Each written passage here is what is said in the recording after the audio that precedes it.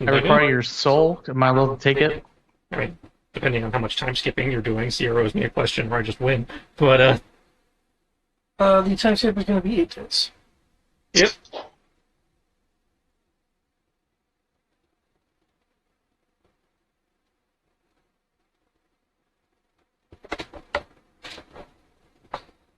Sounds like there's just some winning going on. I mean, she has time in that 8 days to come up with one, but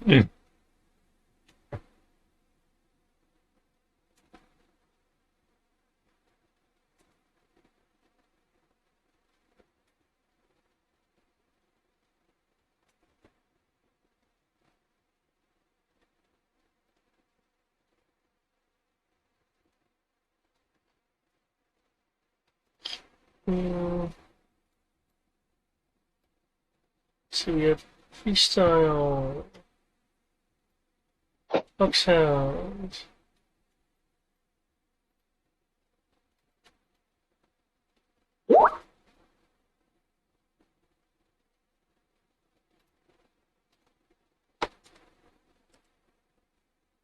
you still owe me the last question. He did an 8-day time skip.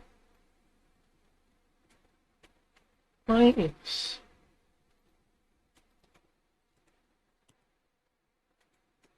Okay, that's fine. That makes sense. Okay, doggy dog. Doggy dog 2 timing. There we go. Boof doctor.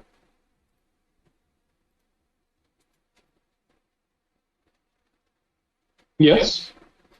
I was just dropping tokens just to make sure that I have everybody.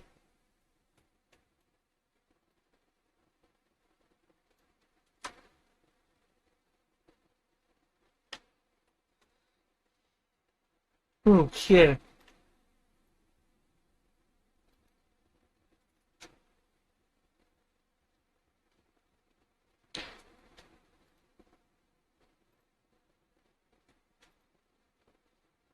Okay, let me do this, and yeah, it'll be 8 days. Since the last mission, what anything of significance that you guys were doing during the 8 days of relatively light activity from the Joe side of things? I did say I was looking into information on Anarchy. Find out what happened to him that, turned him into a weird robot guy.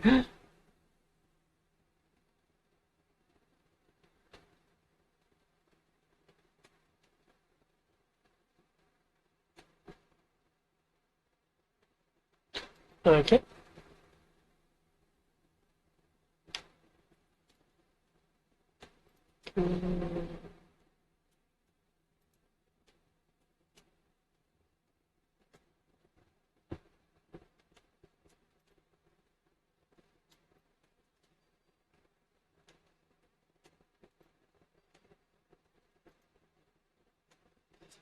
Well, looking into that,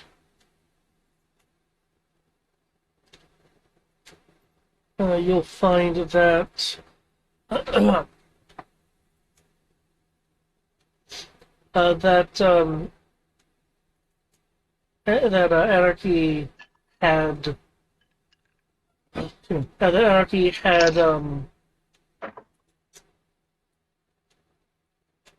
vanished at a unofficial as to at least my knowledge there's no official ones um parkour tournament. Hmm. Think of it as Fast and the Furious for parkour. Your initial research will show a number of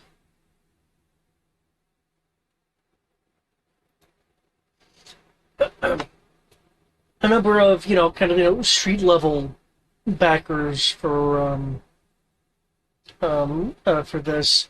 it's expected that whoever won it would not just win money.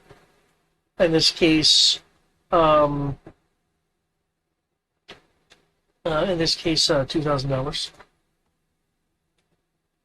But the winner would have inherently shown certain amounts of skills, and thus be a good mark for some of these more underground people to pull in as as couriers or what have you. Okay. Now with Joe resources, because I'm assuming you're utilizing what resources. Yeah, There is a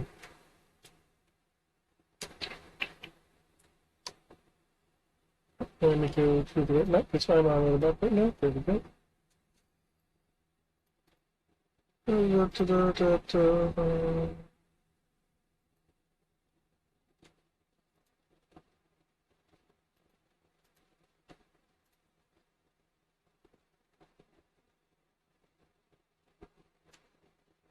Um,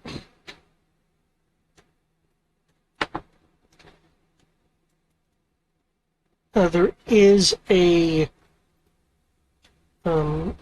individual that is identified, like partially enshadowed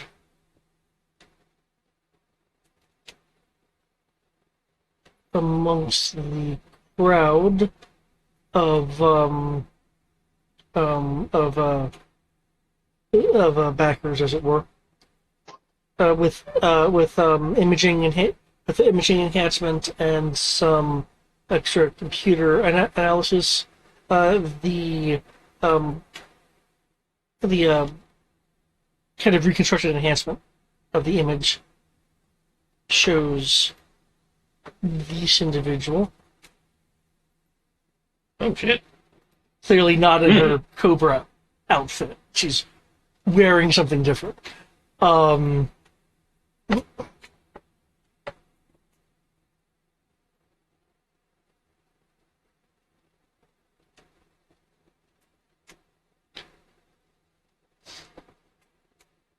Until a more official investigation is launched, or you do something to probe more specifically into the Cobra Baroness involvement, this is new evidence because the G.I. Joe didn't have a reason to look into this before.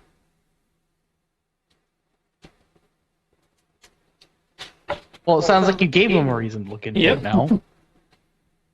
I gave him one, and if possible, would like to be involved in said investigation, which obviously will be a different adventure. Yeah.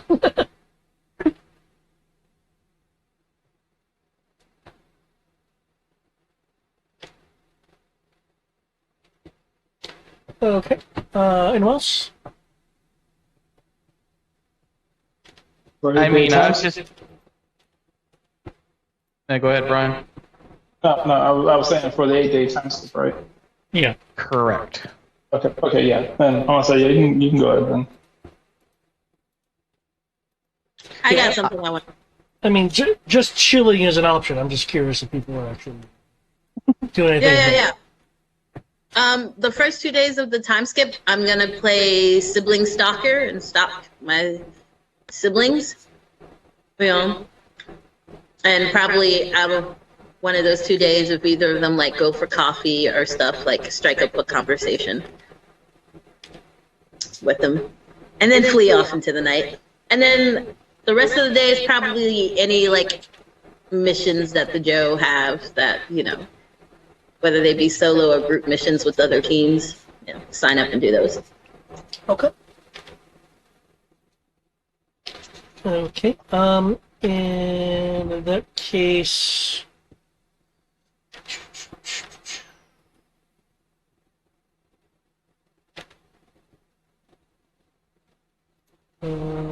second, I typo a thing. You probably type out a thing.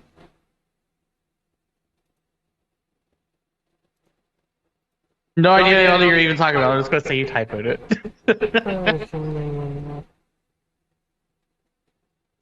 Yep. Okay. Let me correct this particular error for the me.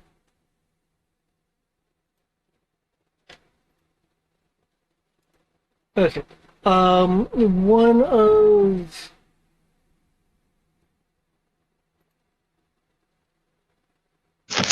of your missions would have been with a I'm having to check. Good. Awesome. You would have been working with a G.I. Joe team called Strobe 9.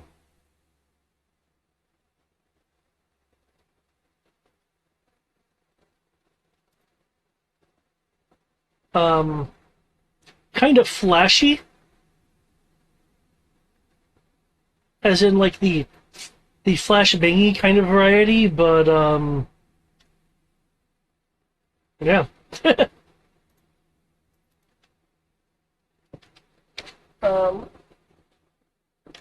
you said working with the Joe, doing Joe side stuff, so to speak, was just kind of the rest of your days. Yeah. Okay. Like they're like, hey, we need you to go in and get this information at this bank or grocery store. Go do it. And things like that. Okay. Any Venom Foxhound? Anything to note? If I am not actively training, which I would be doing when I'm not on a mission, I'll be dragging who is willing to watch movies. Insert generic, stereotypical movies. I say, Andy Venom's down for that, so long as there's alcohol and nachos. If Jailbait's not on a mission, she'll be down for that as well. If she's not on a mission. Okay. And if there's alcohol. If there's no alcohol, she's not coming. You expect there to not be alcohol from the discount She just has to Russian? make that qualifier, that's all. She doesn't know if you drink or not. The vodka. These Russian drinks. Hey. Not all Russians drink. Then they're not Russian. Yeah.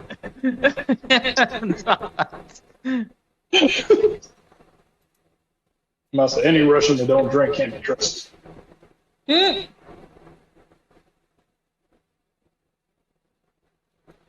I say, you know what they used to say back. I'm gonna say, you know what they used to say back in the service. If they ain't blushing, they ain't Russian. I never served, so I'm just this awesome. But good. I say, Born this way. I'll say good, because thankfully G.I. Joe ain't the military. So Yeah, I didn't join willingly. I mean, I did not join willingly, but it was either this or juvie. This was the better option. I didn't do well in orange.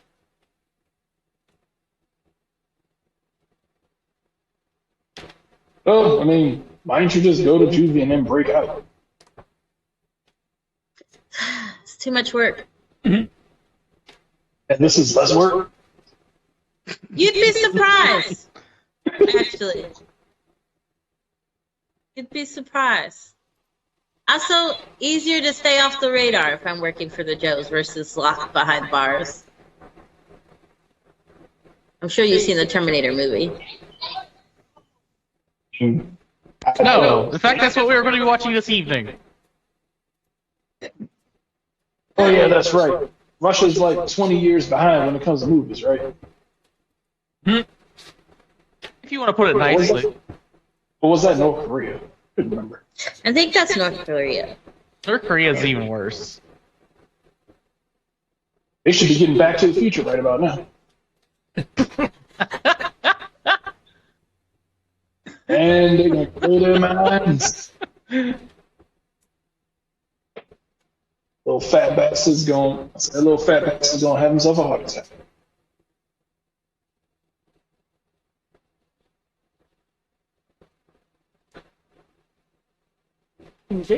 It sounds like people's times are definitely being occupied then. Yep.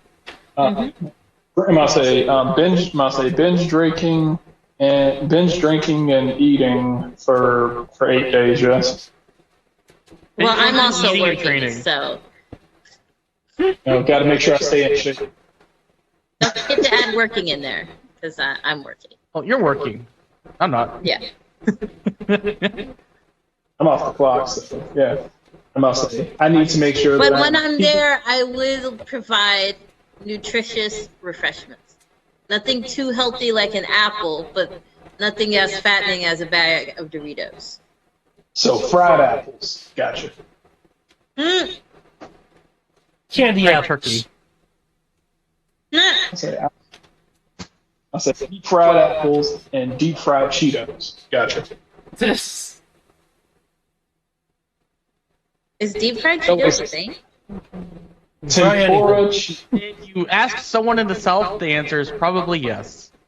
tempura Cheetos. I mean, I'd eat it. Technically, you can tempura anything. All you have to do is just dip it in butter. And fry it, yeah. Hell, I just made tempura string beans. So That makes sense, at least.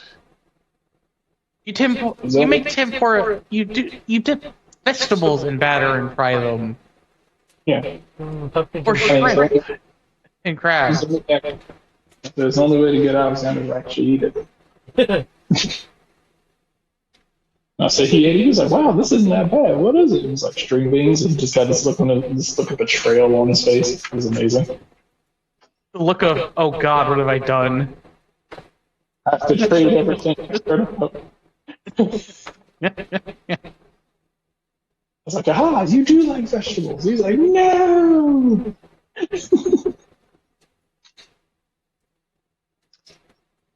I'm like, "You are now a Southerner. You have had your food deep fried, and suddenly you like it. You can't go back." But yeah, I got to make sure I'm in peak condition to fail my role, so that freestyle can be better. Okay. Peak physical conditioning. So, So it can't be working. If I did, then who's freestyle supposed to base his rolls off of if I'm actually rolling well? Well, that just means I have to rely on my own skill for once. Heaven forbid.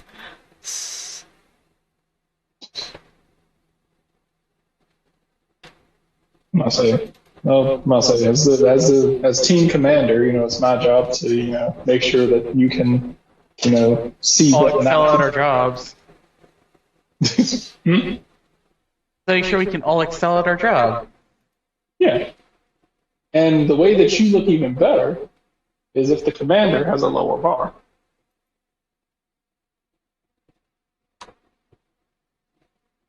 It's not like they can fire me, so. Can't fire the medic. Not sure if that's actually true, but sure. Yeah, Well, I'm pretty sure you could technically be fired or I reassigned. mean, you can, but at the same time, it's far more difficult to replace a medic than it is to replace a guy from gun. Okay, I'll give you that one. So, so with all that, replacing a doctor would be harder, but a medic actually wouldn't be that hard, technically. He's a Well, doctor, that's so that's why he's a. with the eighth day rolling around, the snake eaters have been called in for assignment. Um, you are, just to clarify, you're back at the pit. You're no longer on the flag. Yeah. Cool, cool. Mm.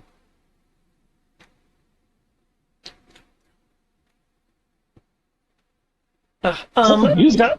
Dial tone will be your liaison to the mission today. Cool. All I hear is a dial tone. She has a number of files in front of her. When you arrive, you'll be handed folders that have supposedly the same files that she has spread out on her area.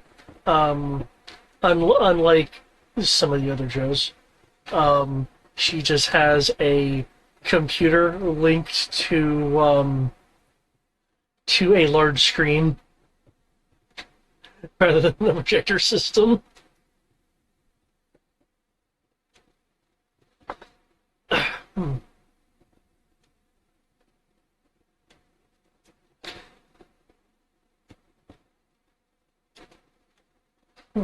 Well, it's technical if I'm sitting in this chair.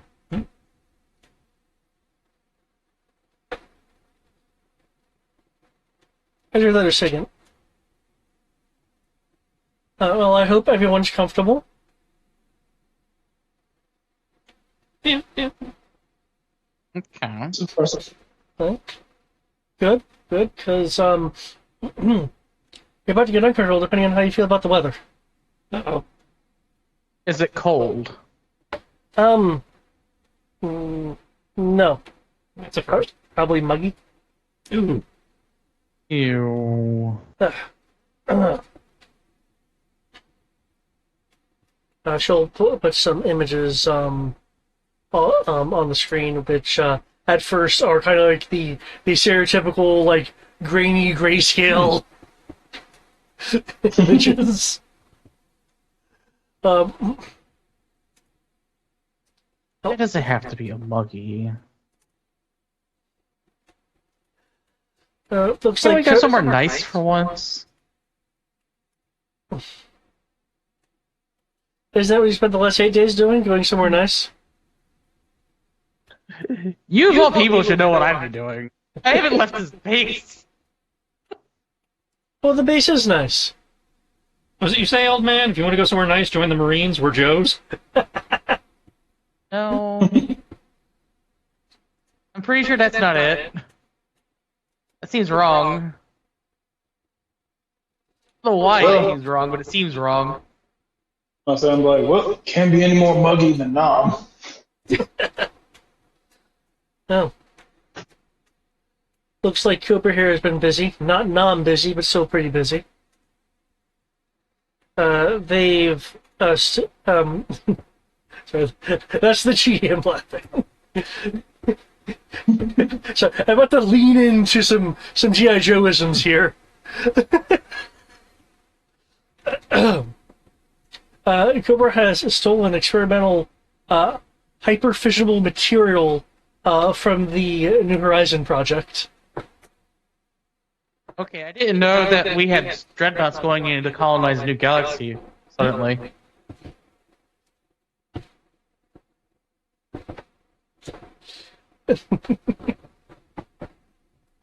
There'll be images of like the hypermaterial containers being stolen.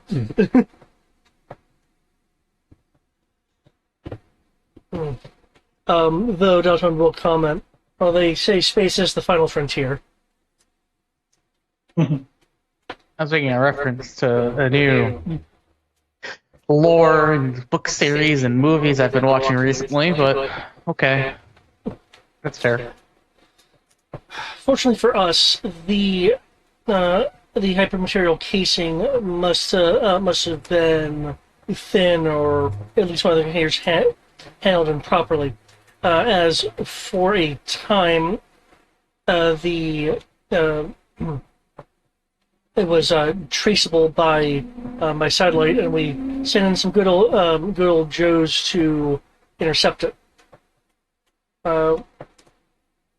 They reported in that the Cobra was using a Rattler converted for heavy cargo hauling, and that they shot it down around Santorini, Brazil. Shortly after the Joes doing the interception didn't report in for any kind of follow up.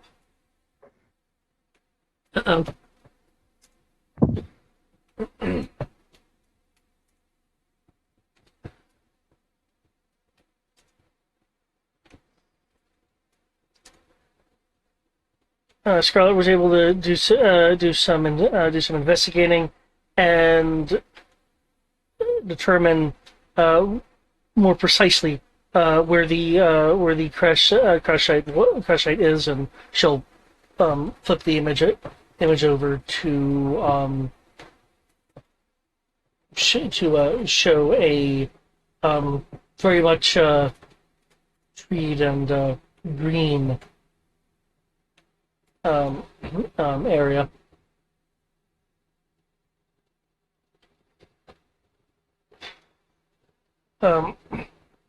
I do have some more side information for you. The obvious, or what I hope is obvious, is that the crash site needs to be investigated and the hyperficial materials recovered. However, as all of us know, those snakes are indeed a rather slippery and quick bunch. So we have gathered additional intelligence, assuming that the cargo is not there. We would have like it to be more thoroughly investigated for any survivors. And if our guess is wrong, you'll just hit the jackpot, and we can put you back in a bit better environment. So, in the vein of that, she'll press on the button. It'll shift to a larger area image. The crash site is roughly oh, did I mess up my own phone? No, I didn't. There we go. Roughly 10 miles west of the crash site is the Jupiter Resort, which I can show you a image of in a memento.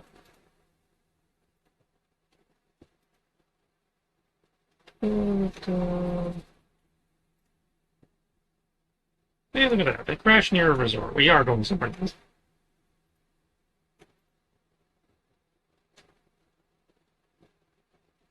Yeah, that doesn't seem bad.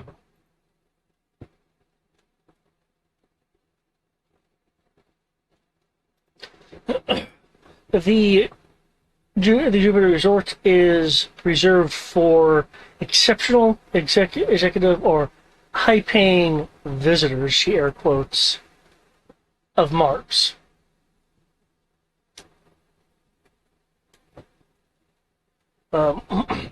At which point,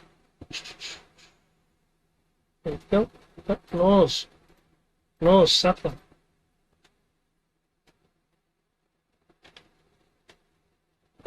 At which point this emblem is going to be shown.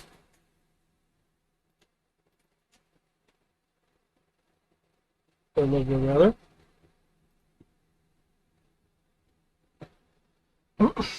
The Jupiter Resort itself is highly isolated from the surrounding jungles, using walls, as you saw from the initial resort image, with sonic emitters to repel both animals and humans alike.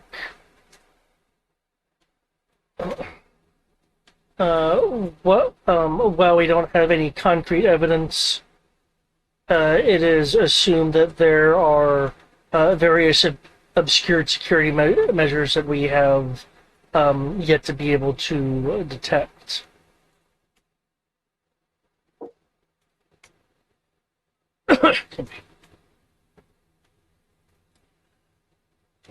To keep the jungle from overtaking the resort, Mars has employed a series of what they're labeling as Centurion gardeners, at which point the screen will show this very kind of mechanical, multi-armed, like saw blade, arm actuators,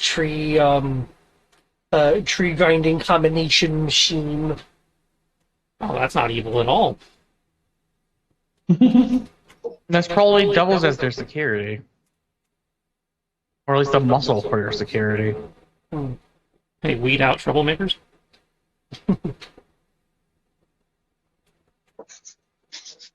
Well, that was my idea of saying, but you said it so perfectly. I can't even be mad. From purely a meta standpoint, so I know this is a question that's going to be asked.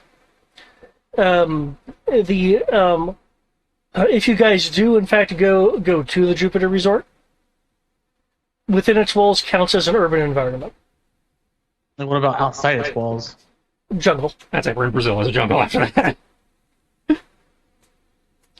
It is large and quote unquote isolated enough to have its urban classification. Though I guess now you have so many environments that may not matter anymore. I only have two. It just happens to be the two most common environments, technically.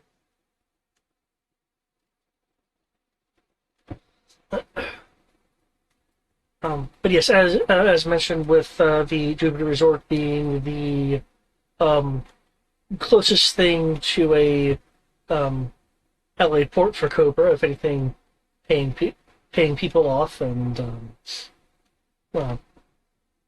Destro to handle these things if he's there. It's expected that if the Cobra is at the crash site, they have either made it to or are in transit to the Jupiter Resort. So trash it first, then sneak into resort. Provided that you don't find any survivors or jackpot things there.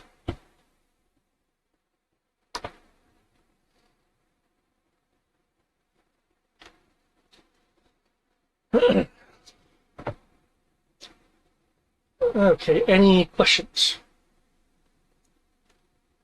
Not as of yet. Well, since you're sending just us and we're looking for missing persons, I take it we don't have any contacts in the field to play off of? Your contacts in the field would have been those that intercepted the Rattler initially, Right. but we lost contact with them. Well, I wasn't in sure if we that had anybody who had case- intel on the area down there already. Okay. You're going on the presumption of trying to find people. With the potential of having to do a sting operation to recover stolen nuclear material. Couldn't we, I don't know, just buy tickets and go there? Not tickets, but buy ourselves a place to stay there? Because it sounds like for a resort run by a weapons of arms manufacturer, I don't think that we're going to have a problem with us having guns. I don't know. Most resorts don't like take kindly to the guests walking around armed. Actively walking around armed, no. But being there and having, say, a suitcase full of guns that go and use out in like a hunting trip, I don't see them causing problems about that. Especially given that we think this place is associated with Cobra. They'd probably get a kick out of it. I don't know what Brazil's stance on that is. Um, I don't know what. That'd be a culture's in this? Yes, I believe that would be a culture rule. the issue though is that is this place a legitimate place, or is this just a Yeah, it's a Mars is a legitimate company, so I imagine the resort is a legitimate resort. okay? Well, that's a damper on my idea. That's like, because at that point, I imagine they'd be beholden to local laws, Um, at least on paper. did you want to do a culture roll? No, I was. Huh. I mean, technically, if it's anywhere that's not the U.S., the expectations of private ownership of guns is like next to non-existent unless you feel like dealing with a mountain of paperwork. If Delatone is asked, she will be able to tell you that it is generally illegal to carry a gun outside of a residence. Okay. So, yeah, they wouldn't. Though there are special permits for particular groups, like law enforcement. Yeah. But, it means we'd have to smuggle, if we walk into the resort versus sneak into the resort, we'd have to smuggle that shit in. And we have to be over 25 to have guns. True. I take it you literally just looked that up. No, I knew that because Pops told me. Oh, Ah. well. Yeah, I mean, I South looked it up. America, She's you have- special. South America, you have to be 25 years old to own a gun, and it has to be registered. So, yeah. Because I was like, I'll just go live in Brazil, where the gun laws are more strict. And then that's when he went over the gun laws in South America, Mexico, and one country I've never heard of before. I just have to say that South America is not a country, a continent. Well, the continent, but So, Well, actually. I'm like, I've heard of. So most of the people I know who live in South America, and it's like, yeah, the laws that are there versus the things that people actually pay attention to. Two different things.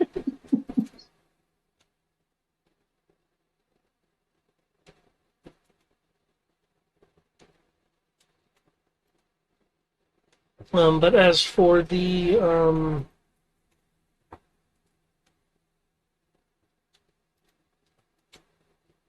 And either way, you're going to want to pack tropical/resort wear just in case we have to sneak in. But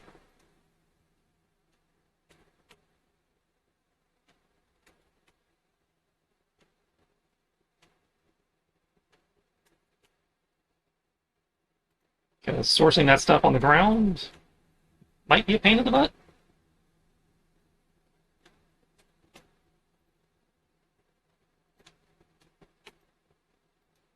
Unless you want Jailbait to, handle all the shoplifting, at which point, who knows what she's going to stick you with. I don't think Jailbait would be comfortable going with that answer anyway.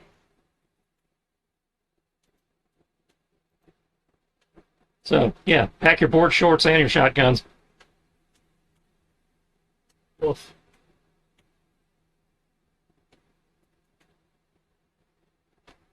Hey, I'm fine with that. We can just make this a stealth mission. I was thinking we could try to make this a social stealth mission instead. Well, remember, entering the resort is only if we don't find anything at the crash site, so it's a secondary. As point. for purchasing your way in for the resort itself.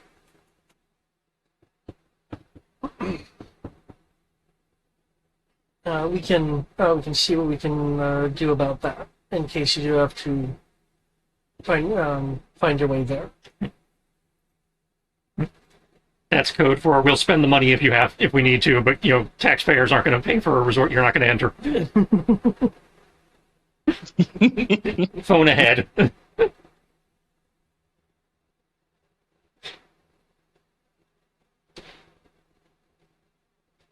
Okay. I can respect phone ahead. If there is no other questions, I don't got anything. Anybody else got anything? No. No, I'm good. okay.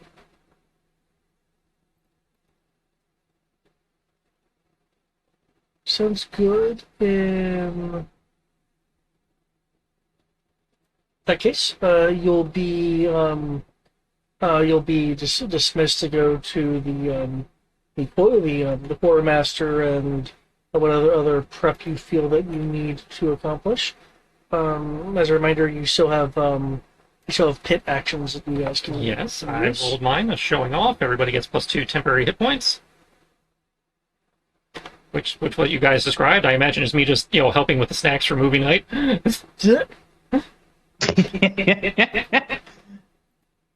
I will take the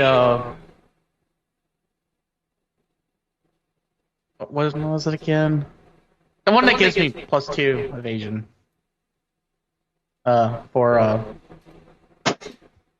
that way I can, be somewhat hard to hit. Given the general lack of cover half the time we end up fighting things. I mean, we're going to be in a jungle. I would think there's cover in it. Yeah, there'll be plenty of cover in the jungle, thankfully. If you're gonna get there, it's gonna be burned down. I mean, that's a distinct possibility of a was it a helicopter crash? Or was it a plane crash? I can't remember off the top of my head. Maybe being distracted by things. It was a Rattler refit to be a cargo ship plane. Yeah. Yeah, then there's going to be a burning charred hole in the jungle.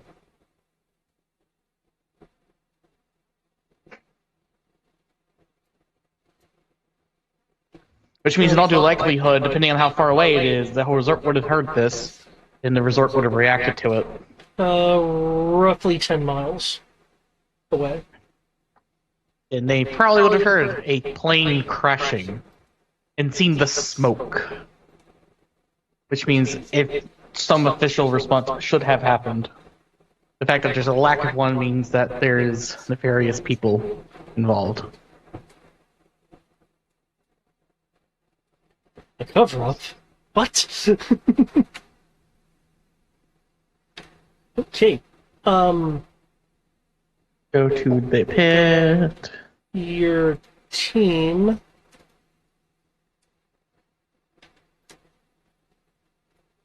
There you go. Your team is issued a satellite phone and a Geiger counter. Cool. And you guys have 12 acquisition points per person. Oh, shit. How many points? 12. Oh my lord.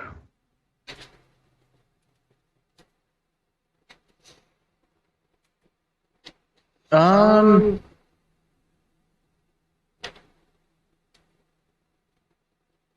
to get what I was going to get, and I have 2 points left over. Awesome. I has a question. Yep. Where is the? I don't see it in the Joe Regs. The whole new system for. It's in there. I opened it earlier. Oh, there it is. For Requisition budget. Revision budget. Cool.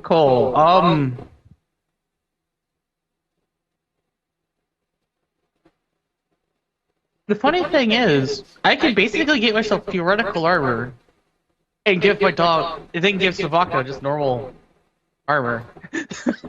Well, I mean, the theoretical armor, 12 points, so yeah, you'd have 2 points left over. Yeah, so I can get limited armor for my dog and some godly level of armor for myself. So let's see.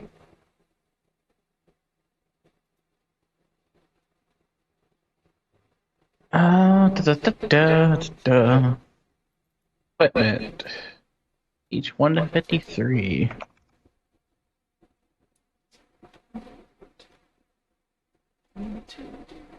Battle dress.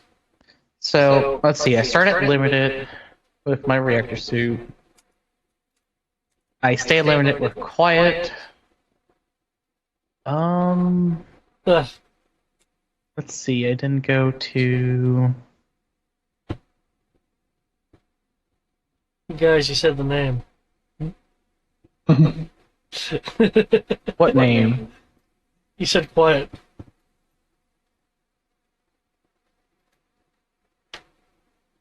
We're not in Metal Gear. I have a history with quiet. Hey now, I might have a giant ass sniper rifle that I keep suppressed always. But I'm not that bad. I don't hum into the radio comms as I kill people. I'm glad you don't. Never do I might that. start doing that now, just to mess with you, David.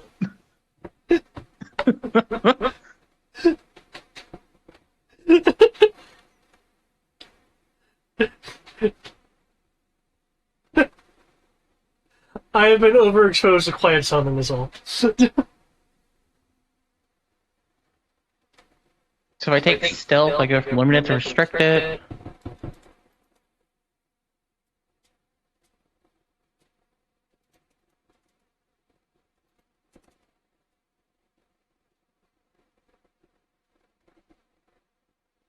I go to prototypical by taking plating. We can't deny my armor. As a reminder, you guys can also use these points for kits. I'm not a kit guy. That's Sierra and Brian. Yeah, I'm not the kit person. I can create kits by rolling a survival though now. Don't question how I do it, but All I of can do it Sierra's now. stuff is on, became personal gear. Lost that. Okay, so we know from past experience, having a limited, a tech kit or hacking kit. For getting into computers, it would be Yeah. hacking. Okay, so probably should have her take a, with Sierra's permission, probably should have her take a limited hacking kit.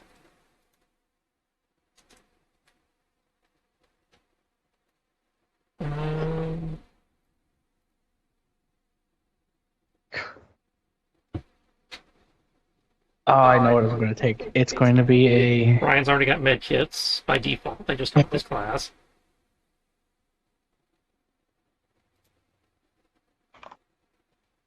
Have we used any other kits that have been like really useful? I mean- Burglary kit, but sometimes you guys have bypassed that.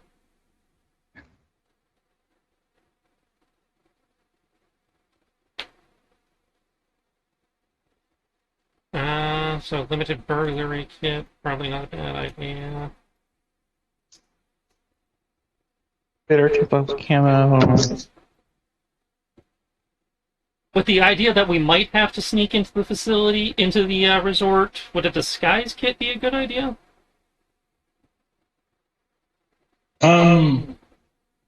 Possibly.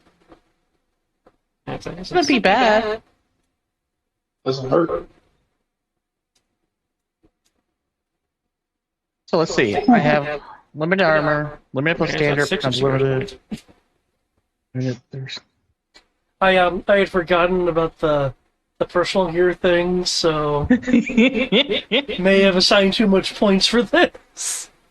Well, it just means we're I- actually getting some cool, actually getting to play with some cool stuff. Like I got to actually take, I got to bring back the digital camo. Nice. I'm bringing in the momentum armor that has plating, stealth, silent, radar tempered, so you can't pick me up with radar location devices. I also have a thing that can swing out to give me bonuses. Nice. Let's see, what else can I do? I'm up to prototypical. I can't even find a way to get myself to theoretical right now. I can't think of anything else. I mean, Depending on what you're pick up- combining, you're at theoretical already. Well, it's limited to plus standard. That stays limited. Limited Yeah. plus restricted becomes restricted. Restricted plus another restricted becomes prototypical. Prototypical plus another restricted stays prototypical. You said limited plus restricted. Limited plus restricted becomes prototypical according to the chart.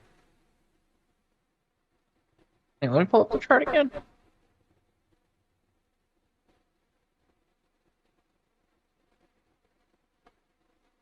Let me scroll up to here. That's limited equipment. I upgrade it standard so it stays limited. I go for limited, I upgrade it restricted. Oh wow, it does become prototypical already. Yep. Then prototypical plus restricted stays. That's a prototypical restricted plus restricted becomes unique. Ah. I guess I can't do some of those things. Let's see. Rare Templar, camo, stealth. No, I'm sorry. Unique is after unique is before theoretical. It just becomes fuck you. No, it's a theoretical then unique. Not according to the chart I'm looking at, equipment availability chart. Oh, that's right. Prototypical then unique. It's prototype, unique, theoretical. Oh, that's right. Yeah. Now, remember, you can take the experimental, which will bring it down one tier. Also, that's another funny thing I just realized about this. Technically, unique can become theoretical, which means that technically something that is unique goes into a lower category just by adding more stuff. No, theoretical is above unique. Not in the requisition budget. Unique plus standard equals theoretical. And according to the difficulty chart, I'm talking it goes about unique, in the theoretical. requisition budget. Theoretical is 10, unique is 15 plus. Then David flipped it because according to the availability chart, unique is before theoretical. I know. I copied it from the book. Okay, well, then the book flipped it. Wouldn't be the first time they typo. One of those is wrong. I don't know which one, but so according to the core book, it goes unique and theoretical.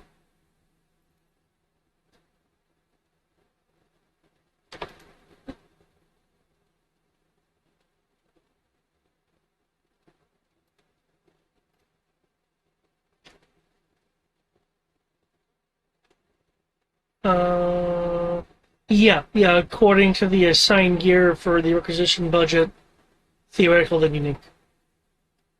Okay, well, the core book Oh no, I believe you. has the opposite. I mean, This wouldn't be the first time that they've eroded something in. Yeah, I'm not disputing that. it's just funny because it technically. David.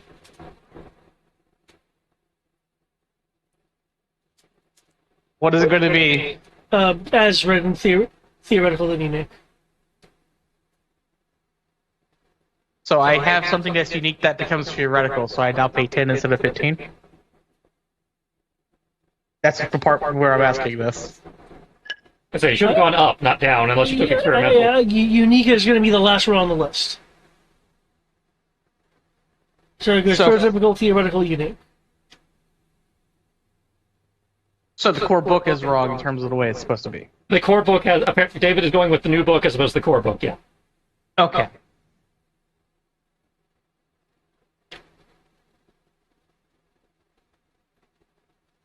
So let's see.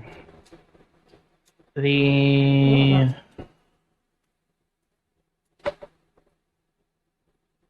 Raider Templar's camo is limited.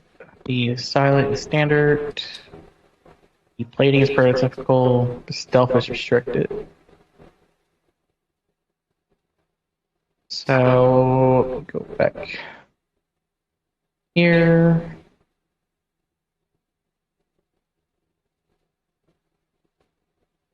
Limited plus standard is still limited. Limited plus a limited becomes restricted. Restricted plus a restricted becomes prototypical. Prototypical plus a becomes unique. So I can't take the plating.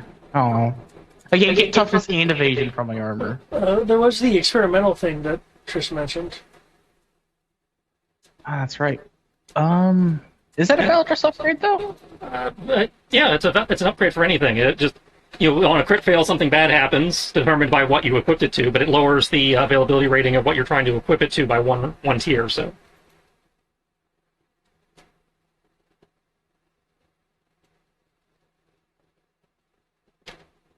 Oh, I never saw that. It's not in the battle dress upgrade list. Yeah, it gains the temperamental trait. Mm. It's a standard upgrade.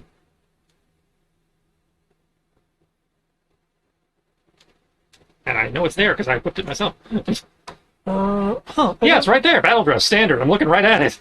I don't think the temperamental is actually listed in here. In the document, no, because it's only in the Cobra book. I give you the page reference though. Oh, it's in the Cobra book. Gotcha. I'm actually using the Cobra book. That's why I'm. No, the battle dress upgrade G doc has experimental as thing. I'm looking right at it. It's in the standard area. It's 4 down from the top. See handling, sentry, silent, leather gear. That is it for standard upgrades. It's right above those.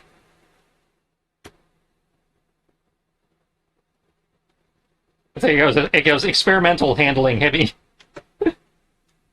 I'm gonna take a screenshot. Are you on Roll20 or are you on the G doc?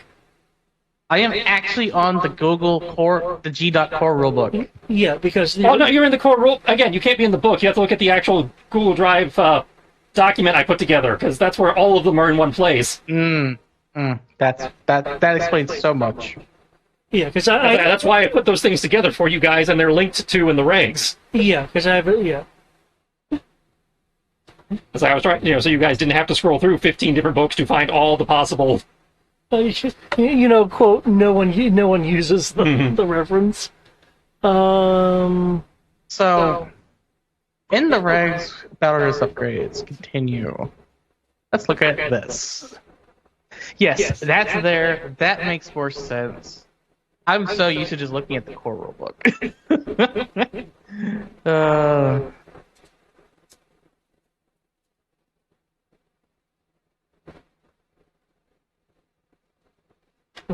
I say, if you're just looking at the books, you are missing out on a lot of stuff. Oh yeah, now I'm looking at the book. I do miss out a lot. Oh man. Let's see. I get silent for 3. Actually, doesn't even matter.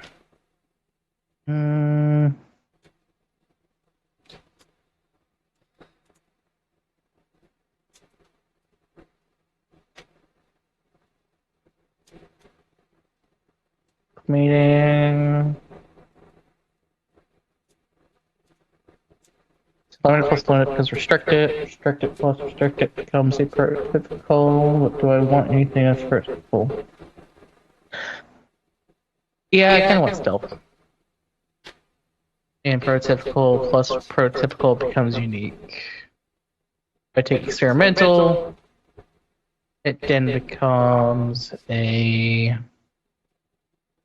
You're doing the whole digital camo thing. I've got stealth built in, but yeah, I took digital camo.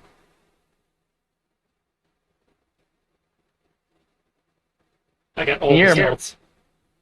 That's what I was going to do, honestly. What we were doing, I was like, I shouldn't take the digital camo. I was just going to take the plating.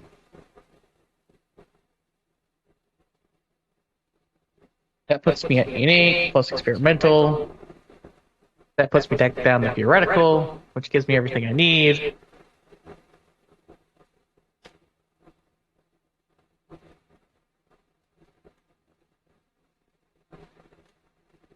And then lastly, I need to look at the normal armors again.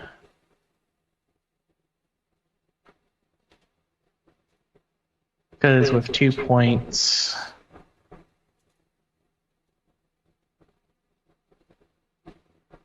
left, I can get...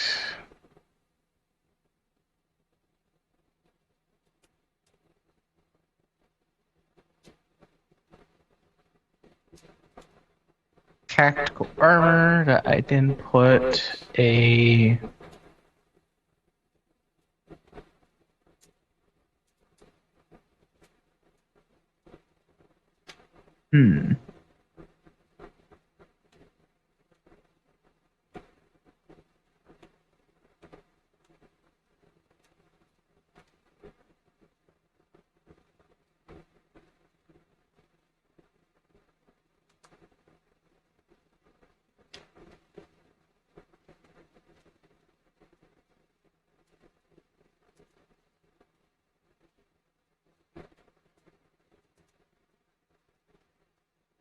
Yeah, I'll do that.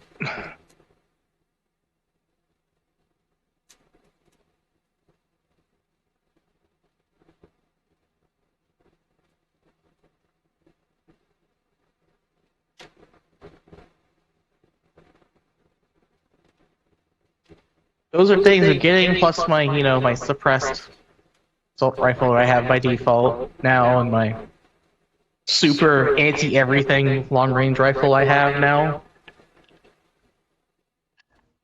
So standard plus limited is limited. Plus stealth, which I think is another limited, becomes restricted. And then the plating. Puts it above into unique, but experimental puts it back down to theoretical. Okay. And then tactical armor with soft shell takes up my last 2 points, so that my dog has armor now.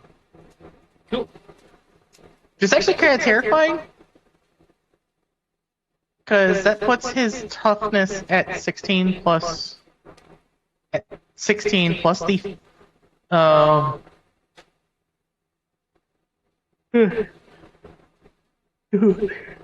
Sorry. Plus 2 from the armor puts his toughness at 18. I don't know why there's an additional plus 3 there. Inner helmet? No. No. Oh, I think I recall where that came from.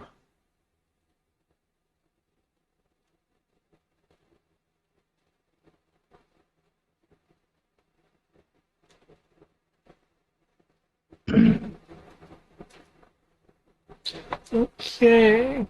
Everyone set with their gear? Sounds like it. Everyone set with their pet? I'm the only one with a pet, so I'd hope so. As I take, I don't know if Brian's loading up, considering he got a lot of his stuff just became free. So. Yeah. Let's see. I get plus 1. I'm pretty good. I mean, as far as I remember, we're just doing, all I really need is, my med kit ish. Oh. And, We're gonna be in the jungle. Do we want to take like a survival kit or something? Don't worry about that. I got that covered. Okay.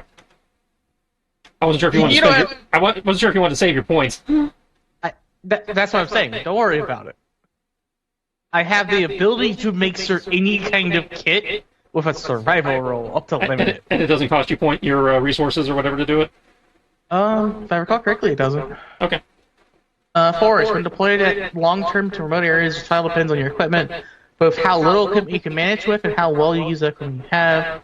Your international track barriers, how much weight in your pack makes outrunning them challenging. At 3rd level, you can spend 10 minutes and roll a survival skill test to gain the benefits of a standard kit. Okay. The difficulty is equal to the kit's requisition difficulty. And then at 7th level, I can do limited. So Cool. I can create us any kit that we ever need within 10 minutes with a survival roll. Don't ask me how, I can.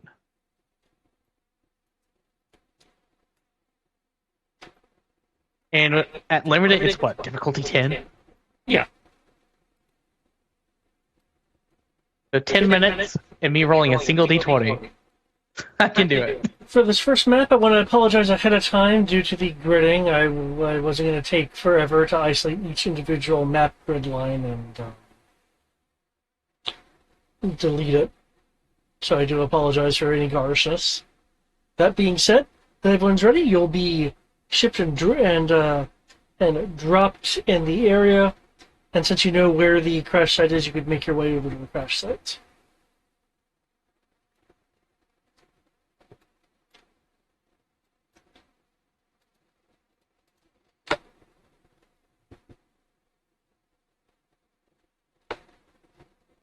Yeah, grids within grids. Yeah. It's done in such an odd way. By the way, before we get here, I would like to spend the 10 minutes to create that the survival kit that we will need. So you don't need supplies, like outside supplies for that. You can just do it. I make a survival skill check to MacGyver a kit together. It takes 10 minutes. Sure. Remember, everybody has 2 temporary hit points. Okay.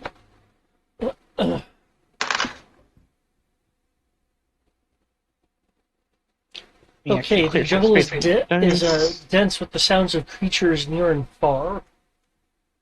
Um, the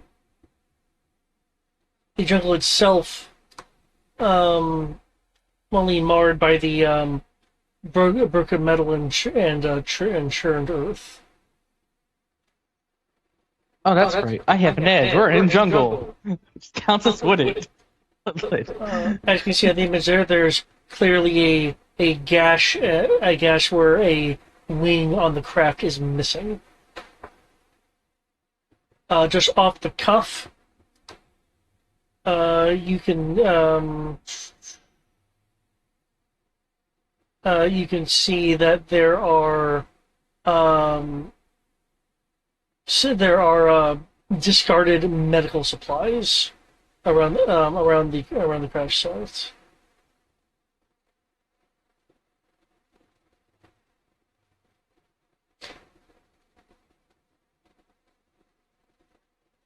Okay. In terms of your investigation of the crash site, is there any particular methods or any particular things that you would want to investigate or investigate for? I imagine our ranger probably should be looking for signs of our missing people. That'd be what, alertness? They alertness or survival? I don't. Okay, so missing people. So you're wanting to see if there's any trails or anything nearby, that kind Yeah. of thing. Okay, Yeah. that'd be a survivor roll, then. And while he's doing that, maybe our tech people can be examining the plane to see if they can get any information from that. That sounds like an idea. Looking at the plane, you have equipment and metal like partially fused together. The dripping of liquids and some internal mechanisms are still on. You'd have to maneuver around a bit to get into the vehicle if you're wanting to get to the cockpit and things like that.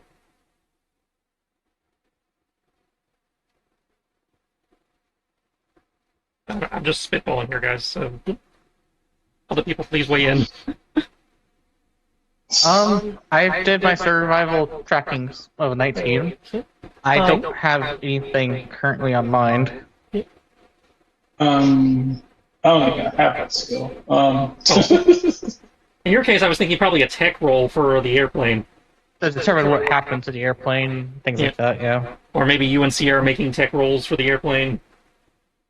If you're wanting to get Tech science. more if you're wanting to get more of an appraisal of the situation, you can investigate the site with awareness perception specifically. Alertness. Sorry, alertness. Okay. Now, Sierra, I know, has a specialization in that, so that's probably her department. Yeah, I'm trash. I'll roll it anyway. I mean, you can go the tech route. I was just suggesting what you're doing is very specific versus kind of being a little more broad for information collecting purposes. I'll go ahead and do tech because, while everybody else is trying to figure that out, I guess I'll be trying to figure out what exactly is going on. And while he's doing that, I will assist Jailbait with her alertness roll, because I know she has specialization and stuff, so she... Okay. Make your city invested. Gotcha. No. So, tech is Assuming Sierra's still paying attention to us.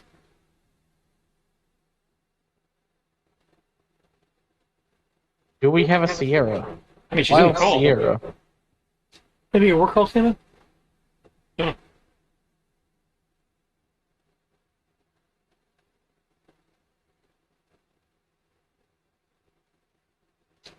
Now, for your tech roll.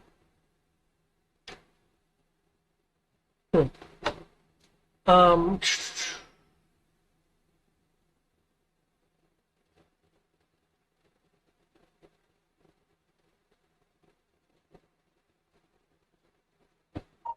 Okay, you'll notice that it was definitely rigged to carry heavy cargo, like multi-ton cargo. The wing shearing off is a result of damage, so it looks like combat had resulted in the crash. In order to get access to things like the black box and stuff like that, you'll need to have a way to get past the mangled debris. Whether you want to use acrobatic, athletics, or another skill that you'll find appropriate. Okay, That's weird. jailbait. What's weird? Oh, okay. I see what happened. Oh, is there an issue? Fucked up the macro. Okay. When that comes in, I will. There we go. Okay. And that's a crit on the D4. Okay, excellent. For jailbait and freestyle, the area around the area of churned earth around the rattler, you'll notice that it is a deliberate and not just a consequence of the crash. There are signs of heavy ground vehicles that were settled in the area, like they were the kind of imprint, the general imprint, in the ground.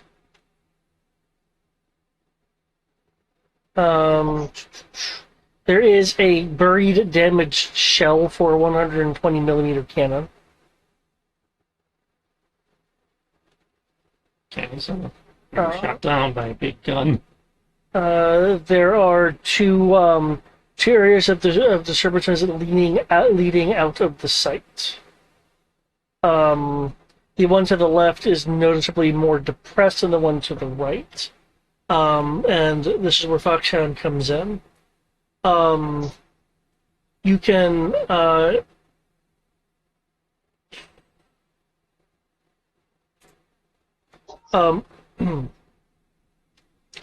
you can tell that there are not just disguised tracks, or rather not just tracks, but disguised tracks.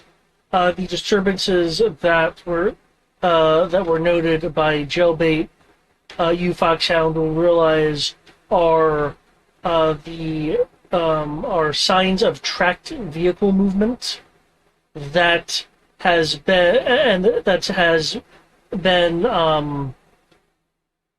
disrupted to look like a group of people instead of tracks from, like, tracked vehicles. They are leading. There's one leading off to the left, and another leading off to the right.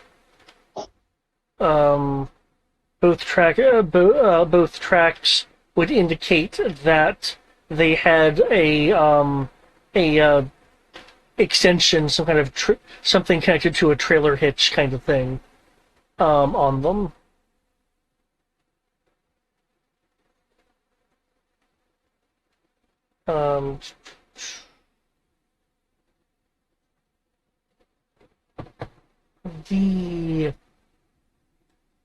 The left track,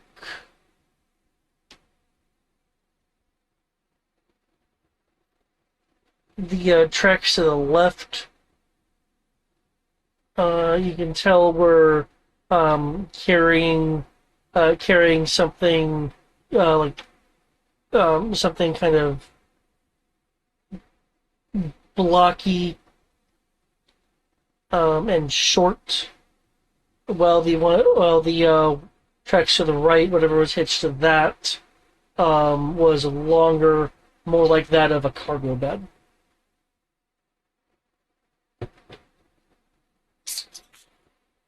I will share this information and make sure that our likely bet is the cargo van if we want the cargo, and Yeah, probably they, the survivors. yeah, they definitely got the cargo. With that, I just want to confirm, Annie Venom, were you wanting to try to make your way inside the vehicle to gain access to the black box? What would I say? I will try. I'll make my way there. I will see what if I need to like break in or something like that. Depending on how I need to do it. there's debris of damage and fused metal and such. Oh, okay. All right. What would I need in order to get through that? Well, unless you have any particular ideas of your own, you could use either acrobatics or Might? let's see. Can I use might? Right.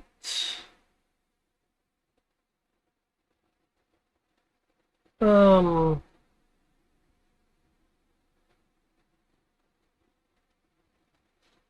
I was thinking athletics, but if you want to use might to kind of like brute, like break through things instead of shifting them, yeah, you can use might.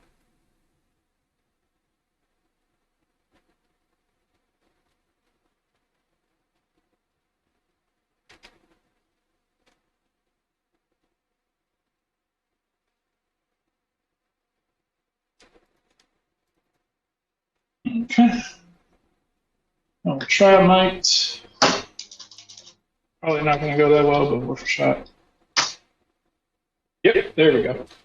All Okay, those nachos and boo. Your attempt to like forcibly bend and shove metal around does not go very well. There's some mild creaking as you are exerting force.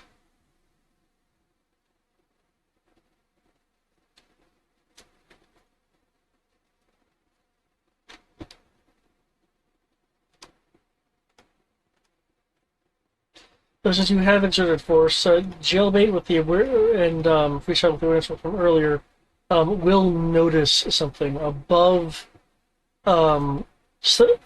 inward and above Annie Venom's head is a arm that has I didn't figure out how to phrase this. We're not talking about Jurassic Park here with the We're talking about like there is a body with an attached arm that due to the slight shifting the arms are able to fall into view. Might look up, old man. Mm-hmm. Yeah, point out the arm.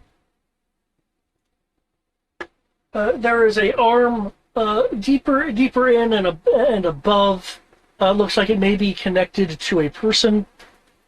If it is connected to a person, they have been like trapped in this megalith debris. Okay. Well,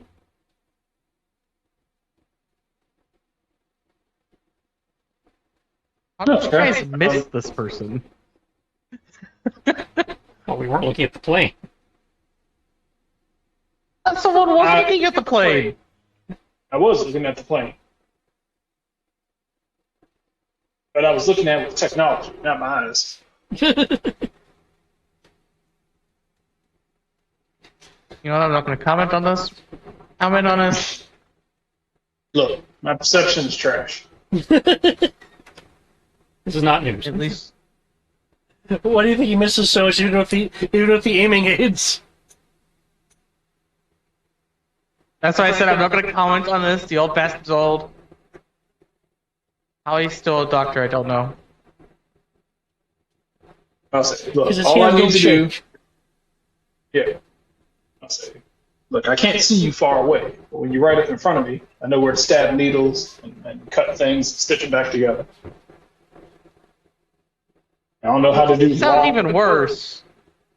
Look, I don't know how to throw a Band-Aid at you from 50 yards away, but you know.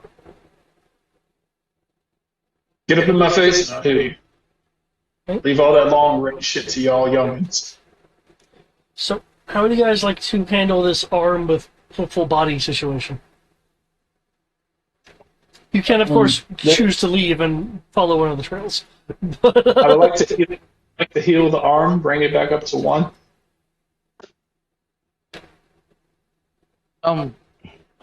You'll need to get to the arm. It's deeper in and slightly above, partially mangled in the crash debris and such.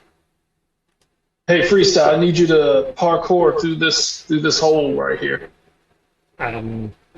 Oh, okay. You want to check the guy's pulse while I'm doing that?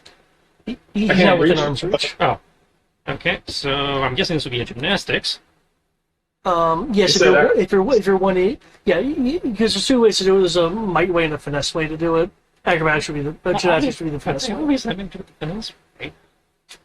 Um, Looks at the thing, little thing flips over his eye as it assesses helps him assess the route. I took HUD. okay.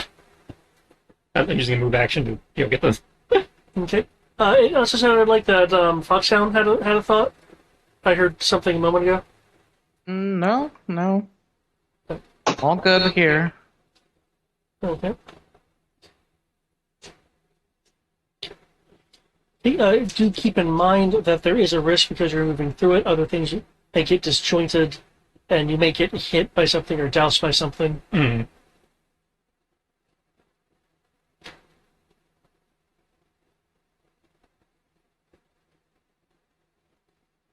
Which sounds to me like this is dangerous, and that going in here would be acting recklessly or impulsively.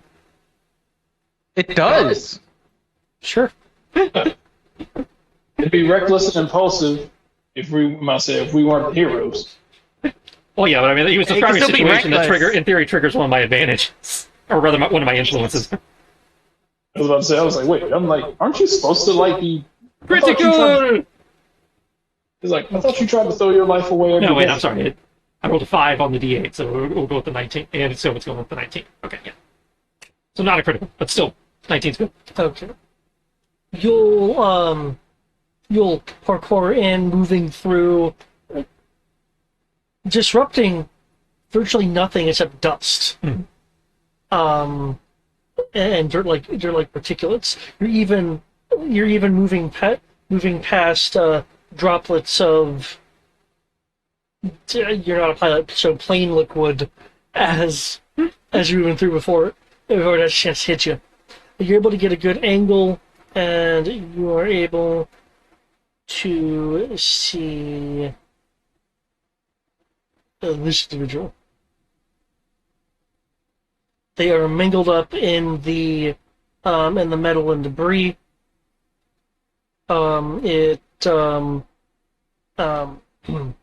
And it looks like at this point in time that they are unconscious. I would like to switch my HTB to camera mode just so I can let Anti-Venom assess, to make sure, either talk me through how to safely move this guy or confirm that this guy is safe to move. That would be a science and medicine roll.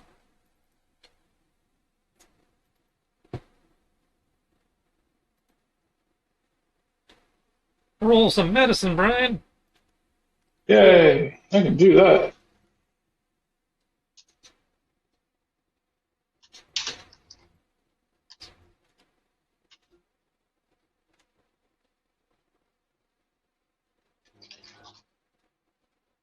Whee! Please don't fuck this up. There we go.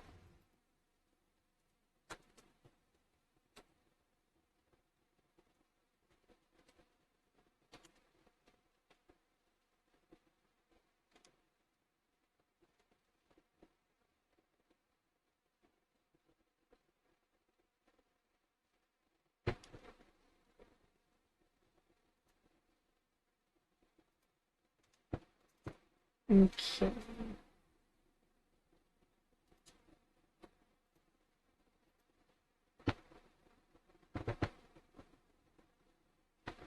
Okay, looks like you got a pretty good roll there. That's a crit, assuming that, actually make it. Assuming that 19 makes it.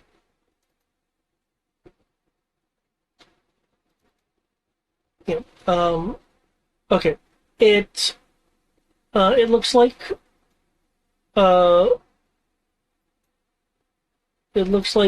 from judging by the images, um if he does have some injury from how he is pinned, and possible chemical damage, as there are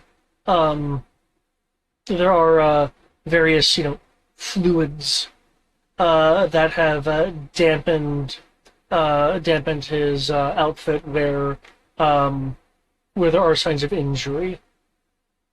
So you would expect bleeding if he's removed with and would require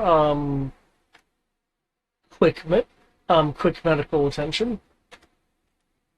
In terms of removing him, you could try cutting bars and stuff away. If you had like a any kind of like mechanical or engineering base kit, that even standard, that would have the tools for it. You could also try brawn or might to physically dislodge material. Brawn would be pushing it and holding it, while might would be giving it a shove and needing someone there to like immediately pull the guy away.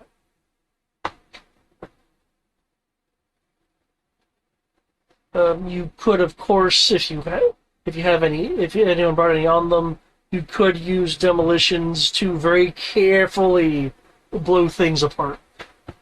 One, I don't think we have any bombs with us. Two, the bombers are the guys outside.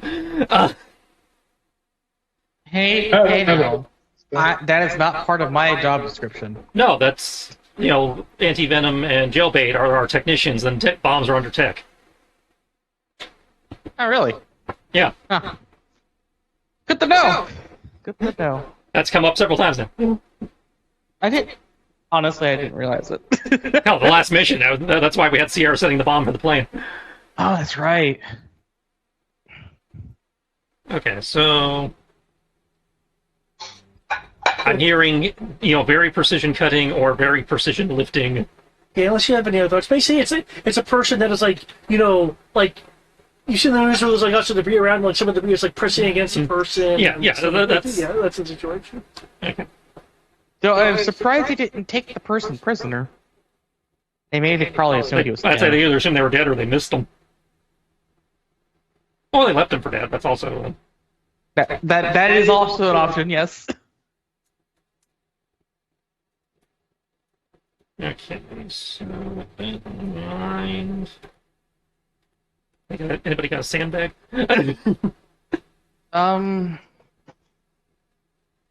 I could try cutting him out with the sword.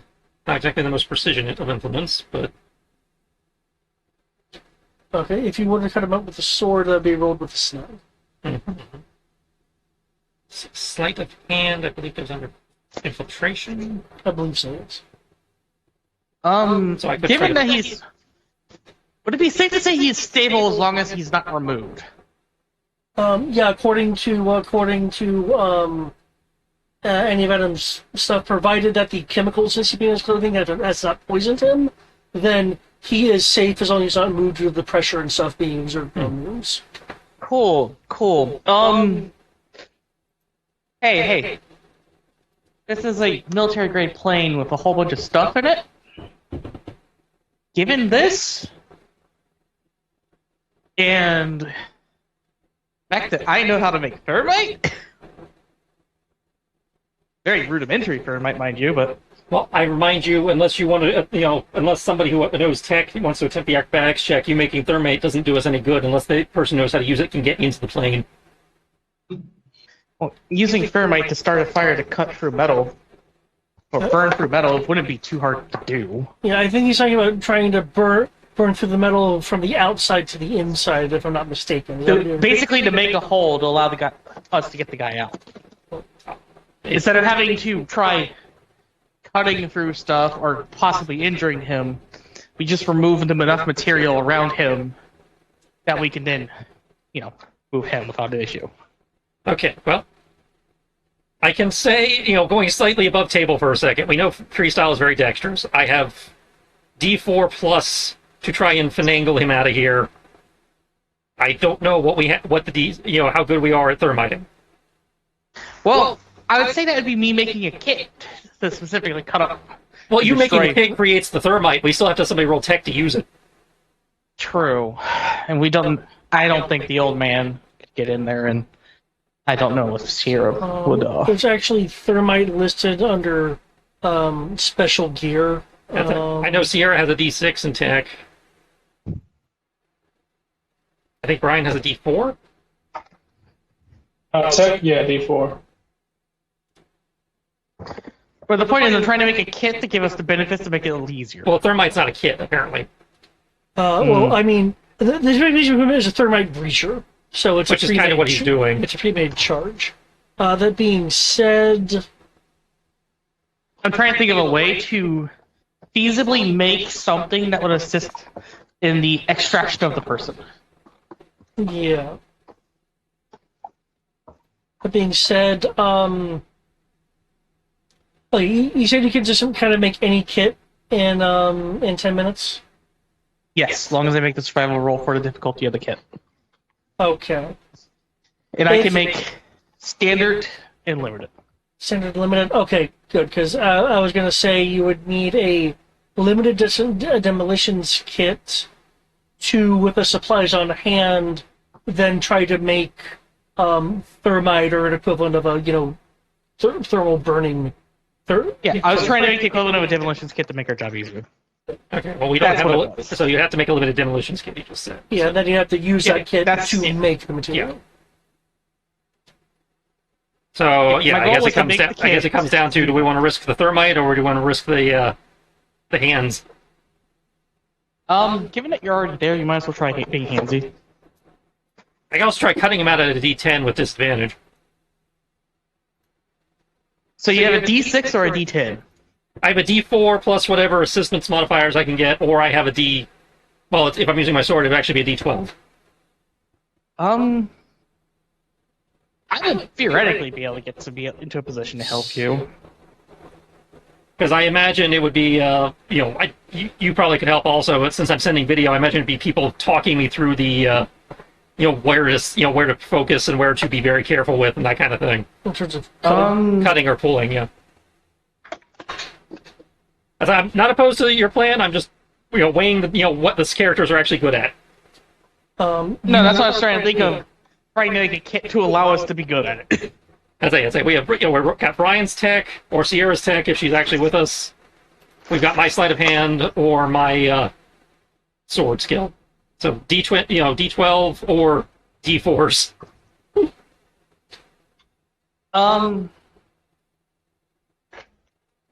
I honestly don't like them either way. I would say we'd probably be better with you using your D12, and that's just assisting you by being able to see what's going on. Okay, in which case, I know you said it's a disadvantage. yes, it's advantage for Yeah. the purposes of precision. Yeah. Obviously going to take my time. But because we're assisting, That's I don't know if they gets can an assist edge. since I'm sending video and basically going, okay, I'm thinking of cutting here. What do are you guys seeing any Okay, how And- many people are assisting?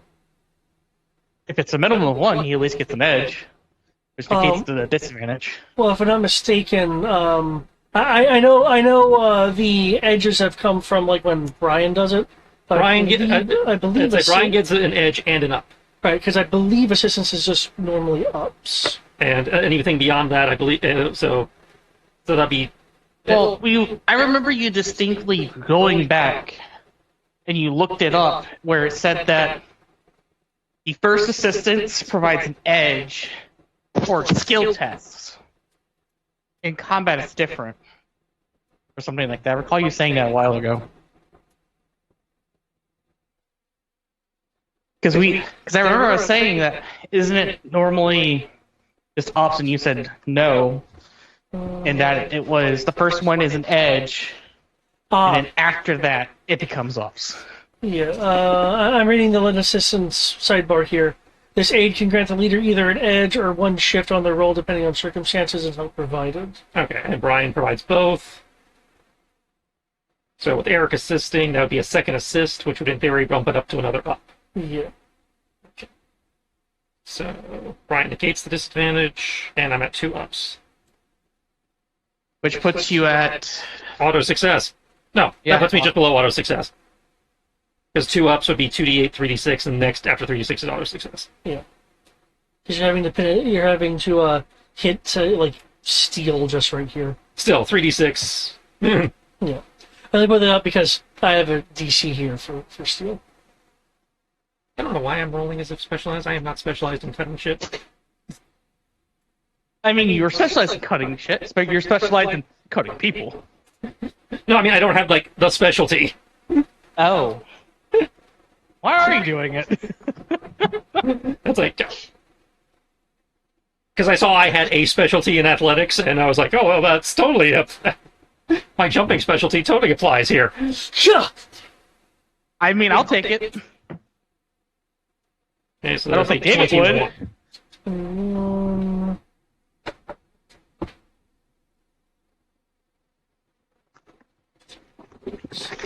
I would not classify this as a weak metal.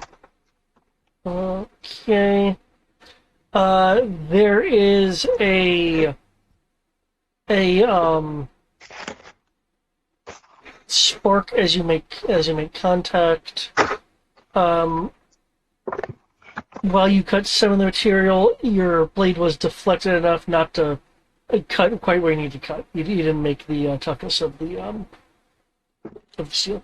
Oh, shit.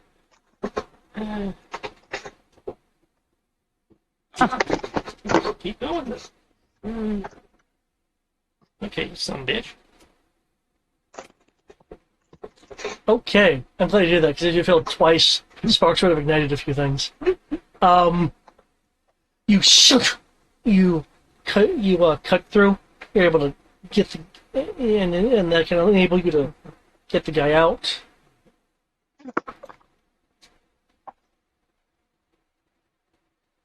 Do. I don't want to be that guy, but for some reason he reminds me of a younger you. I'm gonna point that out to the medic.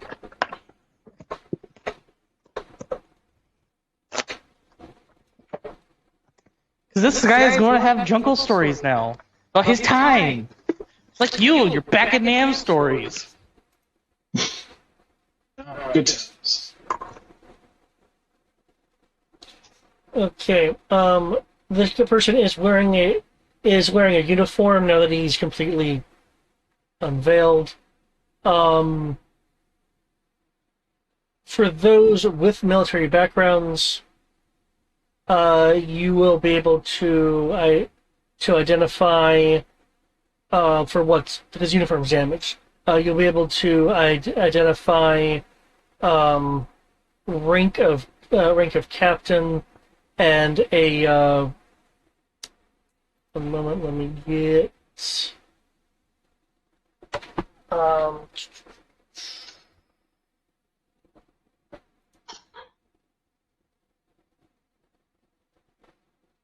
Okay. I won't be that specific because I can't easily look that up.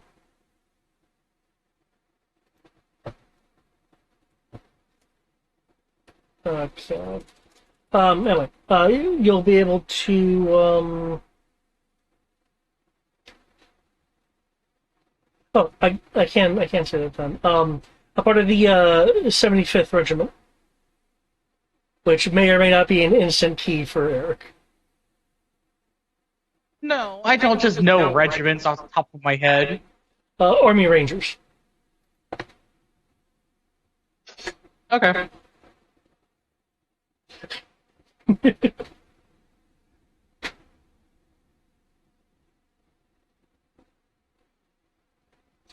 So this person is not a Joe then.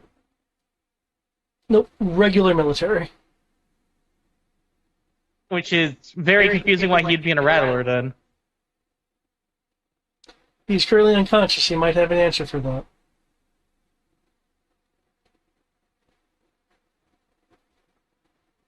Well, that's going to be the job of our good old anti-venom.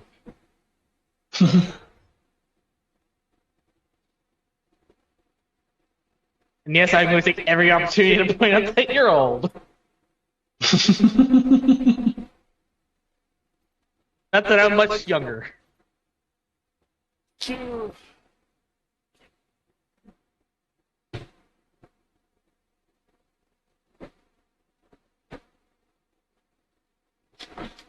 cut the guy free.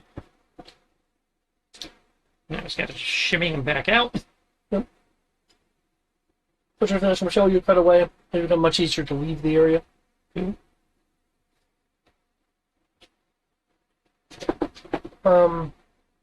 As mentioned, those with the military background will be able to identify enough of his uniform and know that he's a captain and a part of the Army Rangers. Pretty cool!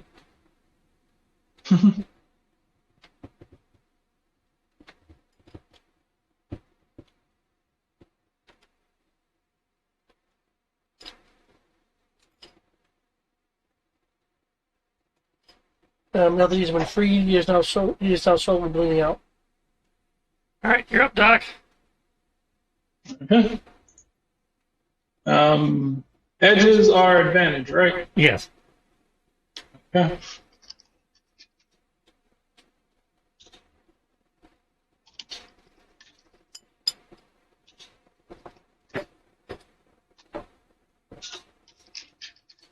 Yep. I can patch him up. Don't fuck this up. What do? Entirely up to you. Those level 7. That's pretty sure a 22 succeeds. Yep. You will be able to mend him Sweet. enough That- to bring him back to consciousness. Sweet. This Oh. counts as critical, so Oh, so you do more than just bring him back. Oh. Successful springing his step. Successful skill test upgrades to a critical success. Yeah, got to use my thing immediately. Did I finally make it past the pearly gates? Because I feel great. Hey there, soldier. Nope, So, you're still here in the land of the living. Huh. In the jungle. Huh. You don't get to die on the muscle. You don't get to die on the job, soldier. Huh. Good. You got to live your life like a proper military man. Die at home with trauma in your chair. Now that you're fully seeing him, he also has some he still has some of his gear with him. Ugh. Oh.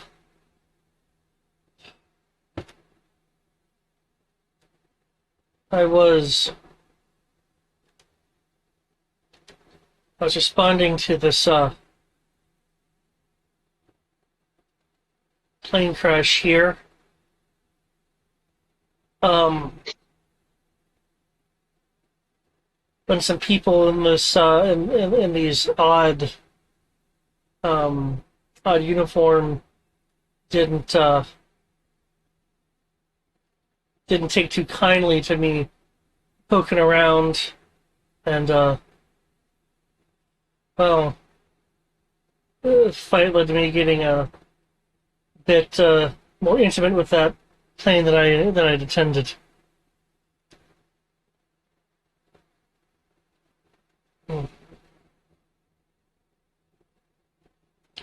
I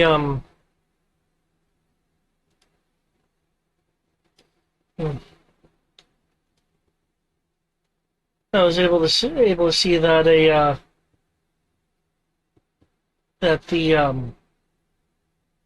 those weird small tanks that they have. One was carrying a turret, the other was carrying some kind of cargo bed.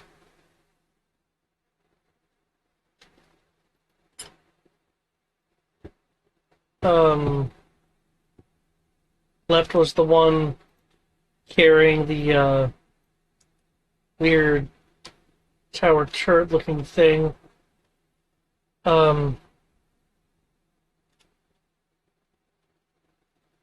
Hey, whew. But in any case, I was able to slip my radio onto the one with the cargo. So they were shooting at me. I figured they were, I don't know, smuggling something. I guess that's one way you can put it.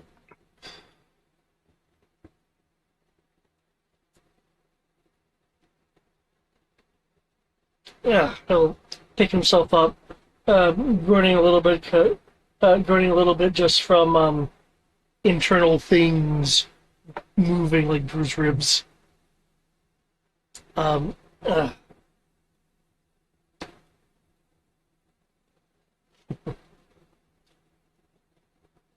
I take it I'm not what you expected. Well, I mean, we were sent to look for survivors, so you're partially what we expected. Huh. Not the right uniform, though.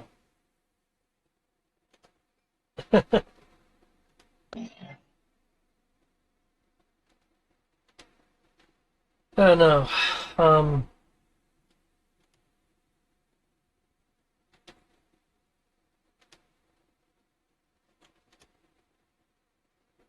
So,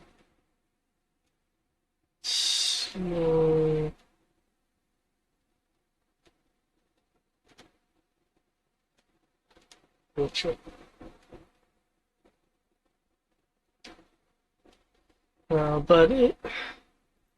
Given your uniforms, other than back up, I'm willing to lend a hand. Good, good. Just give me a minute to check in with base.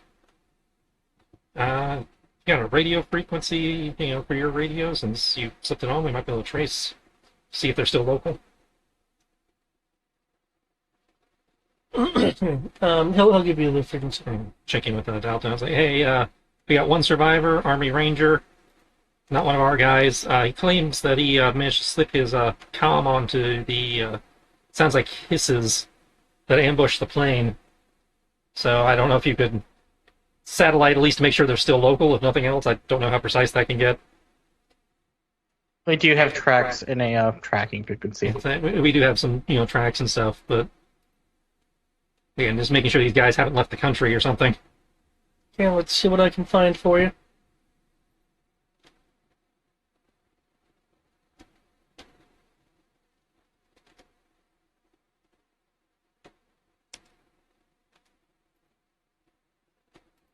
As well, Tristan knows that, we can do a lot. I know plot might dictate, we can make sure they're still, nearby, but we can't get precision because adventure conceit says you still have to go find them. Yeah, that's the one downside of adventure. Suck it. Go do it yourself. Which I don't mind. I just want to confirm that we're on the right track. Which, since he gave us the plot point about the radio, I was like, well, clearly the radio is supposed to be looked for.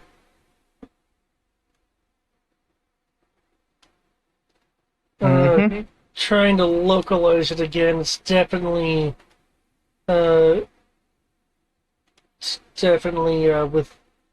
within 8 miles of you. Let's see if I can narrow that down.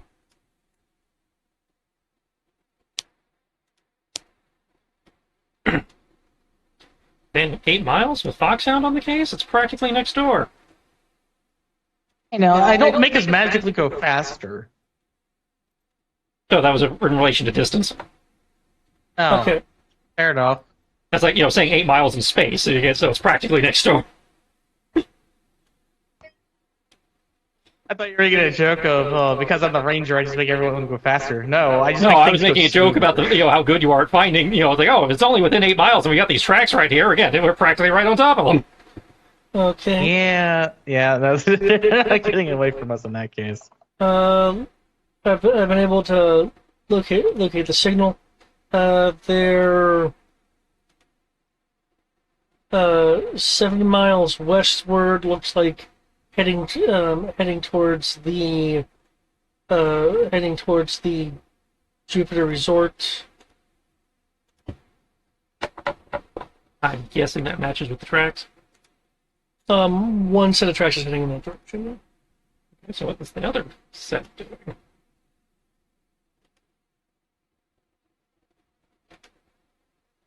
And you say you put on the flatbed one, so the other one is... Yeah, she can't localize the other one because the other one Doesn't have the radio. Doesn't have the radio. Yeah. Okay, so we know they took the cargo to the resort. The other one went somewhere else, possibly back to the hangar? If they have a depot or something in the area?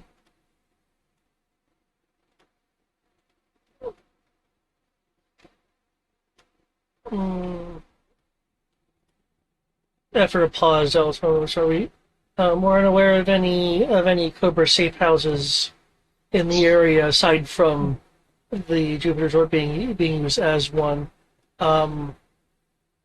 It's your call whether you want to investigate possible Cobra secret with the other track. But if they're using vehicles, depending on what they're having to contend with, you may be able to catch up with them since you're on foot. Wouldn't want this to be a flanking maneuver, though. Remind me, he said one was a flatbed, the other had a turret, and had people? One had a turret hitched to it. Yeah. There were people that were shooting at him when he Okay. was investigating the site. So one had a trailer hitch and the other one was a normal. Well, I mean, the attached turret is a hitched thing as well. Oh, he No, thought he it was wasn't two describing a different hiss things. then. He was describing something. He was trying to be a hiss with an attached asp. Ah, okay. Yeah, that's what I was gonna say. But he thought it was two things is one thing. Well, no, one hiss has a cargo trailer on it. The other hiss Has an artillery piece attached. Yeah, but he didn't recognize it outside of being some sort of weapon Okay. because he doesn't know what an asp is. Anything in the tracks that might indicate, if our guys got taken by one of the vehicles, like if one was transporting prisoners and the other one was taking the thing back to the resort?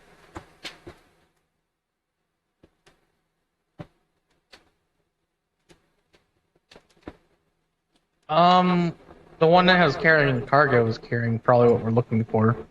Well, the one that was carrying cargo was clearly the one that took the plane cargo back to the resort, but we also had the missing Joes, and I was wondering if they maybe loaded the Joes in the one that went the other direction.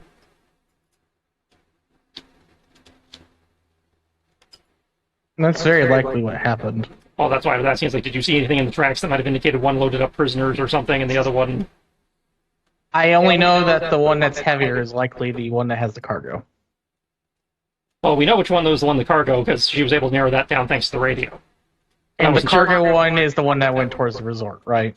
David? Yeah. It is. So- It is. That's all I got. It is 3 miles out from the resort. Several Well, yeah, miles out from you. That's all you got with the initial roll, but since we're asking a specific question now, I wasn't sure if you were able to interpret more information. I'm not too sure that would be a question for David to tell me if I can actually make any You rule can make a based on that. survival roll. It would, given the hecticness of the environment and spend some time, there'd be some difficulty to it. But you could try to say identify Joe boot tracks in the ground versus that say of Cobra boot tracks. There you go.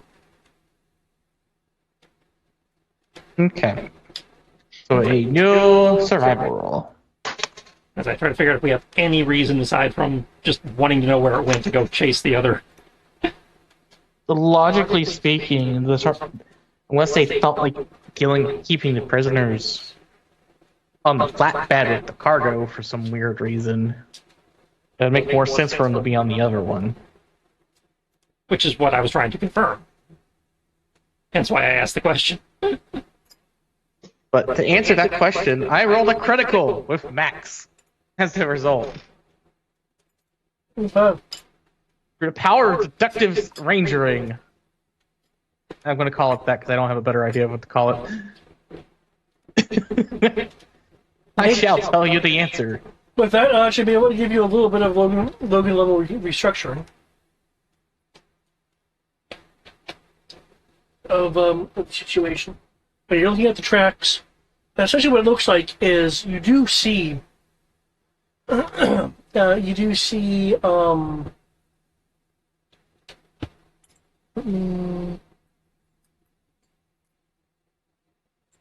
me double check the quantity here so I get my myth right.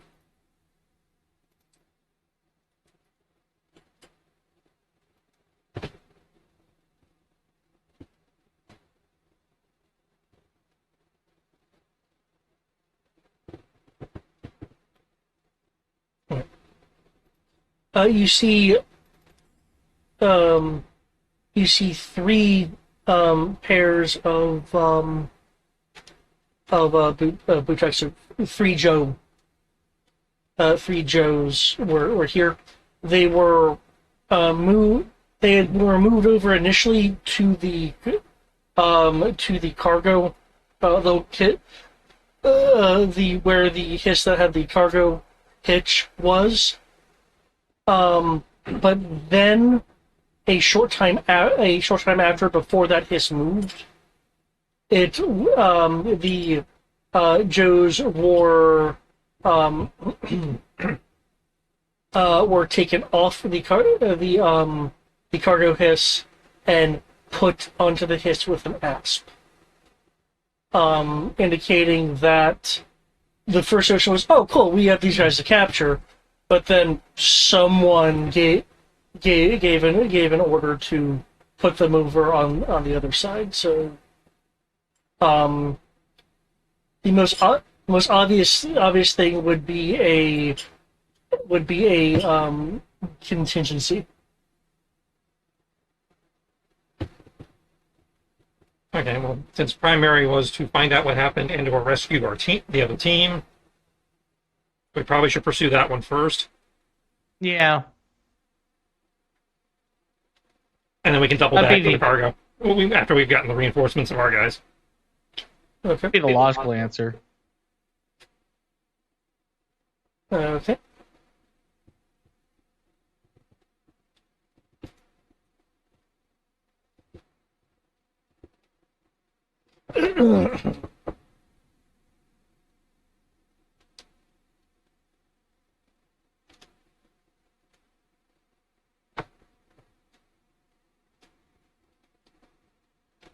Okay.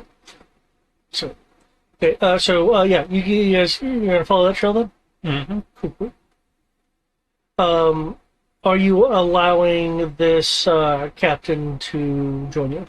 I don't see why He's not. unfortunately one of the survivors at this point in time. He's become a mission objective, whether he wants to be or not.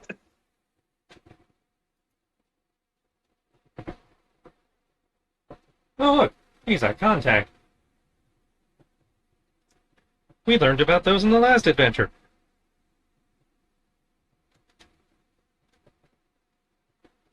And if he does good on this mission, he might even become a Joe later. I know. It's like, he's coming with us at this point, though I'm curious why there was a random ranger by himself, which I would eventually get to asking him about. He's curious why this guy's just randomly out here by himself. Random ranger by himself. Kind of important to know the answer to that. He was rangering. Rangers don't do solo.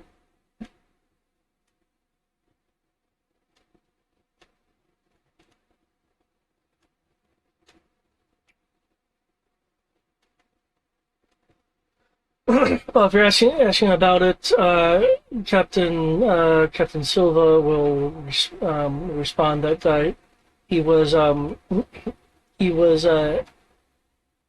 in the area as a point of as a part of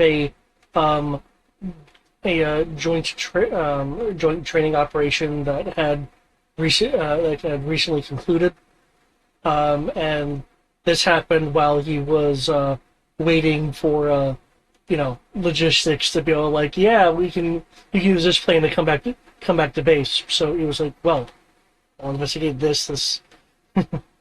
This seems to be a good thing to respond to. I was just farting around in the woods.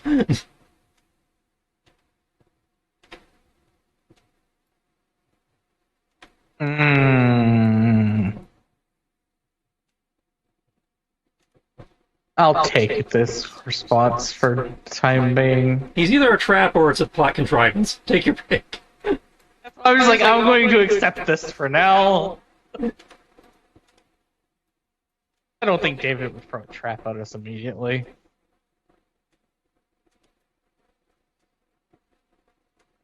I'll take plot contrivance. Not that cynical yet. Keyword is yet. Very like with Cobra, they do have spies, but Hey, we have spies. Yeah. why is he so damn tiny? That was like Everybody point to Sierra, who can just punch people and take their clothing in one. Just punch them Thank out you. of I their was actually clothing. going to point that out. We have your typical action spy sword.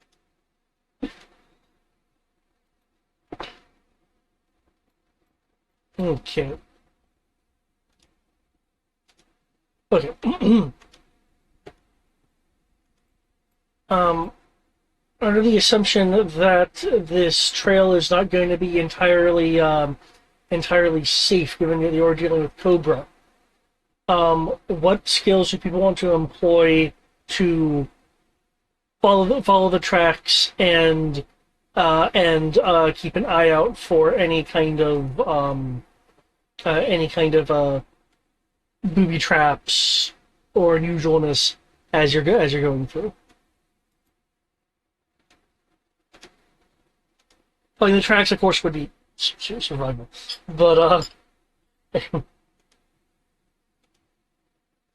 imagine. that I've found the tracks. I have the ability to follow the tracks. I'd say, I imagine Foxhound's on survival rolls. Yeah, I got the survival rolls, and I will also have my dog Sabaka assisting me. okay. 'Cause he is my.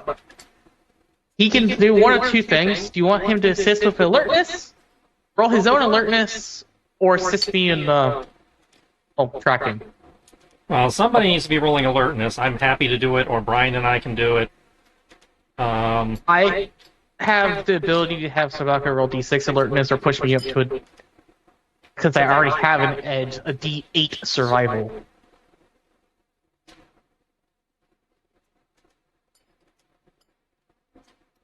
And I assume I'd have to make an animal handling check to have him to tell Sabaka to do that, besides just follow me around. Would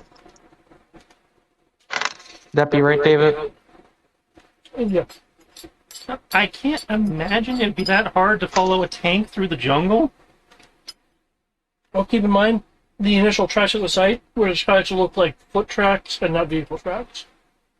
So, Okay, yeah, so Sabaka's probably better off assisting you. I don't know, when I think tank going through the jungle, I think it's just mowing down trees and shit because, big tank. But Well, clearly be that is not the sad case, that which is fine. That just means they've, rigged it to, better blend, better navigate, which is plausible in this universe. I am both glad and sad you said that. I'm sad because that means I have to roll a D8 now and I don't get a critical.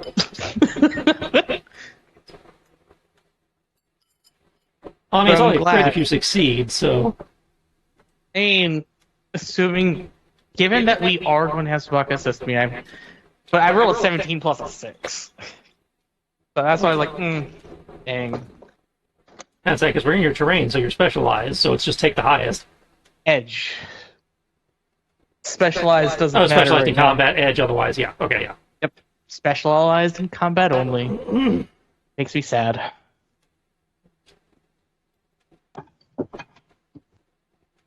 And I don't know who's better at alertness, Brian or I. I am D6s. So I have a D2. Okay, so I'm better with a D4, so I'll take the assist from Sabaka and You anti-venom. can assist Sabaka if you want, because Sabaka's a D6. Well, Sabaka's assisting you. Who's a good boy? Who's sniffing out things? Who's a good boy? That's right, he's assisting me. Yeah, so he Sabaka won't can't make the a- roll. The Sabaka isn't making the roll. So that'd be me then. So Yeah. Brian's assist me, which would bring me up to a D6 with edge. If you already have an edge, yeah. Well, no, Brian gives both.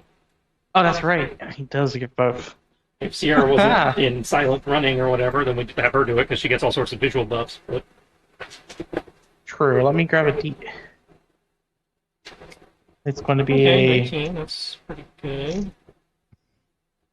a proper roll now. 5 or a 19. So it's going to be.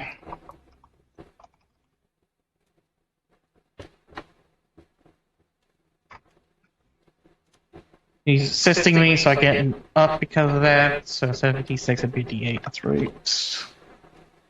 And So- I imagine freestyle will probably be trying to go tree to tree if possible, just to try and get the high ground perspective. Okay. And courtesy of the fact that we know Cobra are here and being very aggressive sorts, we also can make an infiltration roll. If you're So I'm wanting, directly on the tracks to try to make myself be, less. yeah, if you're wanting to be sneaky, there's an infiltration roll. You can do an infiltration roll. The infiltration roll, however, would inherently slow you down a little bit. How much do you guys care about being slow and steady? Under the circumstances, considering they've been gone for a while, I'd imagine speed is of the priority. Okay, I guess we are sneaking. Tracking alert Or if we're sneaking, at least let's get closer first. was Because we can try sneaking up on them, but if we're just trying to catch up with them at the moment, we don't need to sneak for that part. was any Venom doing anything specific? He was or- assisting me Assistant? on the alert.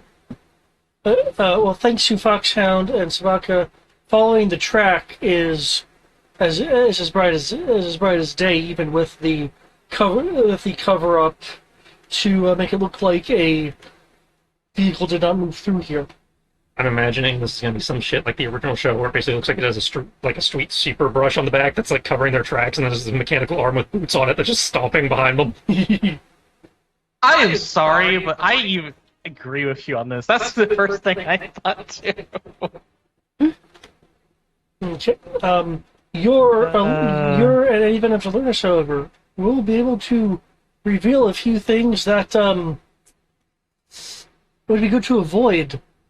In the trees are incendiary devices. Really? No. Bad. No. It looks like that they have attached motion sensors on them. Hey, I could actually walk past those and not have them trigger to me because I'm invisible to them. Ha Oh, so am I, but the other two aren't, and your dog isn't. Yeah. But because you identified them, you can literally walk around and beyond their logical proximity. Oh, for sure. It's just funny. It's like, the people who would probably trigger them literally cannot trigger them by matter of fact. I would like to mark them on our maps, though, so that they can have a team come in and disarm them, so some poor, local doesn't, get incinerated walking through the forest. Okay. I was going to say some random animal. That too. But we don't want to burn down the, the Amazon rainforest just because we left a mine unattended.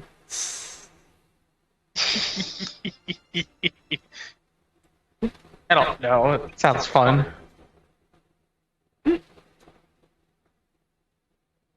Eventually, you will. Don't get me wrong, I agree with you. But As a Making player, people- that could be an amusing whoopsie doodle. As a G.I. Joe, yes, exactly.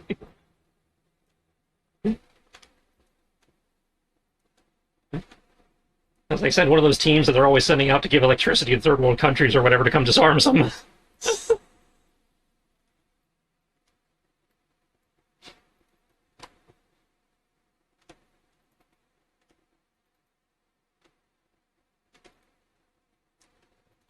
Okay.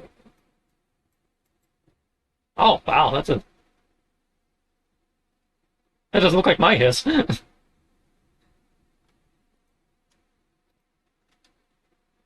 Yeah, that doesn't look like a hiss to me. No, it's a hiss. It's just a different. That's like a different version.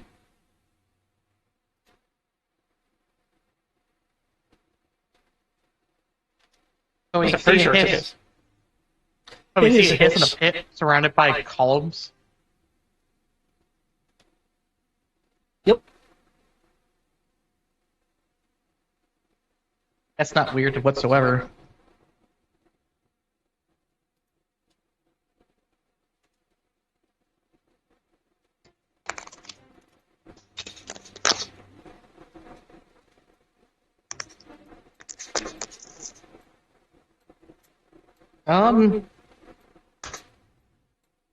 Based on everything we're seeing,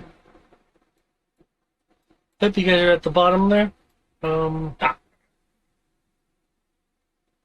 I gotta fix all the hit points again because this sheet doesn't track right.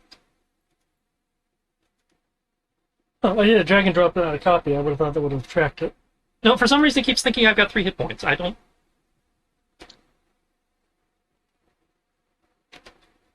I feel like the token itself got disconnected. like mine always keeps thinking they have.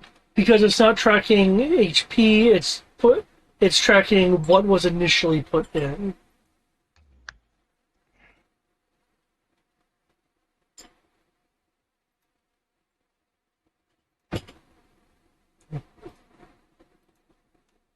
Hmm.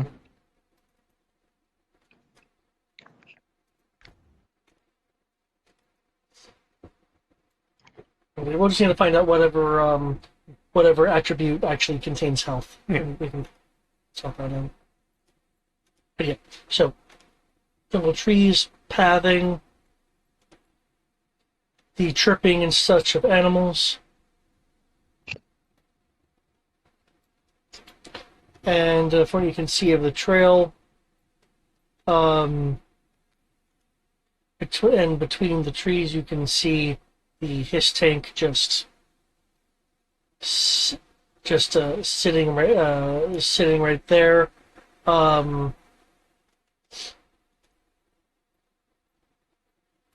Looks like there's some marks on it, indicating perhaps someone tried to shoot it with a gun.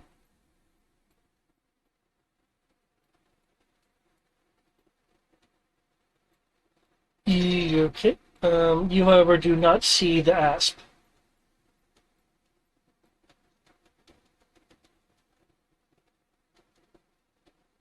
Does the hiss tank look like it's active?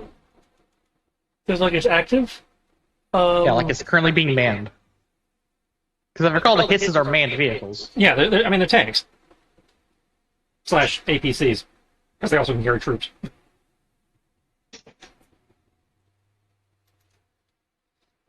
Because I will. Correction, before we do that, because it looks like you're expecting us to have combat, I would like to roll an infiltration and alertness roll to determine what is actually on the map and to hide myself as I try to find what's on the map. Okay. I say, yeah, now would be the time to sneak. Give that beautiful rolls.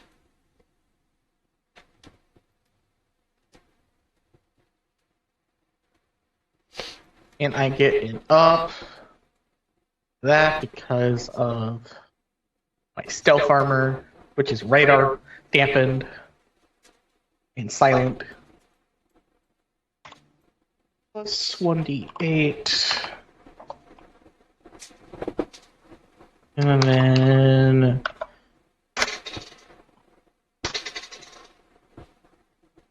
I love having an edge on everything. It's not combat rolls.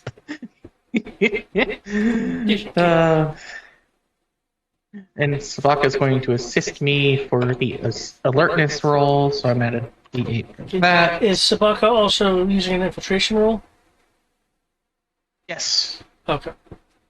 Because I assume the two of you are actually maneuvering around the map to take a look at things.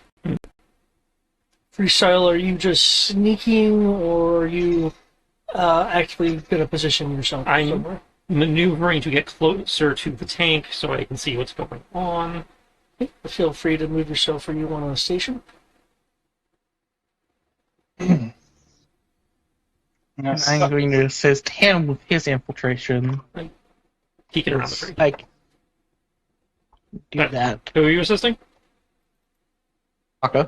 Okay. I was about to say, like, what? He's assisting me with alertness. I'm assisting him with infiltration as we just roll around in our. No, you're fine. I was just confirming I heard you right. So here are the 2 infiltration rolls and the alertness roll.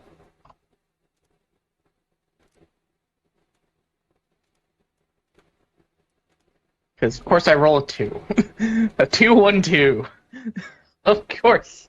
The game doesn't want me to be allowed to be perceptive.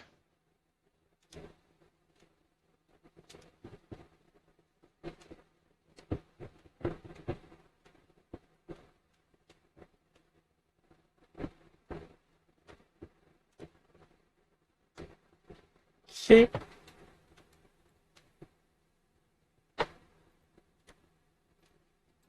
And that's why we're attacked by a group of angry wallabies.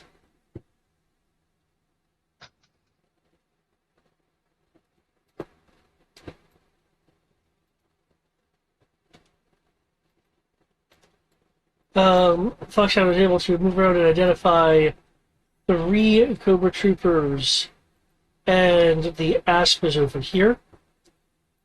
I believe the ASP is open, so let me see if we can see the pilot. One second.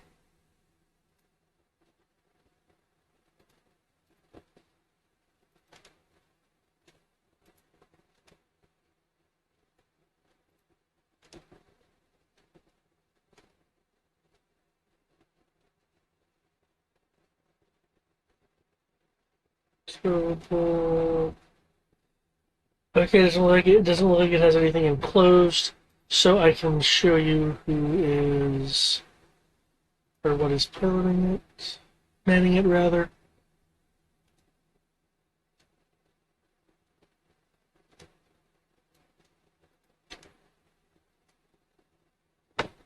Oh, cover officer.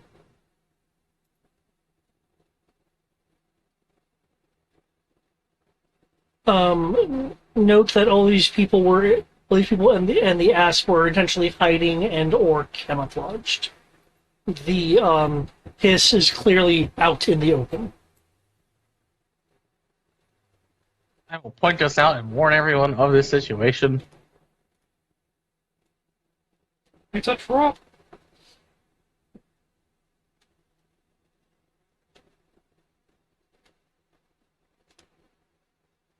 Given that I know it's a trap and my alertness paid off. Hate it. Yep.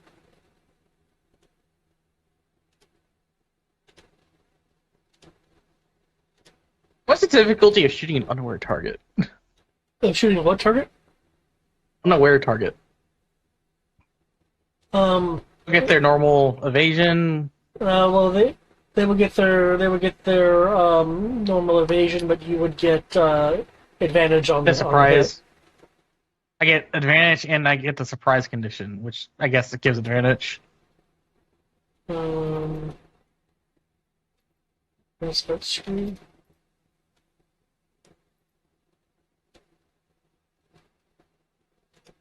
The surprise condition is 5e. Well, I it's think not they do have entirely some kind of 5e. equivalent, but yeah. Well, I mean, they There have rules is- for being surprised. Yeah, that, There's unaware's Yeah, that's what I opponent, which mean. is why I Yeah. know it's an advantage to yeah. to start.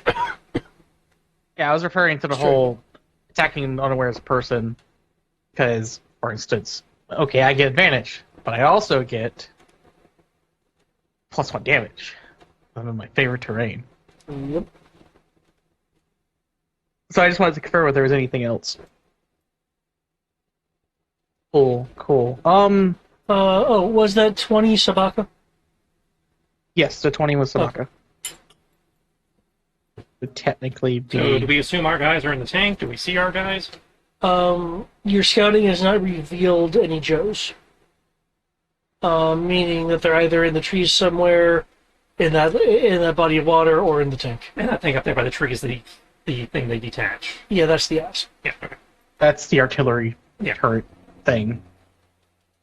So, given the situation, what we know, my question is this. Do you think that we can silently take out all of these people? Oh, hell no. I could probably take out 2 of them silently.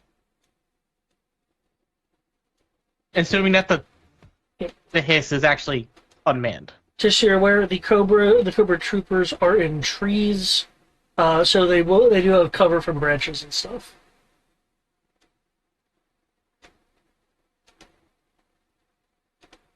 That's fine. That definitely decreases our odds of taking them down quickly and quietly. They are, however, facing the hiss. So they're expecting us to wander into the clearing, so they do have their backs to us.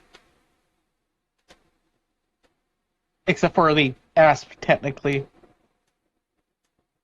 That's it, because I don't.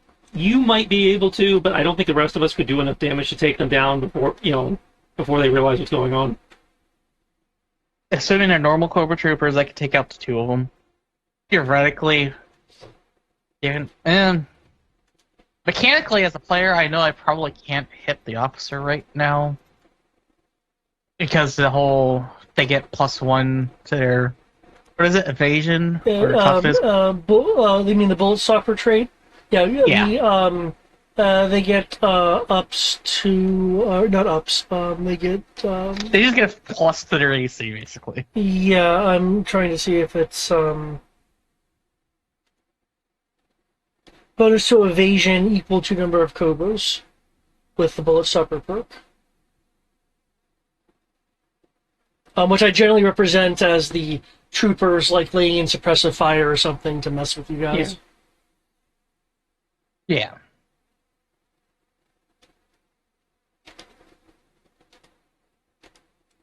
Now, do I think we can do some serious damage? But in that surprise round, oh hell yeah! I just don't think we can. We're not killing all of them. That much I knew for a fact. Given the information that we do have, That's kind of funny, actually. I assume you guys would want me to start up with the shooting. Sorry, what was that? I assume y'all would want me to do the shooting first. Given that you can do it quietly, yeah, you probably should take point, and then we'll come in once they, take that freebie, and then we'll come in right when they start looking around.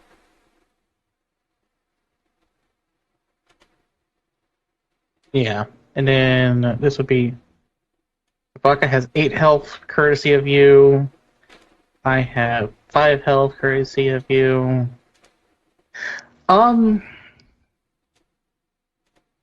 So here's my question: you want me to take a high chance at taking out 2 of the guards, or take out 1 of the guards and try to deal with the officer in the tank in the turret since he's exposed? Probably neutralizing the turret should be. Well, we're guessing we might get 2 shots. I'm guessing we might get 2 turns of this because we have the initial surprise.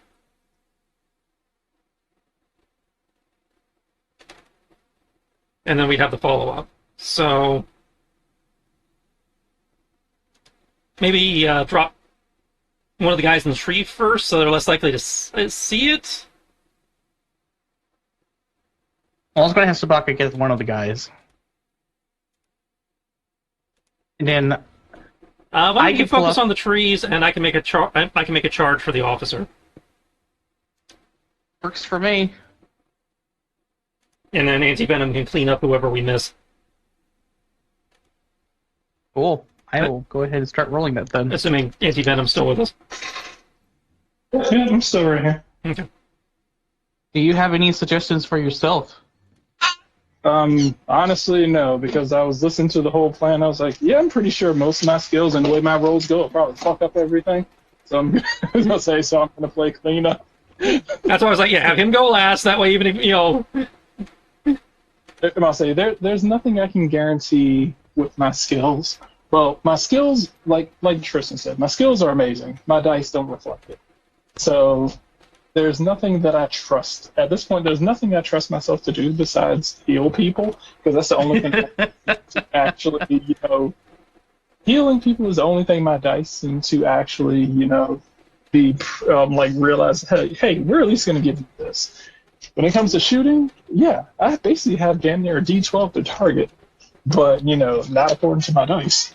So I say that feel like that's slightly misrepresented. It seems to be any non-combat role you do pretty good on. Not just Yeah, it's any non-combat role. yeah, tech is pretty good too. I don't have an issue with that. Okay. So I get a So you guys are committing to this plan? sounds like it. Okay. yep, and I'll be starting it off as the first person to start combat. Okay. So I'd cause a surprise. And you said Sobaka was going to go after someone? Waka's going to go after the person that he's next to. Yes. Okay.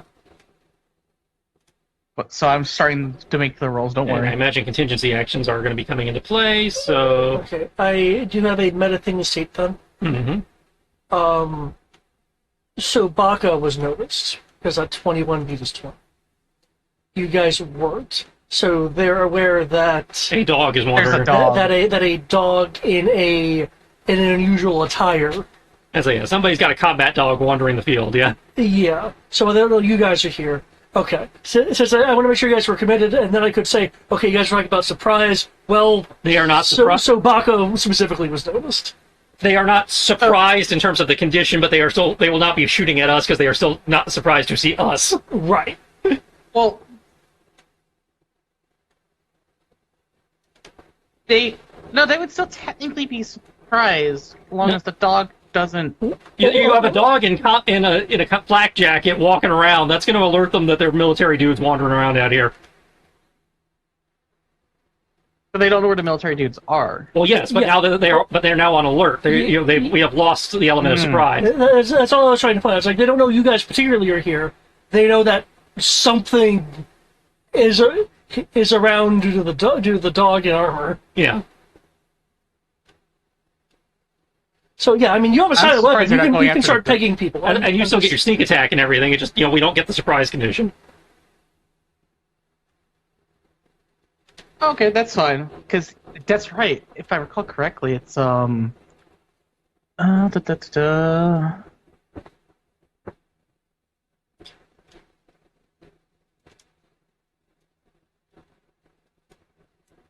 Gotcha. Okay. Let's see. Because in this way they could have, as Trish mentioned, contingency actions set up that were different than just approaching the hiss. Yeah.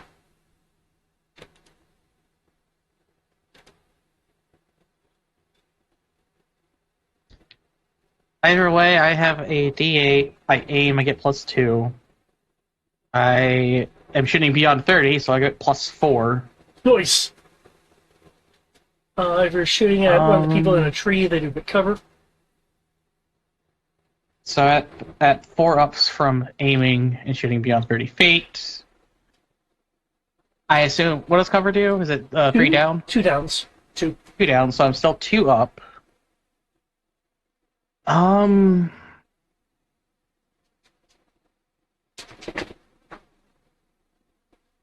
using the non-scoped assault rifle, which, if I recall, the range on is 6100.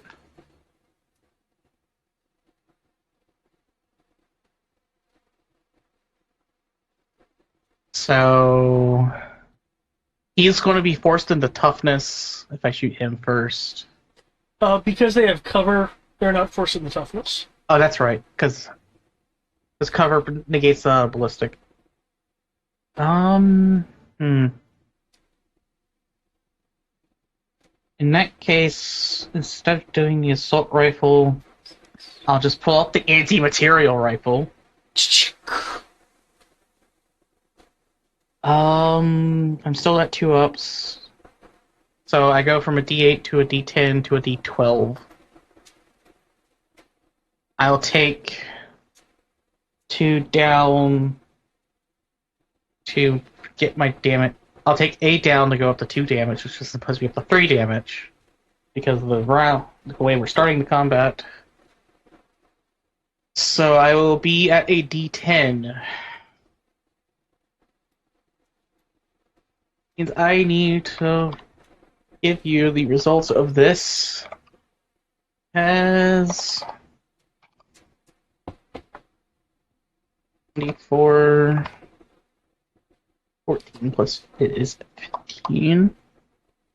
D10, D8, D64, 2.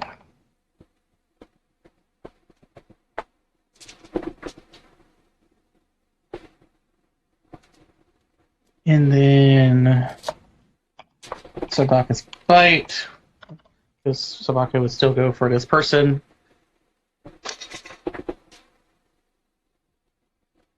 He also gets the benefits of my expertise. Nice. So fear the dog. The dog is specialized in biting people in the woods.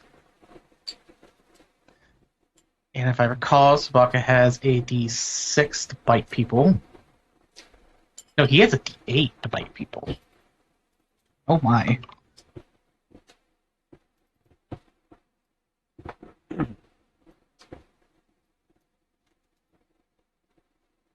Plus a D4.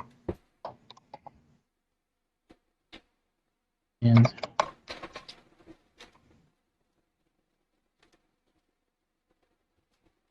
that is that, that is that.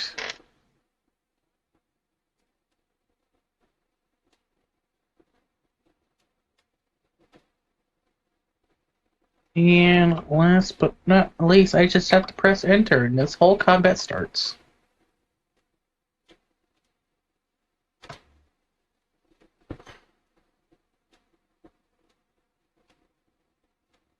I assume a 23 hits him for shooting, and a 22 bites the guy. For the troopers? Yeah. Yep. That'll hit. Well, the bite is 2 damage. And the suppressed shot is going to be 3 damage. Okay, and that was to this one or the other one? The other guy. Oh, actually, it doesn't matter which one, honestly. It'd be this one. I will clear map left. Okay, they, or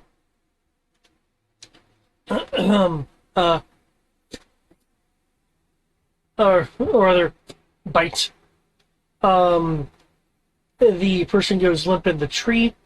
There is a from the person who was bit. What is Sabaka's defense? Sabaka's defense, since he's in cover of currently holding on to someone by biting them in his cover, is going to be 18?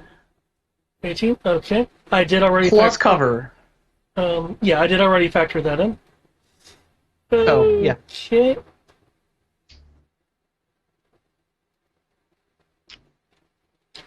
Okay. The cannons from the ash go boom. Portions of trees of the trees around Sabaka get broken branches as these high caliber shells just fly through. Fortunately, missing him.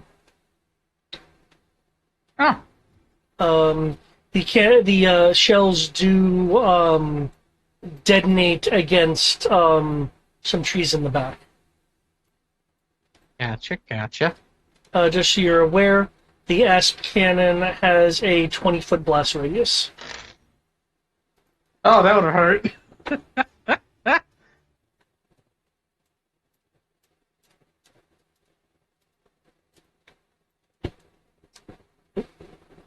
I guess we need to roll initiative now. Yep, we're ready for that. initiative is considered a combat roll? Yeah? Or no? I believe it's a combat roll. Yeah, it's in the combat section. Cool. Just wanted to make sure. Though there is a specific note that initiative does not have any specializations. That being said, I realize you have rules that may overwrite that.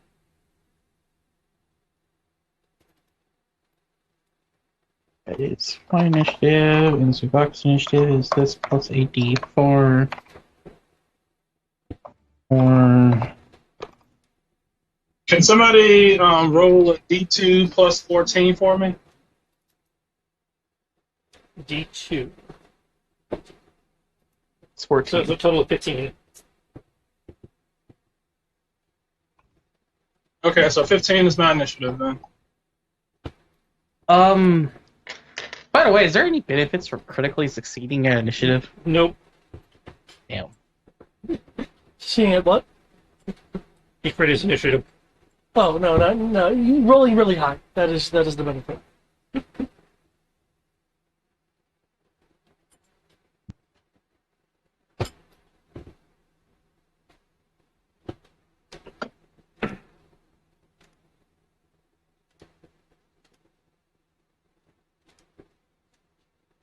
Okay, is everyone in? Mm-hmm. Yep.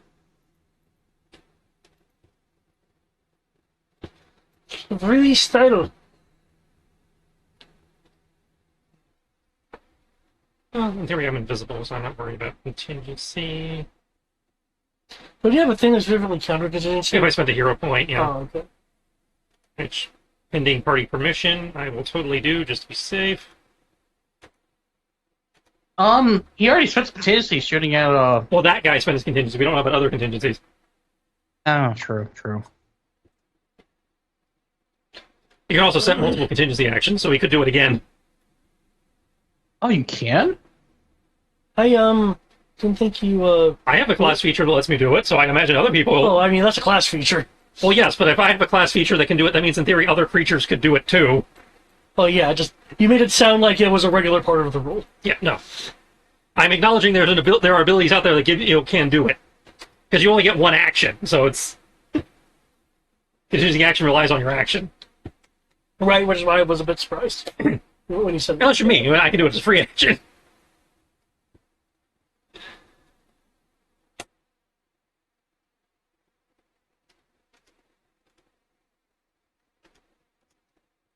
Oh, you're attacking the tank itself, would you? I'm attacking the gunner dude that Eric said was standing, sticking up out of it. That's on the asp. Oh, well. Yeah, that's what I said. It was only asked. I it looks to be misinterpreted unmanned. vehicle. That is fine, though. Because with that hero point, the asp is in range, too. So, Okay. And you're attacking the person. Okay. I'm attacking the gunner. Yeah. And apparently, I have crit on the 3 attacks that have any chance of hitting.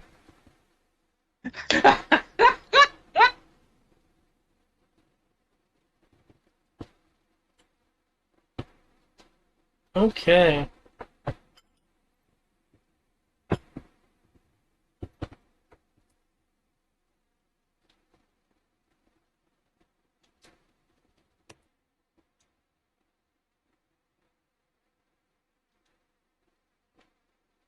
So the first 2, I think I'll take the double damage for a total of 4, and the 14, if that hits, I would like to, since that's my gun, I'd like to damage the weapon console, so if he does fire, it'll be at disadvantage. Okay.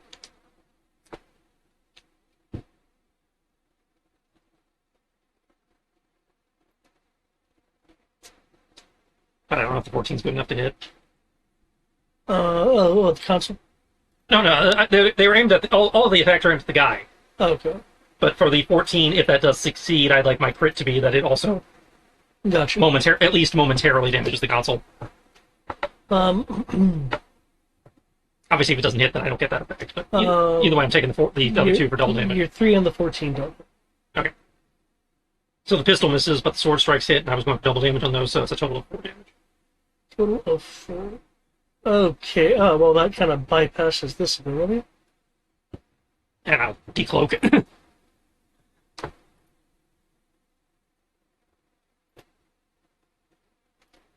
Oh, I was not expecting the one hit on that, but that's okay. You take out the Neo Viper that was manning it. Wait, what? You Viper? I thought it was an officer. Apparently you got your designation wrong. Like I said, he looked like an officer to me. I guess I could have shot him, and then the turret would have been a problem to begin with. Oh well. Uh, Knowing is half the battle and all that. Is that it? I mean, once you remove the body, you could take control over the ass. I could. But yeah, well, technically I reduced him to 0. So I could take another attack, but I'm out of movement. I'm not going to attack an empty vehicle. Die, vehicle, die! Vaxhound.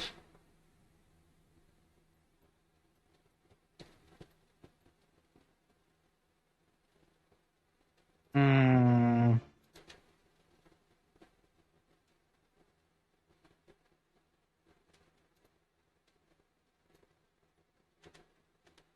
Let's see. I'm going to... Let's see the distances. He is in that hex, technically. Be that hex. You know what? I am fine where I'm at. I want to command Spaka, go after the other guy for a free action. We want to spend another free action to aim.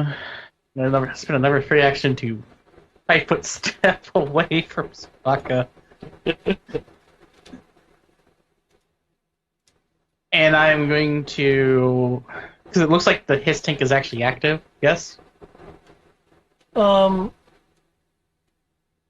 Freestyle, since he had gone by it, would have said he rather would have noticed the hum of the engine as you went by. That's okay. It's live. Then because of that, I am going to attack the hiss Okay. with the anti-everything rifle. Okay. Okay. Yep. I'm taking away his plating bonus. It's going to be that, plus I'm going to take 3 downs for 4 ups. It's not a cover. So I'm getting a +1, so I become a D10 still. So... Just because Sabaka goes next, I'm going to just... Let's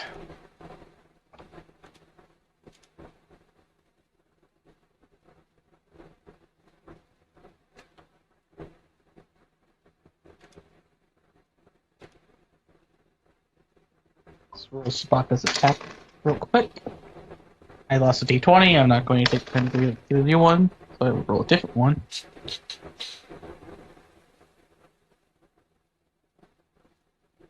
Oh, that's pretty cool. There's only one hiss here, but that's pretty cool. So I'm going to shoot it. I assume 29 hits. That does hit. That's a critical. I'm already doing 3 damage to it. So instead of doing double damage for 6 damage to the hiss, I would like to disable its giant fuck-off cannon. At least Oh. temporarily. Oh, okay. I was like, wait, I still get to play with my toy? Because, yeah, it has the invisible cannon on it, right? Yeah, that's a visible cannon. I was expecting you to go for double damage. That's what you tend to do. So 3 damage. I mean, Gotcha. it has 2 turrets, or 1 turret. Like, what does it have? Let's start with that. Oh. In terms of looks. In terms of what it has, it has twin 90mm cannons and the ability to ram people. Well, I disabling the cannons. I don't feel like being shot at with a 90mm cannon. It's like, if you want to play with this, I got one behind me. Okay. And Sabaka was going after someone? On Sabaka's turn, he will be going after someone, yes. Okay. That is it for my turn. Your material rifle, it hits going through like part of the gun system, part of the turret. They're kind of now looks sad and deflated. I'm okay with this. I've done 3 damage. I disabled his cannon, at least temporarily. I'm happy. Okay. If we're not going to move or anything, I will switch over to Sobaka. I mean, I would have probably moved into slightly better cover right there. There we go. There we go. And Sabaka would go there and proceed to bite the person. Okay, Does a 19 hit them? a 19 does hit them. 2 damage? 4 damage. 4 It's holy going shit. to be Sabaka biting them. Well, that trooper goes, ah! And goes down. Cool.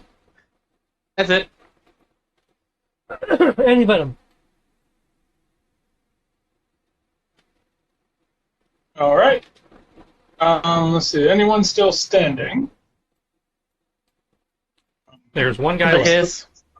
Take the hiss Mhm. tank. There's the his tank, and no, the last guy went down. So yeah, just the tank. It's a tank. All right. Okay. Try to move a bit closer. And I'll be damned if you're gonna hit me. So, gonna downshift him to hell. Well, he's trying to. Based on what David just said, he's probably only has ramming left. No, it doesn't matter. I'll say, it's still an attack to hit me, and he'd be downshifted all hell to do it. So, That is a fair point. so alright, gonna downshift all to hell. Then I'm gonna take a shot at him. So with my upshifts and my downshifts, he would be at a 4 downshift. At a minimum, I'll say. That's pretty sizable. That's just versus you, yeah? Yeah. Yes, versus. Okay. So yeah, that would be just versus me. Downshift him to hell, but I'm also gonna try and like get closer and get his attention by like shooting at him and shit. So, right. So that's so I'll say so evening the playing field. So I'm lowering him down to minimum D2. That's only if it goes after you, though. Yeah, only applies to me, but I'm also like hoping that he notices me since I'm the last person to shoot at. Hoping that he has goldfish mentality. So. Oh, Okay, cool. That's a fair way to put it. Yeah. Did you critical? Okay. Well, I rolled a 20, but that doesn't count as a critical because I can't critical on a D2. So somebody can roll me a D2. It's 20 plus whatever a D2 is. 2. All right, 22. Okay, how much damage do you do as your bullets bounce around, finding good chinks of armor? I'll say, it's a tank, so launch. I'll say, no, it's a tank, so shooting, do 2 sharp. 2 sharp? Okay. Was that before or after the crit?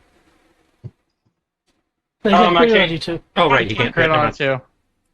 I'm gonna say, yeah, I can't crit on D20. I rolled a 20 on the D20, but 2 on the. There's like smoke coming from the from the hiss. Some uncomfortable noises, but it still looks active. Hold up. Why is there uncomfortable noises coming from the vehicle? That doesn't make sense. Uncomfortable mechanical sounds. I say I got to Oh, mechanic. okay. Yeah, I say, it's protesting the fact that he's put a million holes in it. That makes so much more sense. I thought it was something else. Dr. Mindbender made a biohiss! I mean, I wouldn't put it past him.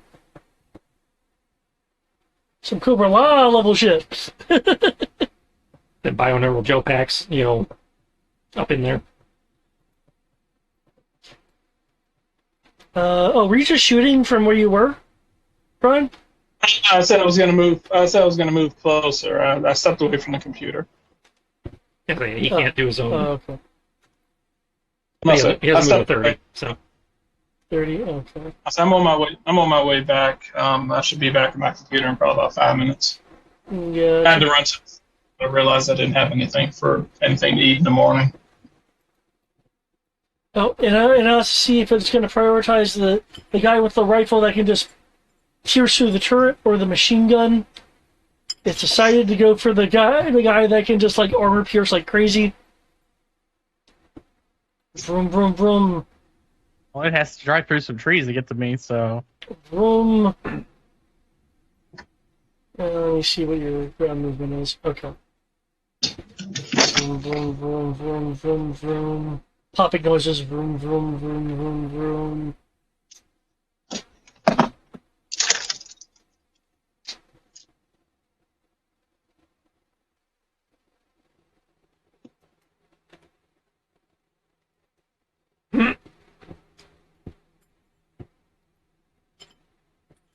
I don't know if I should feel honored or impressed that he's going through so much extra effort to come after me up in the trees. Okay, what is your defense? It is a 21 evasion before cover.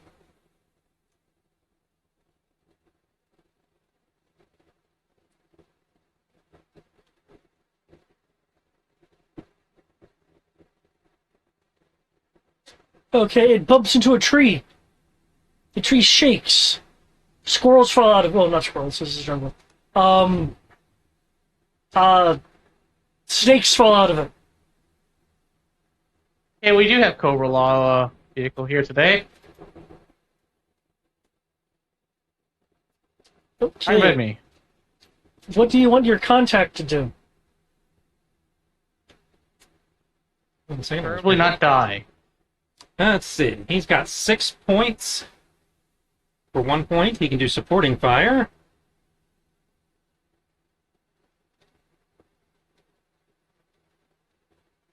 Yeah, ball bearings with magnets. uh, disco dances around the field. Magnetic shields.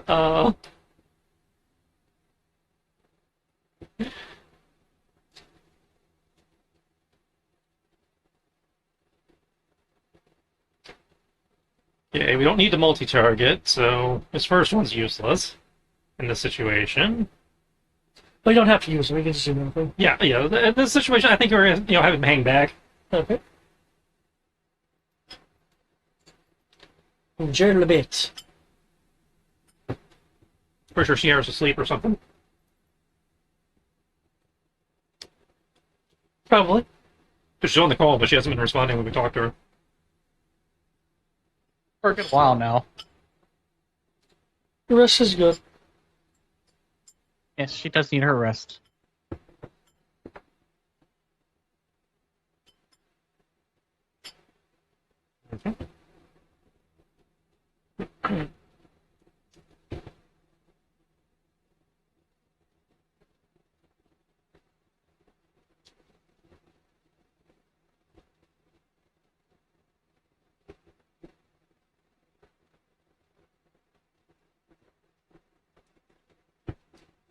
The way of the guns or the way of the sword? Well, unfortunately, the way of the gun is out of ammo.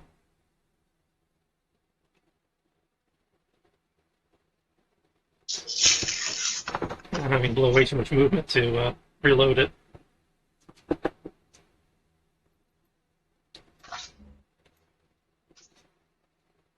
So you can just ignore the second 2 attacks.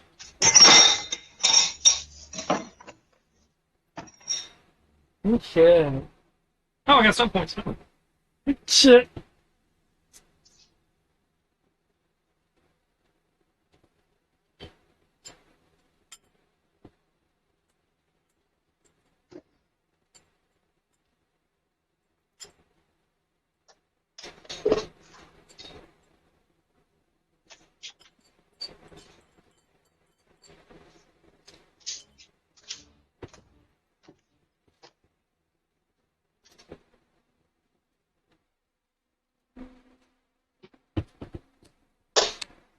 Either of those hit. Yes. You cut into it. And then hear a kaboom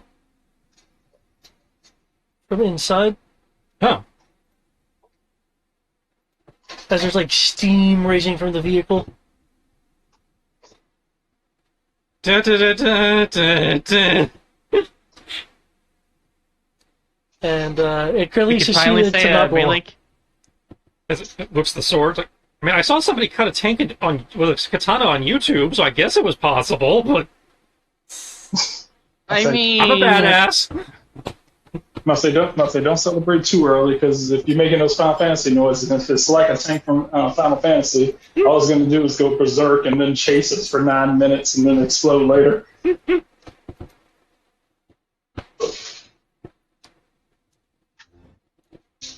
I guess pop the back, see if our guys are in there.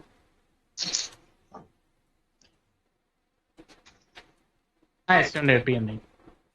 Oh wait, that's just a turret. Yeah, it'd probably be in the hiss if it were. You will find a unconscious KISS pilot. Looks like they took a springing sprocket to the face. Okay. You will also find. Let's see. Yep, you went to this one. 3 unconscious Joes. They have been handcuffed.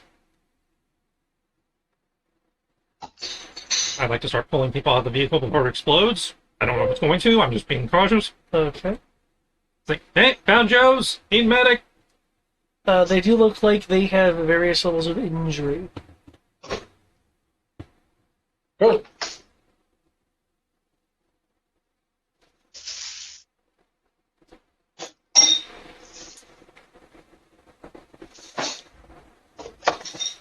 Hey, Captain Improv, you think you can improvise us some handcuffs?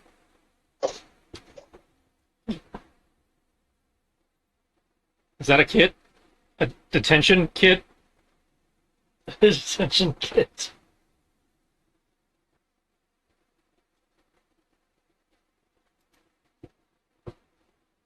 Eric? Yours? You check me? There you go. Now we can hear you. I guess that died. So what was that? I was asking you, could you improvise a detention kit so we can handcuff these guys? Well, I mean, that might going a bit far. You probably could, though. I mean, I could if you really, if such a kid existed. I need thought we just had restraints zip for the ties. Cobras, okay? We have three I Joes. just hand They've them- handcuffed 3 Joes, so we have 3 sets of handcuffs and 5 Cobras.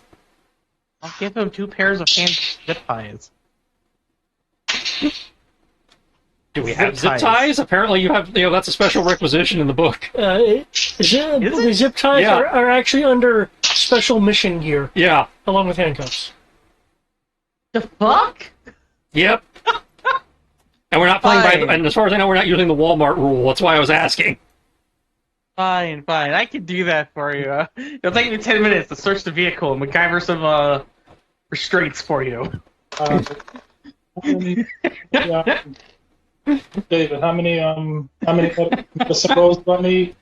You need, There's 3 Joes in there, so in theory 3. there's 3 Joes, however, I do have a specific thing on this. 1 second.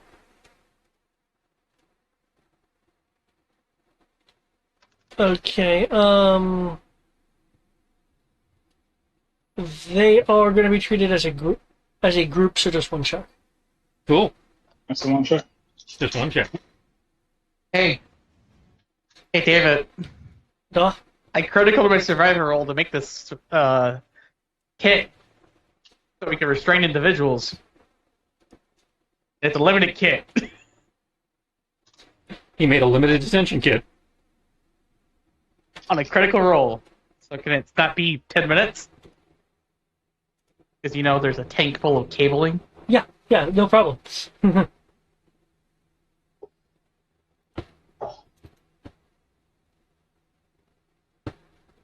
I'm just gonna look at freestyles like, you need a what now? Okay. I'll just yank a panel off, pull He the walked cable in, out. make a survival roll, open the glove box, and there was a bag of zip ties. Yep.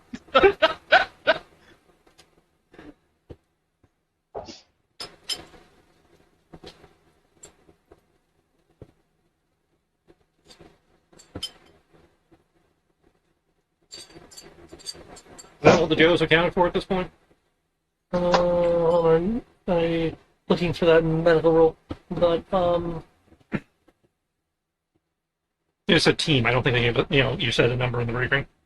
I just said two. So while he's making that medical roll and they're searching the thing, I'll just call it like, hey, 3 Joes accounted for. I don't know if that's everybody. Yeah, that should be everyone. Awesome.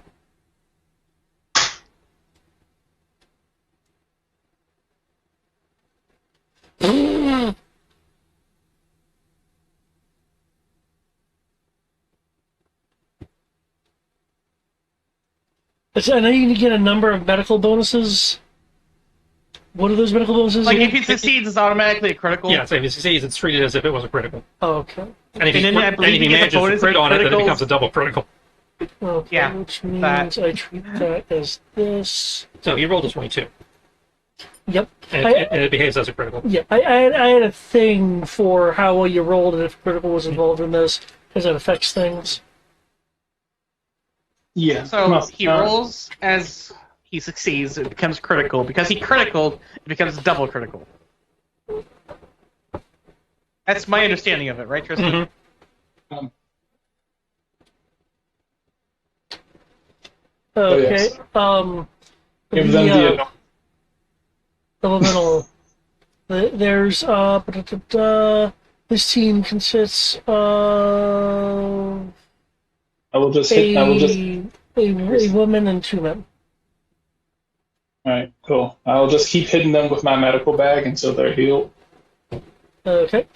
I don't think that's how that works, but for some reason when he does it does. So I guess that's why I'm not a doctor.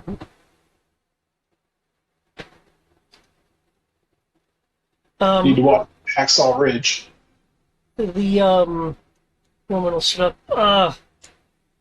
Oh, good. Good. Whew. Joes, I don't need to make I don't need to make any fiery doom. I can make some sweet donuts. Oh, clearly, you hit her with the good stuff, Andy Venom. I'm Baker. This is Gadgeteer. That's Snack Attack over there. Okay, that's the only one that actually sounds like a Joe name. Those other 2 call signs they gave you are really on the nose. I'll say, I'm gonna sit there. I'm like, man. It was like, man. It was like, whew, glad we came out with some, with the good names. Right? You can get worse. Baker. Like, oh. Yeah, as in a bakery. Well, yeah, we know what a baker is. It's just I know that could literally be anyone's last name. My last name's Donut. your last name's Donut. Oh, you poor thing. Here, he was like, here, take some drugs for the road. I'm wasn't the only one whose immediate response to their last name is Donut is you poor thing. I'm gonna give her some. I'm gonna give her 1 drugs. One drugs. 1 drugs, please. Okay. She's gonna need it with a last name that's Donut. I was like, oh my god. I was like, you poor lady. They call you the bakery. I'm about to say they call you the bakery. That's so many ass jokes right there. I'll say, and then then they call you Donut. Oh my god. Oh my god. She's cream filled. Oh my god. So many bad things in the military. Don't forget, because they're baker, there's so many bad. What? It's just too many. Oh my god. Oh god. Oh man, this. Why did she join the military? She just asked him to be sexually harassed. Oh my god, this is terrible. Hey, Each window. my team, at least my team is called Snake Eaters. feel that's better than with fucking shindigs, the donut shop. What do y'all call yourselves? Worked hard to come up with that name.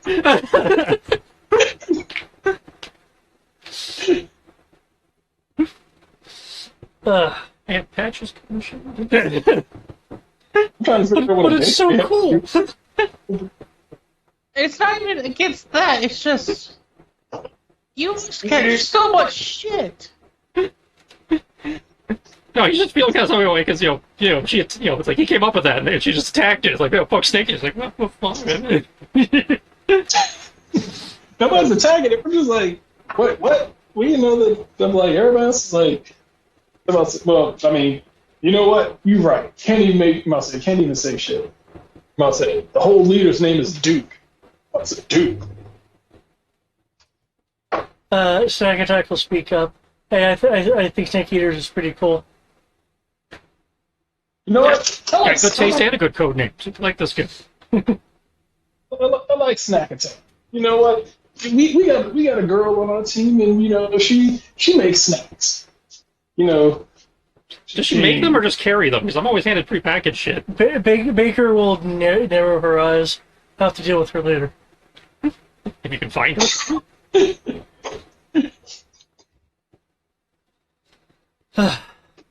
Well, since you've given us these wonderful drugs, and, well, you were after that rattler, which apparently rattlesnaked us. That was an embarrassment. It's okay. It happens to the best of us. You know, we got off on the wrong foot with these concussions and everything. She'll stand up, brush off her uniform. The other two will stand up. She will offer her hand to Annie Venom, since he There's seems to be the right there, closest. yeah. Right? Now We're so busy tying up the cobras with their shoestrings or whatever. give her a hand up. It will work. She'll Mustard. she'll shake your hand, and say the Tasty Cake team is at your service. Good I'm gonna make stuff. the comment while I'm tying people up is, so how much dough are we gonna be packing today? 12 kilos.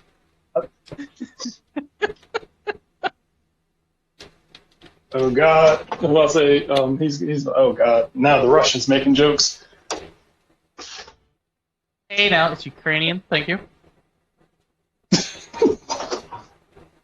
Wait a second. When were you born? You born before or after the split? We never actually defined what year it technically is to answer that. Sliding time scale. 1920 XX. It's a 19XX, yeah.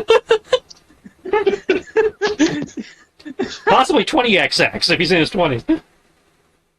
Oh, he's in his 20s. Oh yeah, no, he. I don't know how old. I don't remember how old he is. I just remember he's older than Jailbait and Freestyle. Yeah, he's old. There's a massive ass age gap between.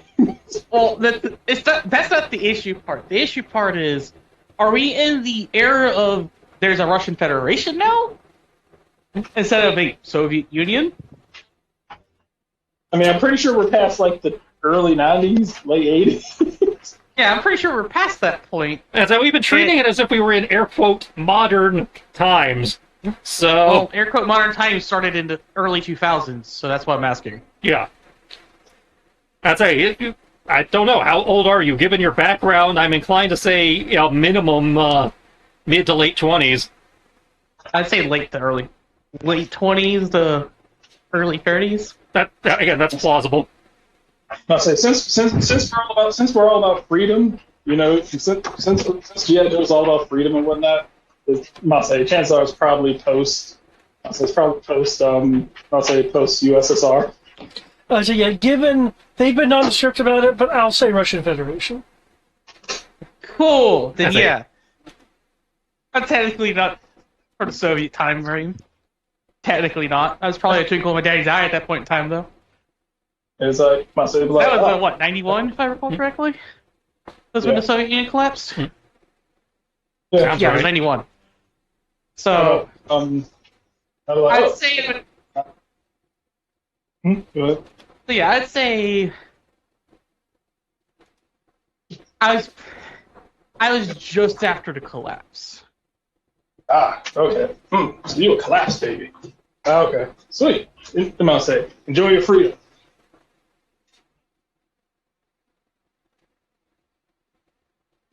I have a feeling those assholes are gonna come back. I think it's hard to decide whether you want the 12-ounce Joe or the 1-liter Joe. Well, I mean, obviously we want both, but I thought we had to spend allegiance points for that, so... You do. I was making Yeah, a joke. yeah. I was saying you have to decide between the two. So,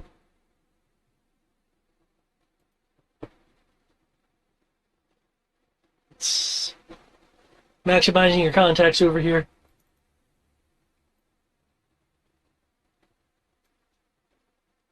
Hmm.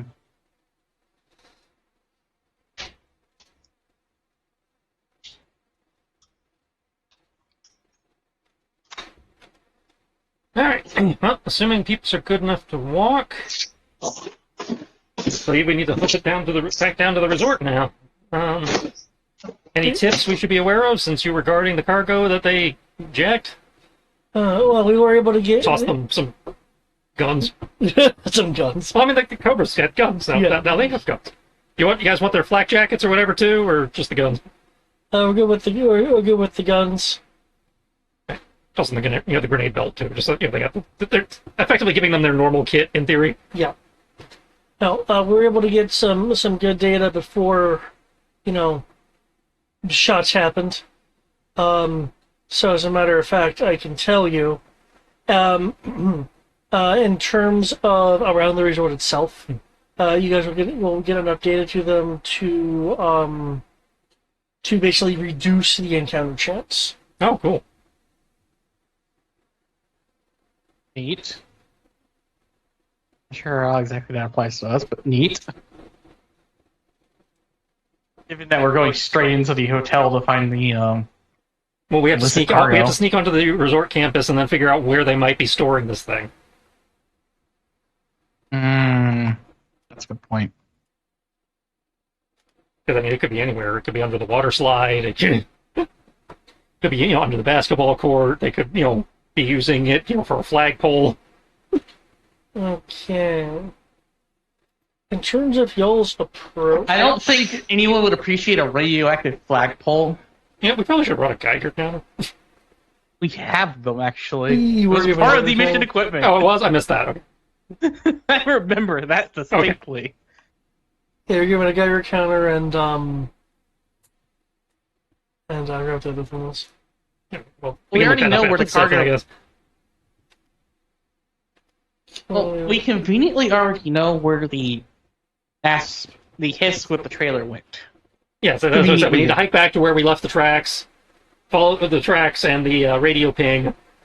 I assume if it had moved, Alton would have let us know. By the time you get back to the main area to follow the tracks, Daltone will inform that the radio signal that she's been tracking has been lost, indicating that they've reached the resort. Okay. So we have either intercepted the cargo or gotten reinforcements. I think we still made the right call.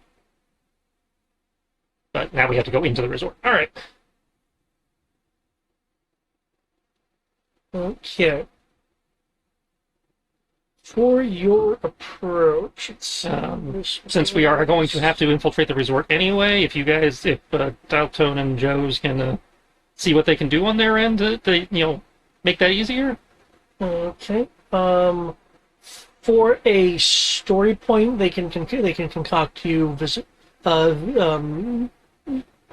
basically visitor passes. Do we want to blow a story point on that? sure. I would be more than happy to have a Okay. story point reason to not have to. That goes down by Fight the peoples. Goes down by Well, we probably still have to fight the people, but we won't have to fight them until later. Yeah, We don't but have to you beat know them what I up until we meant. get caught where we're not supposed to be. becomes about okay, cool. Okay. For your approach, I am finally getting to utilize my Essence 20 general encounter rules that I made up a while ago. It is based on that one encounter thing that we happened, but that happened when you were on the jungle island. But I've done some revisions.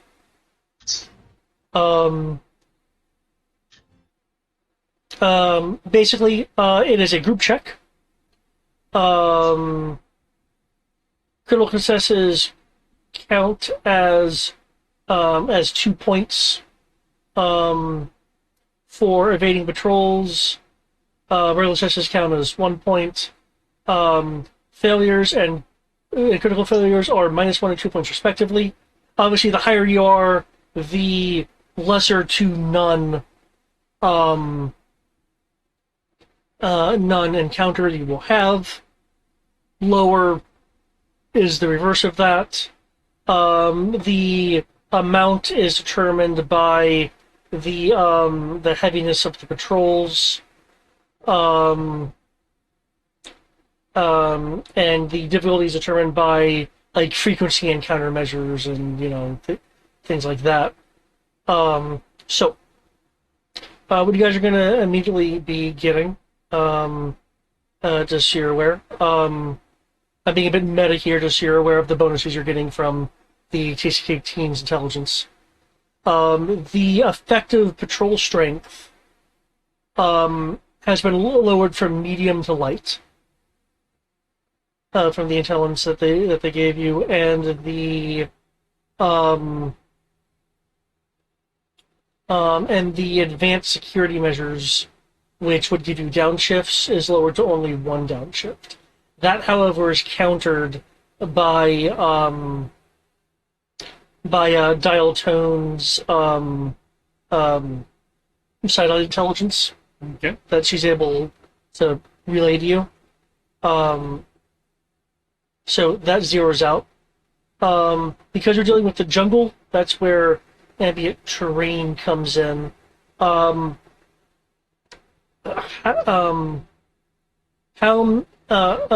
many people has the dice in survival? Survival? I do not. I think it's just Eric. Yeah, I'm pretty sure it's just me and technically Sabaka. You and who? Just me. Yeah, none of the rest of us have survived. Okay. Any Venom, how about you? Do you have survival at all? Okay, no. I have urban survival, aka Streetwise. Streetwise, Can I operate a crane to improve our... Streetwise you actually have here if you're doing this kind of thing within an underground or urban environment. And I do have Streetwise count the same way survivors count. Quick, dig a hole! So in that case, there's going to be a net of a 1 downshift. Cool. Anti-venom automatically fails. Awesome. This is infiltration, right? No, this is what skills do you think would be appropriate for the approach? It could be technology to foil like security cameras or remote drones. It could be infiltration for the standard ninjaing around. Okay, Brian, pick a skill you don't automatically fail at. With 1 downshift. Yeah. Technology, so that puts me at a D2. Okay, GM question on which is more appropriate here. If I'm trying to do the thing I was doing of doing the high ground spotting to help alert people ahead of time of things or get better points of view for like the mines or whatever, is that an athletics or an acrobatics? Since I effectively have a monkey through the trees. To me, considering the density of everything, you could use either acrobatics or athletics. Okay.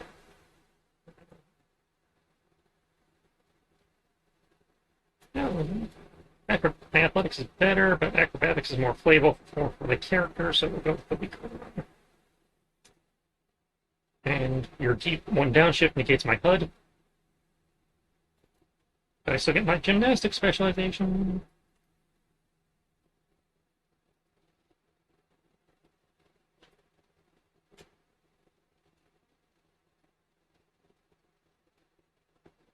And then obviously I presume Eric is doing survival. You can use survival, you can do infiltration. Since you already know where you're going, you don't necessarily need to follow tracks, but you could use survival to look out for general jungle hazards and and keep your allies apprised? I'll do survival, and Spaka will do alertness.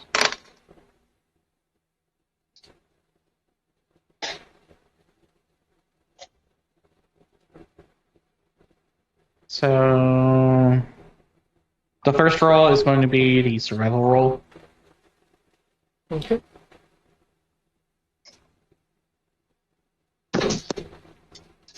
Oh, Then the second roll is going to be Possibly a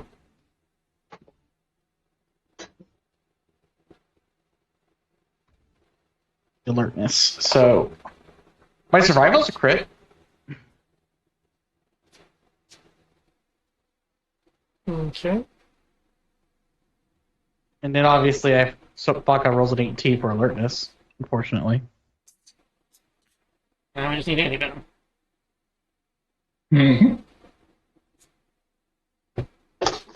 Roll that beautiful bean footage.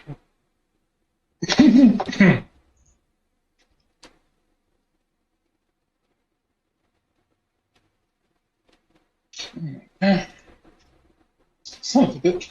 There it goes. I'm fucking up. Oh shit. Okay, never Hey, mind. looks like I'm the weak link today. Oh wait, what the fuck?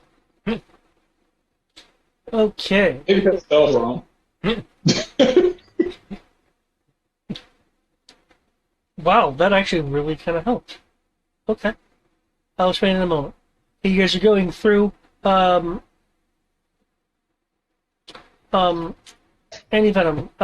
You are able to use the HTV to identify and remotely shut down a few hidden cameras that Foxhound is able to point out by using a survival skill to like discern camo jungle from actual jungle.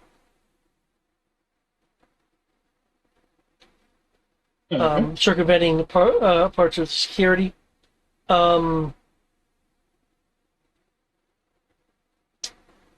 For you freestyle, you will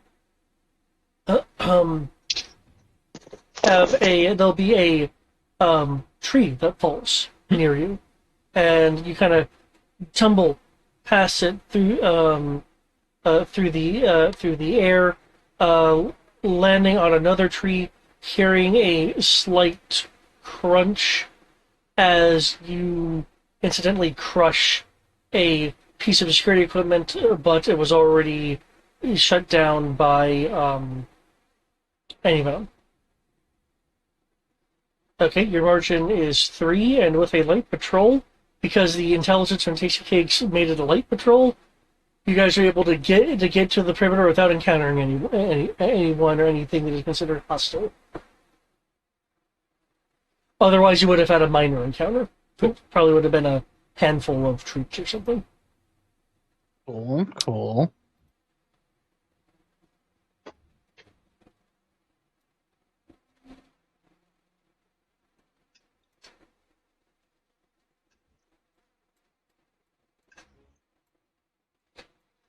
Okay, I believe you guys were off the beaten path.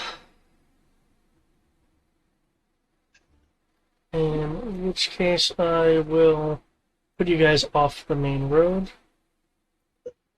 Oh.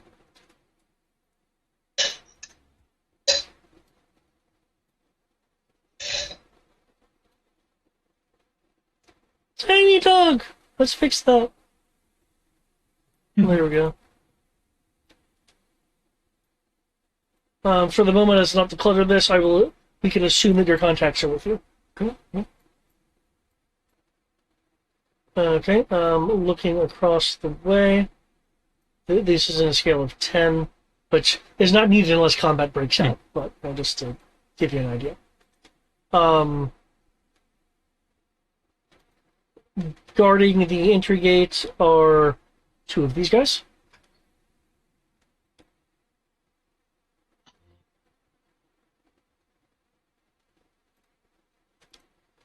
Let's see. Combining tactics and fashion. All right. Here's the I mean, we did something similar okay. before, just not as We didn't have blatantly obvious body obvious. armor over it. Yeah, we didn't have the obvious body armor, but we did something similar before. Okay. The main road, which you are not on, leads to a gated wall that stands 30 feet high. With a large, stylized, like sunrise-esque style of the Mars logo. As you guys can observe, around the wall, but not reaching to the main road, are a number of sonic emitters.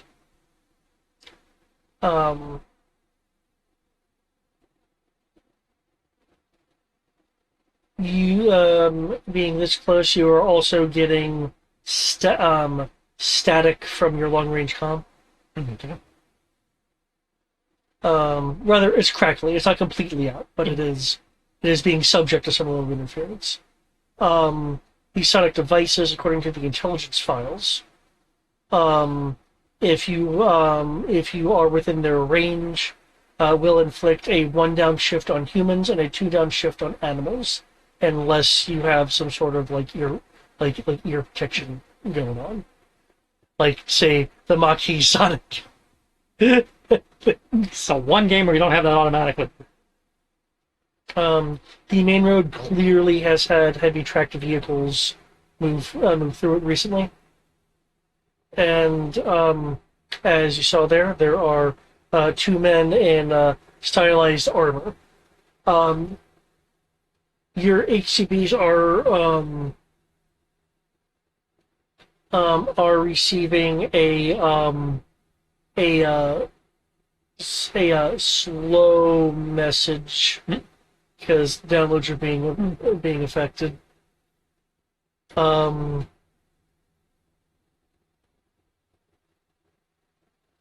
it looks like your visitor passes have been registered.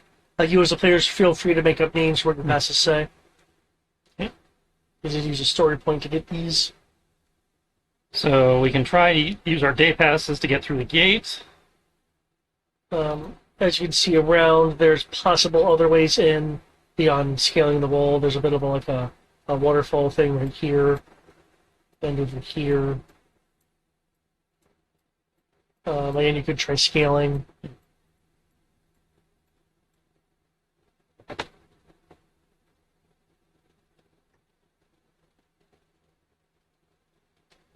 So we want to try the day passes, or do we want to try to ninja in?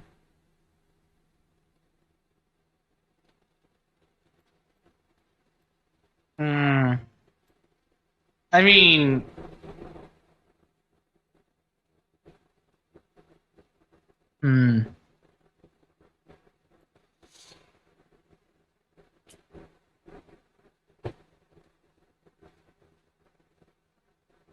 I am not sure. Which one would you guys prefer? Well, even though we have the day passes, I always go ninja in just because for the challenge. But we know I'm a little touched in the head. You got the touch. You have no idea. So we do have the day passes, and we have the the skies closed. So saying we got separated from our group during a hike or nature hike or whatever, probably would get us through the door.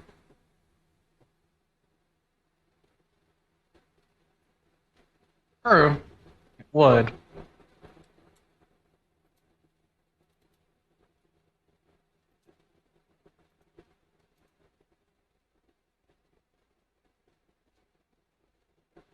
I am partial to doing shenanigans like that. With the sneaking around. For the sake of sneaking around. Well, we're going to be sneaking around regardless once we get inside.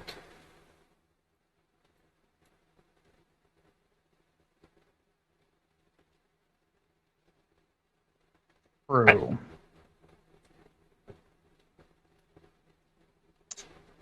I think if it wasn't for the fact that we probably wouldn't be able to get our gear past them, which we'll definitely want. I would say that would be worth just using the day passes since we spent a story point for them. I say we did spend the story points, so we do need to use them. Actually, hold up. In theory, because we have the passes, we could probably sneak past these guys wearing after we sneak in, change outfits inside, and just have our stuff in bags. And then at that point, we have the day passes as cover. Well, I mean, if you're worried about getting our kits in, I think I can handle that.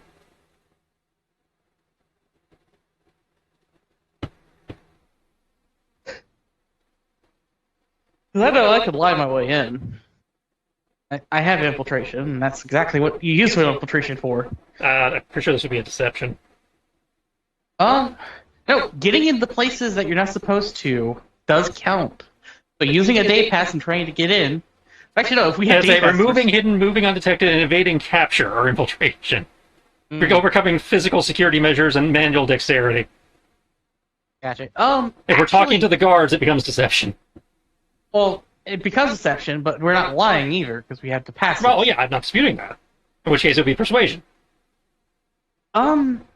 Which I'm passable at, and I know the doc is passable at. I technically would, I'd get a snag on the first social roll, meeting someone who doesn't share any of my influences. And, I don't know if any of your influences work here. I mean, Nomad, Small Town Root, and Specialist. And then if they don't have any of those, because I'd be rolling at a snag, once per session, I would auto-fail instead. Well, we don't want to auto-fail. Mind you, I can suggest when that actually comes into play for the auto-fail, because obviously at certain points it's just not a good thing to have happen, because it basically shuts down everything. But,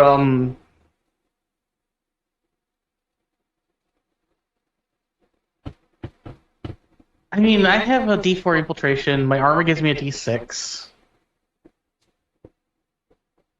Well, What it's do not you just us. have? We have, I've got, D6 and cloaking, but, The contacts are assumed to pass if you guys do. okay.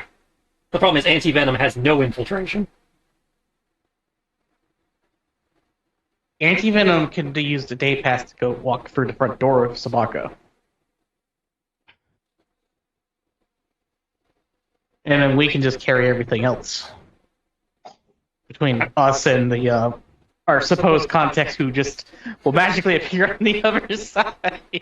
Well, I mean, we could give the gear to the contacts that magically appear on the other side. Yeah, but they only magically appear if you appear. So Well, I understand that. Alternatively, I can take a minute to assess the guards thusly. Okay.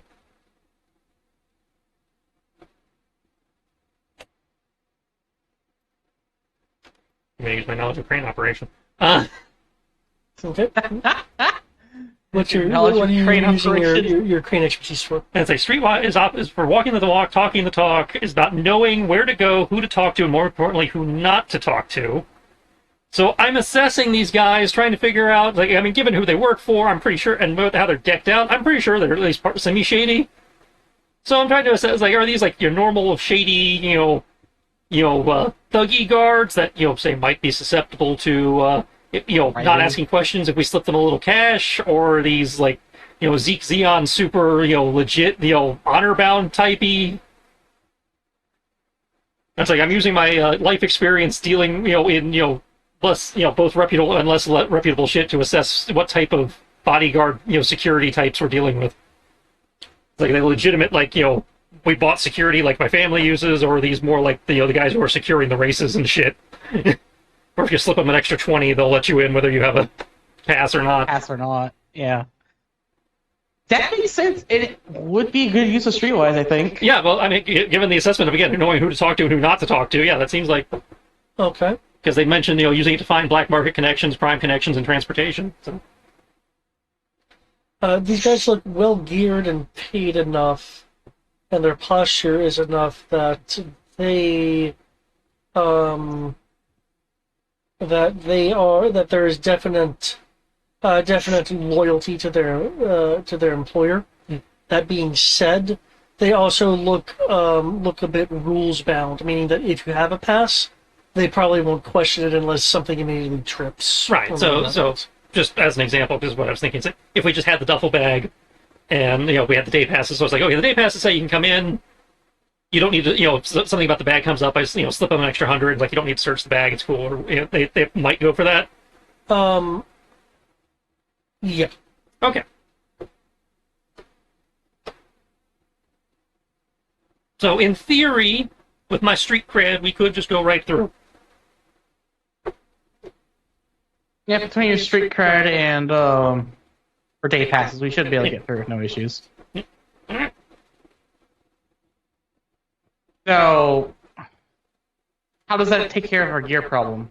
Well, that's what I just said. That we have the duffel bags. I can put the gear in the duffel bag, and then if they want to search the duffel bag, I can attempt to bribe them to not, to not care.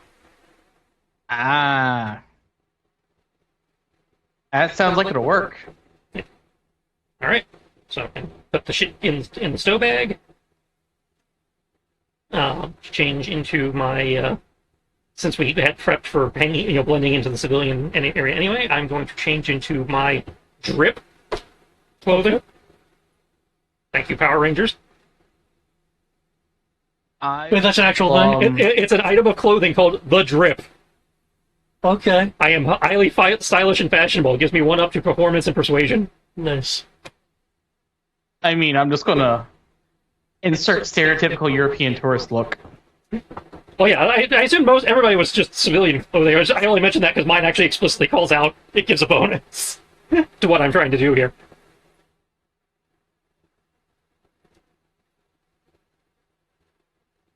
Okay. Any Venom, how do you beat?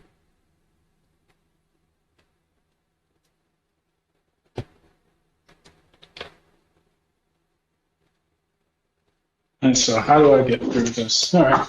Oh, I was like, we figured out we can go through the front door. You just need to change into your civilian clothing. All right. Gotta look fancy though, right? I mean, it's a resort, so fancy resort clothing. typical European. Or, That's it. We packed for this. So, what did you pack to blend in at a resort? Consider my age. Fanny pack. Orange. I'll say knee-high socks and sandals. He's totally hiding the machine gun in the fanny pack. Oh, yeah. Oh, I can believe that. Trust me. Can you Awesome. go in from the front then? Oh, sorry. The ability to walk up to the front of the door and speak very loud but very slow English. Because if you say something in a different language loud enough, then they'll understand it. Pretty sure that's not how that works. No, but that's how tourists think it works. It was like, do you know where the train station is? No habla eso. Do you understand? Yeah, that's English 101, right? Mm-hmm. Yeah, just speak your language louder. I'm waiting for someone. I'm waiting for an immigrant to come in and do the exact same thing. Somebody just started speaking like Spanish, and they was like, yeah, I don't understand Spanish. Habla es. God, I would love that so much.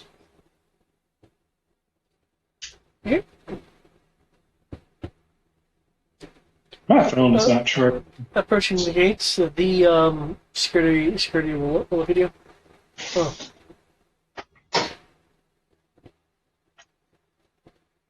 I see you're not coming in by car. Yeah, so it broke down, a little ways down the road there. We're gonna, call the auto club once we get inside. Well, Dave, sure, Dave,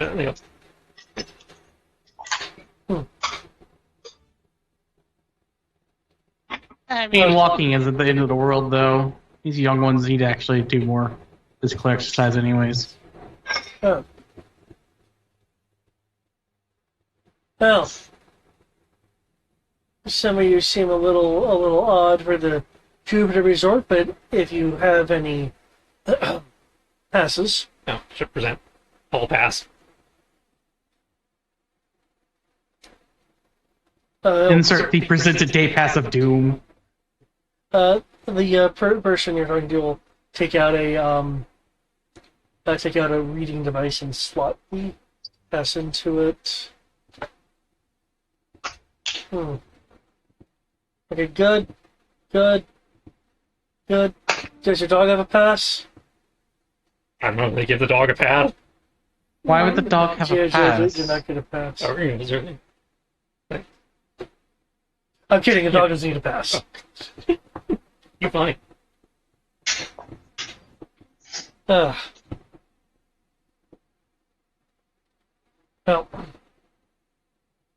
any material on the prohibitive list you can give to the security on the other side. Roger that. And enjoy your stay at the Jupiter Resort. Thank you. You have a great day. Smiley day.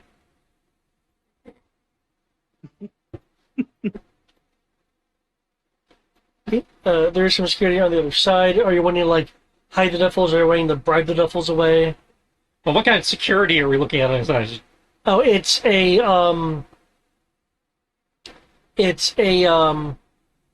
person with a high tech security wand and a area to provide baggage tickets for bags and other things that are being turned in. Okay, well, I know. There is a notice that licensed bodyguards can carry sidearms. Well, we didn't think of that. That said, we do have two people who have radar, anti-radar uniforms who have dropped their shit into the bag, which might be enough to spoof the wand. And given that we knew we were trying to pack the duckles to deal for security, Yeah, and we putting those as the outer layer does make a certain degree of sense. Okay. exactly. That said, I'm still going to, what the idea is like, put it up so you can, open it and like do the cursory examination without rifling through it, and just kind of slip him, good bribe, we're in South America where American money is worth extra. I will, as I'm opening the bag to, so he can do the cursory examination and wave the wand over or whatever he's supposed to be doing. He'll also be, palming so the guy can see it, a $1,000 bill. Okay. It's like, we had a long trip, but this is all formality. We don't have anything. I know you're just doing your job, though, so, here you can see. Everything should be in order. All these check out as he takes the money. Jolly good. Thank you, sir. Smiley day. Okay. You are now inside. There's enough directory stuff around that if you mouse over these numbers, it'll actually tell you what they are. And you can go into them and you can do things you would like. Give him a horror bribe. The internal security is not the gate security. Well, Clever man gambling house. That seems like an oxymoron. yeah. Iron Guard barracks. That doesn't seem sus at all. Yep. Remember, There's, the like, Iron a Guard lot is of them. not officially Cobra. They're a Well, semi-legitimate. Well, I don't know the Iron Guard. I know the Iron Grenadiers. Oh, sorry, they're the Iron Grenadiers. Stratosphere 4D Theater. Ooh, it's got smell. Iron Spa. This one is not displaying a name. Yes, it isn't. I wonder where the plot item is. If you were to visually look over there, though, it does look like some sort of scientific dome. With, like, dishes and stuff on it. So we got an engineering showcase where they could try to blend it in. They could try to blend it into the aerospace shop. The Casino Royale over at the casino. It could be in the business complex. The exclusive VIP gate. The explosive VIP gate? Exclusive. I heard explosives, I'm sorry. Okay, Yep. well, we probably should get settled in, then we can, spread out with the Geiger counters and see if we can narrow this down a bit.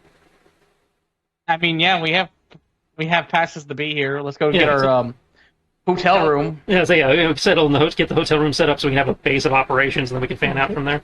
Just so you're aware, the internal security is provided by the Iron Grenadiers. Cool, cool. That makes it very well armed security. Okay, you said you wanted to buy a hotel room or something. That's right. They just got us a day pass. They didn't get us a. They didn't come with a room, did it? No, Joe was able to permit you fuss-free entry. Okay. So yeah, I will go secure us a suite. Okay. So we have a base of operations, as it were. You want like a do you want like a super iron suite, or what would pass for a standard suite here? Whichever suite is the one where it's kind of like a small apartment. You got multiple bedrooms attached to it. Okay. It's like you see them in Vegas a lot. Okay. For here, that would be the tier 2 suite. I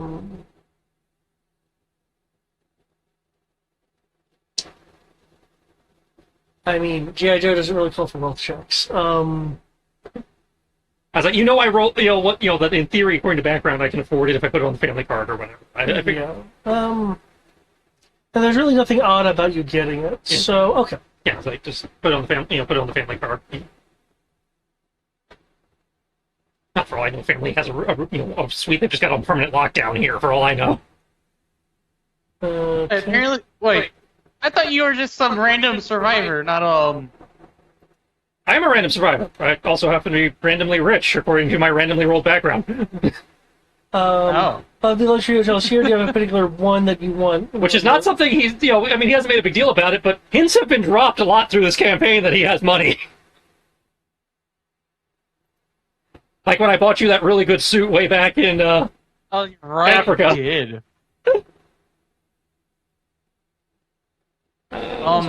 We got luxury, executive, business. I'm pretty sure we can't get into the executive VIP area.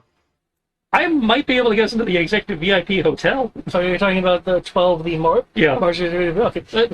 That's probably a bit much, yeah. That would require like persuasion rolls or something. And I'm trying not to draw attention, so to get it. so I will just go with the closest luxury hotel here.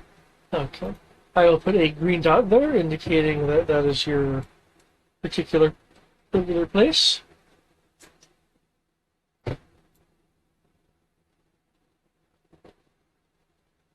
Anyway, we can take a minute to sort out the gear while while our rescuees take a minute to shower and get cleaned up or whatever, and Yeah.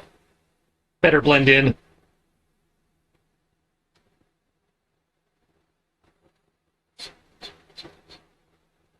But yeah, I haven't advertised it, but I haven't exactly been keeping it secret either. Yeah, no, that's why I was like, They have that squanch soap.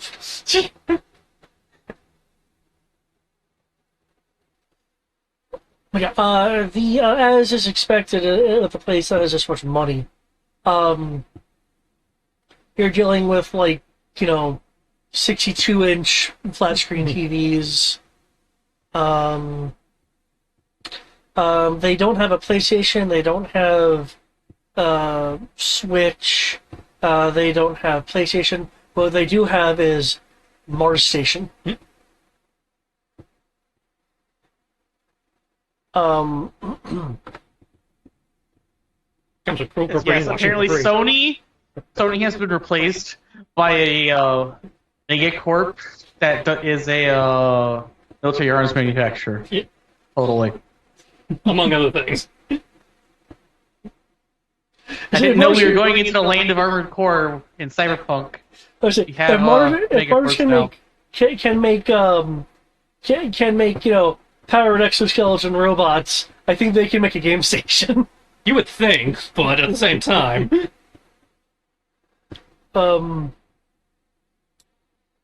there is a generic clean air scent in the room.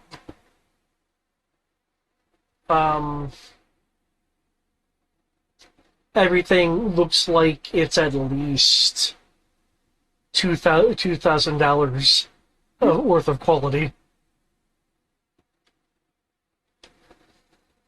As a matter of fact, the TV is one of those, like, QLED UHD types. It has that yellow in it.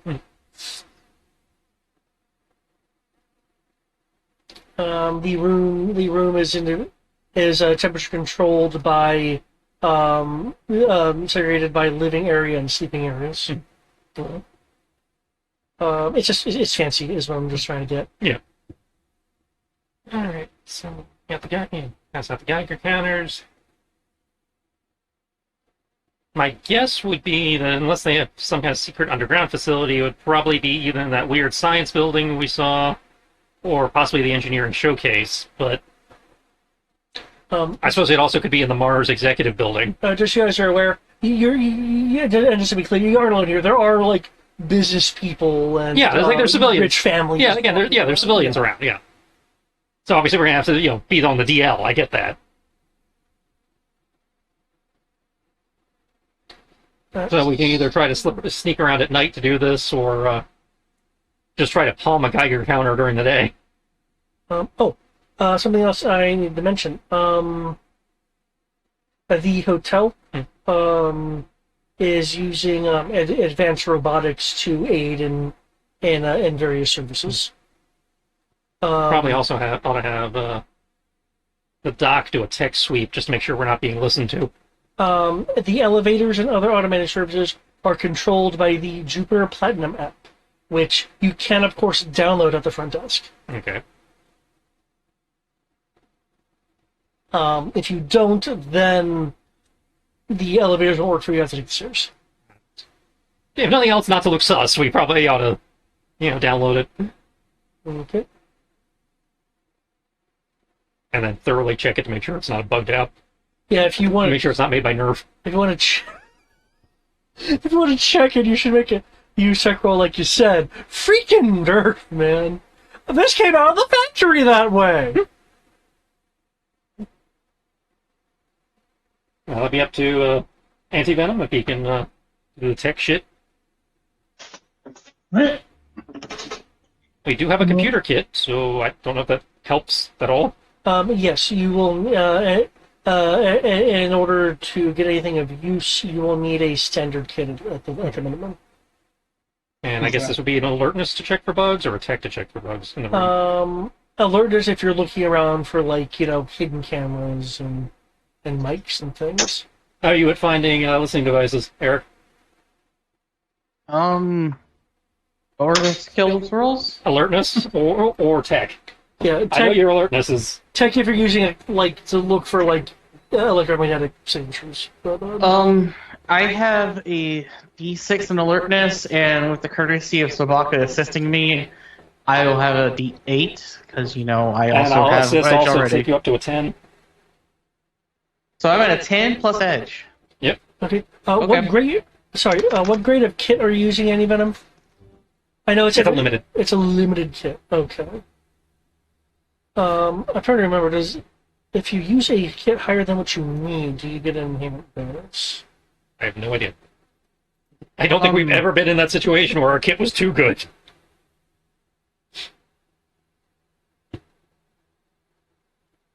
So as far as I know, I'm just using the kit that I have. The kit that we took with us was a limited grade kit.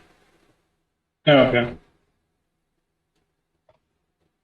I'm going to take the 24 as a critical success. Nice. You take your time. You, Sabaka, and Freestyle take your time surveying the room. The only cameras that you're aware of are ones in the hall to observe people entering and exiting rooms. You have not been able to identify any, like, hidden wall cameras or vent cameras. Or microphones or anything. Or microphones in the plants. Or anything of that nature. So the room is in theory secure. So yeah. It doesn't say you get a bonus. You probably don't. Unless the GM decides to give you one by lowering the difficulty or something because your kit's over-equipped or something. Which I will. In this particular case. Thanks to the, this is something that you yourself don't notice any venom, but the various diagnostic systems of your kit alerts you to. In other words, the difficulty was lowered, so he didn't fail it. The Jupiter Platinum app is, in fact, also a sophisticated logging device utilizing the phone's microphone to act as a bug. Your phone usage, including text messages and things like that, are monitored, and you have the networking information to know where it's being sent to. But by the way of network address, you don't have floor 5 or something. With that, you'd have to do traces. However, thanks to Joe VPN. It also has both sides of the camera surreptitiously active.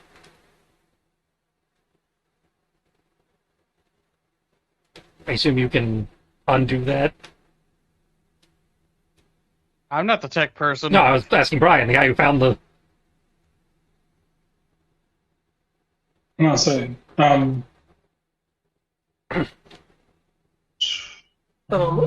Because you have a limited kit, you can make a roll to try to create a firmware update for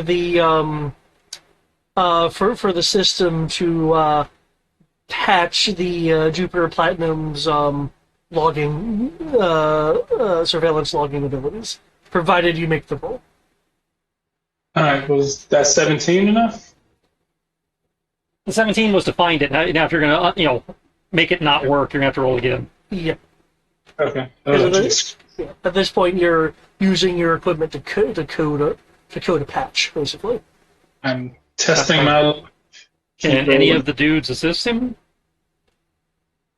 I can't help with tech stuff, so. Well, no, we have people with us. I wasn't sure if any of the NPCs could provide this. Gadgeteer kid. Okay. So what does that give me? That would give you. They give you 1 up. Yeah, 1 up. D6. Whoo, okay, D20. Let's go. Yeah. Okay. You have devised a program. Whether it works or not, you don't know. I mean, it looks like it'll work. Code's a little janky, but might be resource inefficient.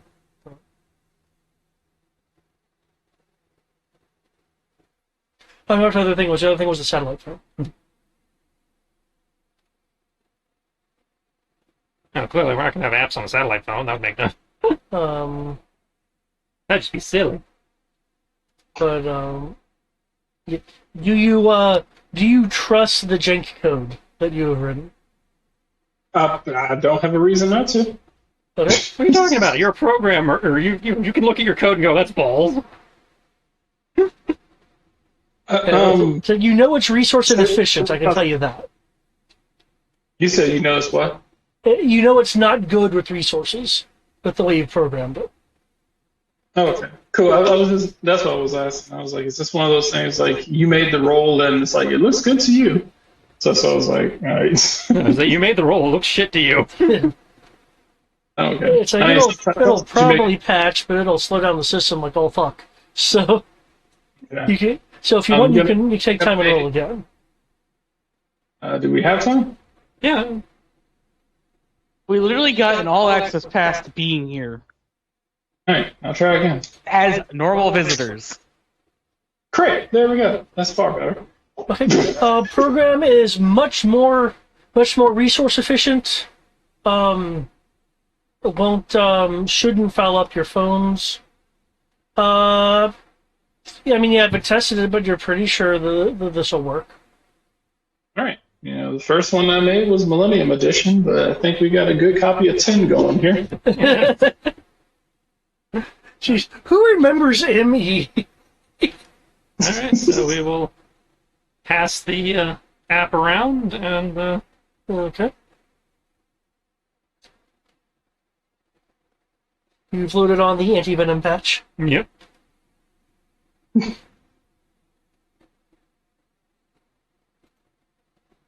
And I guess you can break out into smaller teams and start trying to search the place. Okay. Well, there are. Yep.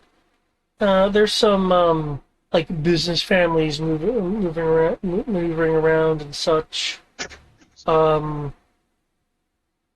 There's some people that clearly look like bachelors.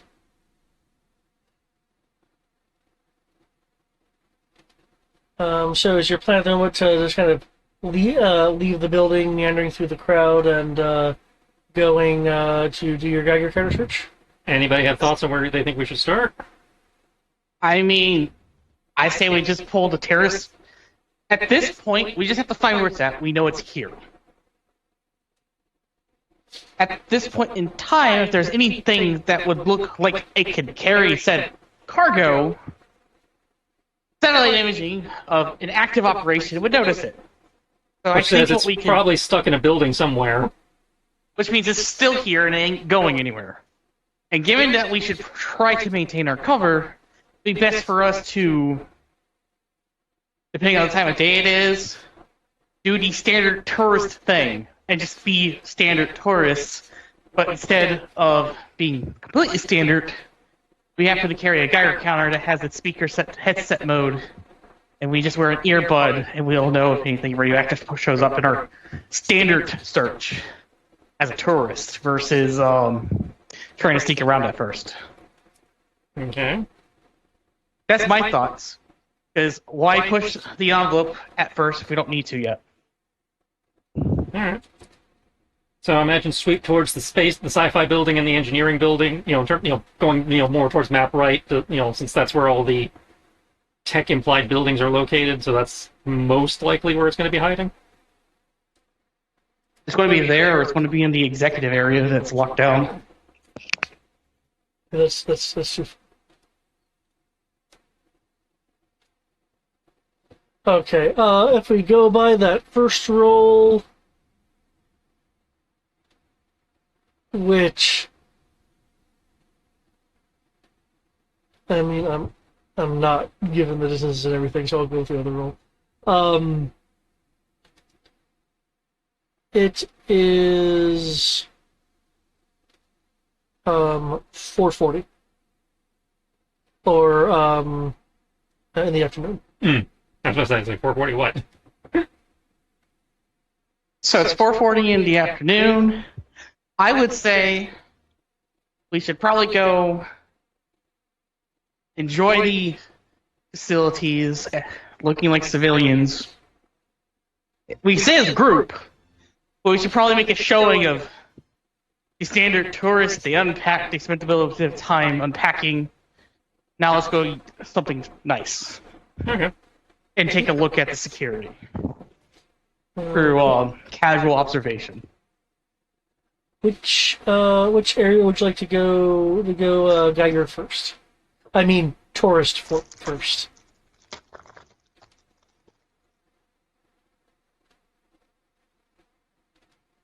Like I said, I'm swinging towards map right, the big, no-name science building, and towards the engineering exhibit. The number 8, the no-name science building there. That side of the map and working our way down that main street towards the engineering. Oh, expo. so you're going place by place by place by place. Well, okay. My goal is to end up at the engineering showcase. But the route I am taking is taking us past the Iron Spa and that building just to see if the Geiger counter reacts. Oh, okay, so you're not actually going in, you're just running past them. Well, okay. Well, you said it was, yeah. That's like my goal is to hit the engineering showcase first, because... Okay. Gotcha. And we're doing the stereotypical tourist go one location, walk through it, go to the next location, walk through it. I mean, if You you're know what going you do when you inside wanna these go to buildings the or I was Smithsonian. not planning to go inside anything except the engineering showcase. I'm just going that way just to see if the Geiger counter reacts to any buildings on that path. Okay. Does that sound good to you? Good to you, Foxhound? I would say that I'm fine with us just walking there and just seeing if anything pops up. But I think what we should do is basically go down there, do the tourist thing down there. Well, yeah, that's what I'm saying. It's Dinner? from the building, David said the big building that I was interested in was, not a access to the public building. This Yeah, over here. yeah. That's on a on the battlement wall piece. Right. Oh, Which is why I was saying I just want to walk by there to see if the Geiger counter reacts while I'm heading to the thing that I actually can access, which is the engineering expo. Okay, because I know there's like the spa and stuff like Yeah. that on the way there, which Yeah. is why I wasn't sure if you were. No, going I'm not going to the spa. Other people can go to the spa. That I would probably. Um.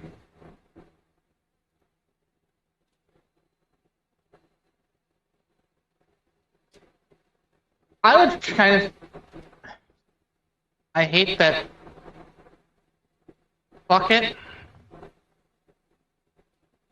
I think what we should do is we go to the engineering showcase and just do a casual search of the area, like as we walk down there to see if anything pops up. And then from that, then go over to the Marv Cafe so that way we can eat our dinner because it's about that time anyways. And then we can check the business complex. And then, go back around, reset for the day, and then start searching the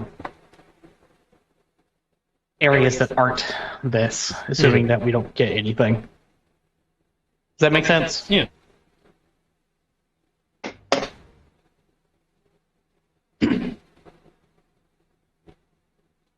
Are you going to the engineering showcase? Mm-hmm. Okay. In terms of the Geiger counter, I can tell you that the towered building doesn't have any. Is it reacting to anything? Like something might have come through here along this route, or It will. No, let's see.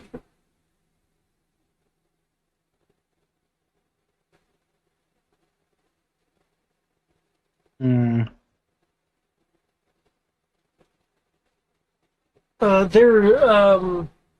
When you guys get to the engineering showcase on your way there isn't any radioactive material passively detected by it. You can't when you get to the engineering area though. There's a light amounts of radiation though when you go in.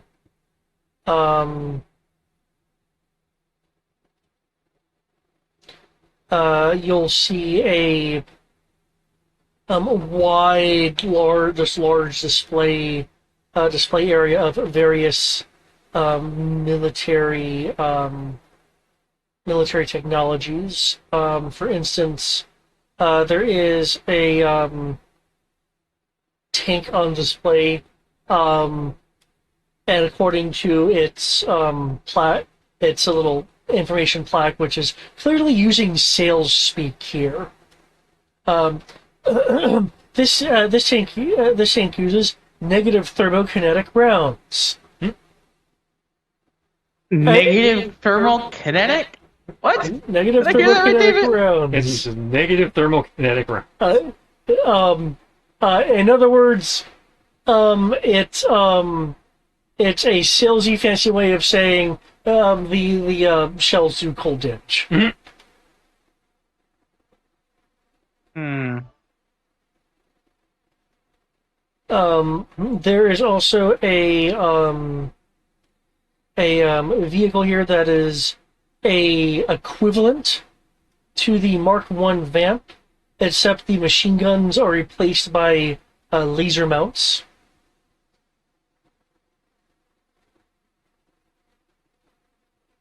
Why don't we have a laser van?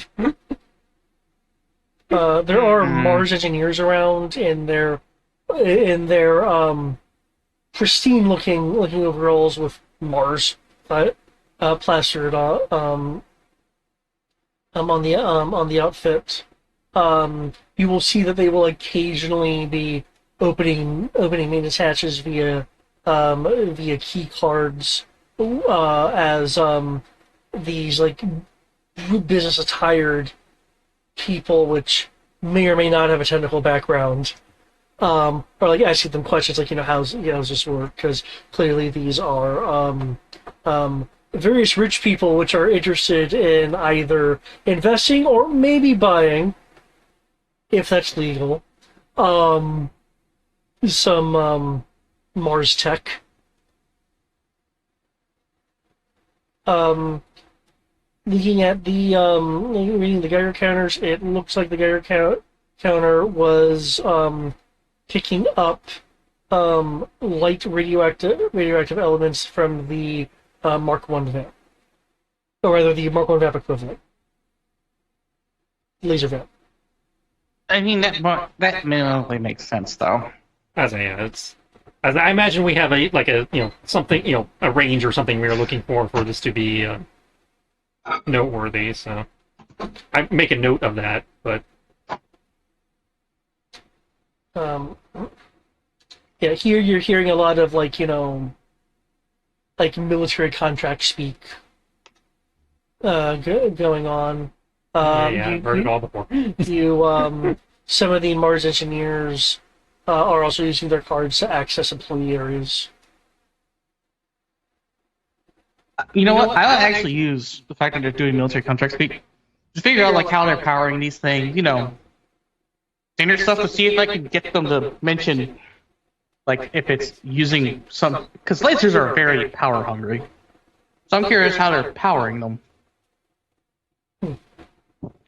They're using Science, of course. Mars patented micro NPUs.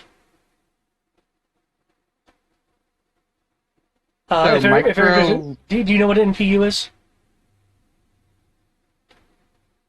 It sounds like they're using a nuclear reactor or something. Yeah, an NPU's nuclear power unit. Yeah, it's a radiothermal generator. Then the proper term would be an RTG. Well, at least according to GURPS, that's a different device. Fair enough. That'd explain the radiation then. Yep. For unparalleled consistent rates of fire and balanced levels of damage output.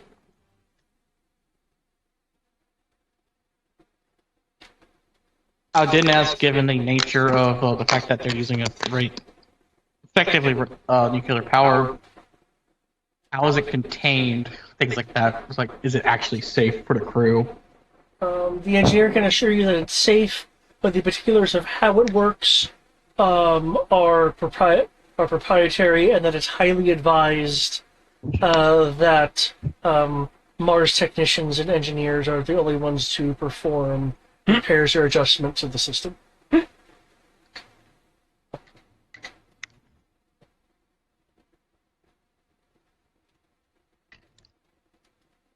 Understandable.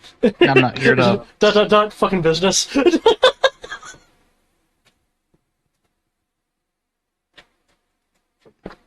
also not like I'm a technician that could work on reactors, anyways. I wasn't born and raised in Pripyat, after all.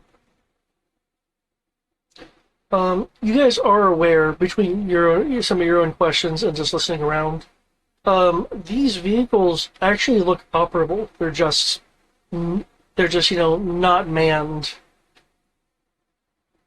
They're clearly here for show.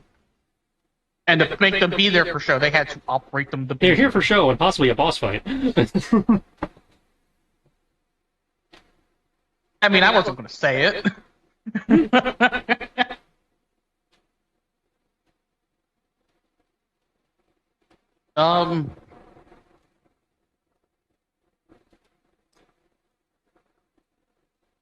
I'll just say thank you for his time in explaining everything. You're very welcome. I'll just send a casual text message and sing it at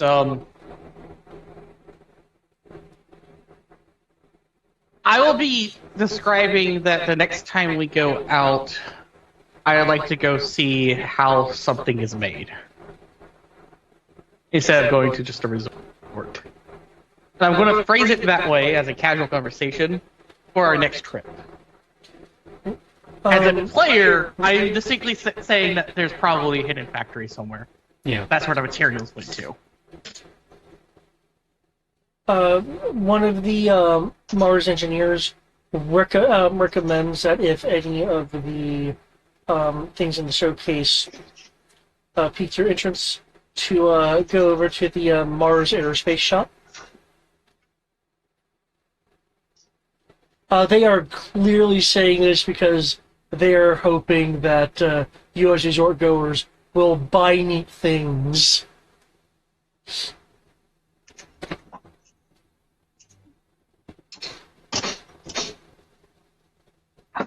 Help fund our military murder weapons.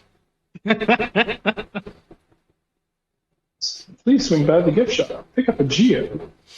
Every Geode you buy helps, put a rocket launcher in an impoverished kid's hand. Okay. Is there another area you'd like to go to? I believe, Eric, you mentioned the idea of going by the cafe afterwards just to maintain appearances. Yeah, maintain appearances and check the business complex if we have time. Okay.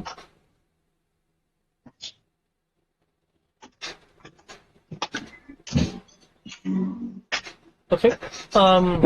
If you're at the, are you planning on having like an actual meal at the Highland Mars Cafe, or like just some coffee?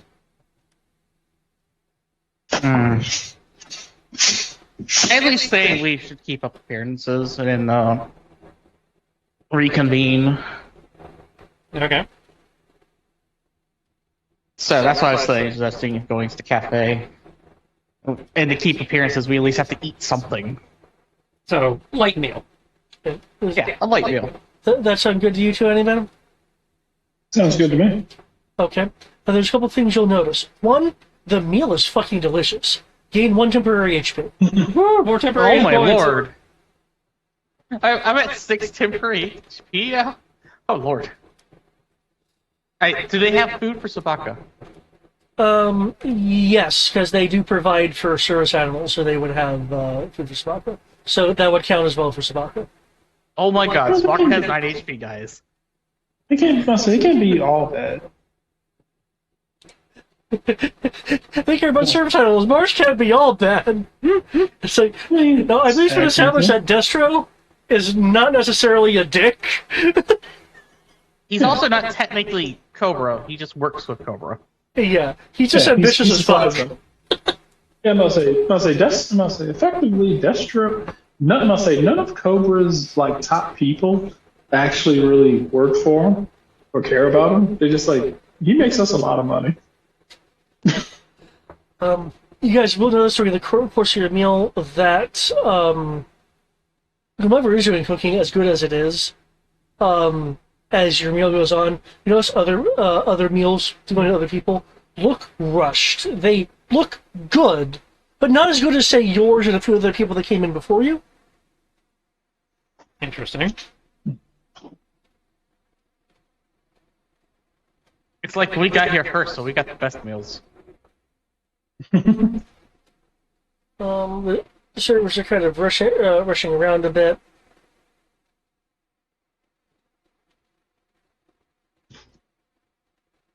I'll bring it up in casual conversation. I'm gonna get one of the waiters, have one of the waiters over here and see if they can tell us. The whole. That's a lot of loud noise. Thank you. I got something about waiters. Sorry. I- Freaky. So what I was saying is that, in our casual conversation that we're having to maintain appearances, I would bring up that it looks like everyone's rushing around as if something is going on, loud enough to see if one of the waiters decides to comment on it as a waiter, walks by. To see if they'll give us the information we want for free. Okay. Given how you're doing that, okay. I'm not saying there's something wrong. I'm just kind of curious. They seem to be in a rush. Orbis showed up. A waiter about when you say that will glance over to your to your table, move over and begin like refilling beverages. And as he's saying that, I do apologize if there's anything off with the aesthetics of your food. Head Chef Cole is pushing against a deadline. He's expected to assist some special event at the executive hotel. But I'm glad you came in when you did.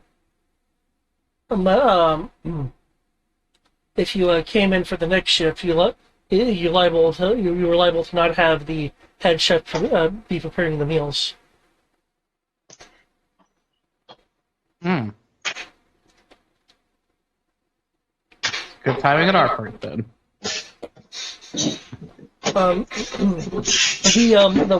The wait staff here also do have, as one would expect, Mars issue uniforms. They just look instead of looking techy, they look like tailored and professional. Mm-hmm.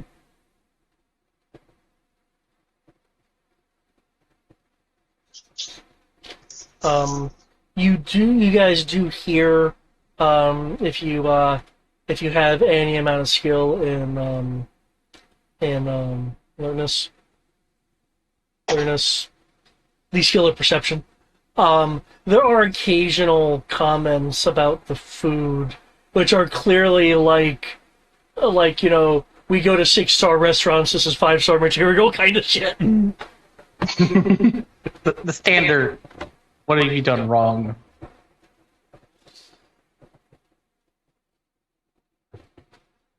Is there the waiter at your table said, is there anything else that I can get for you?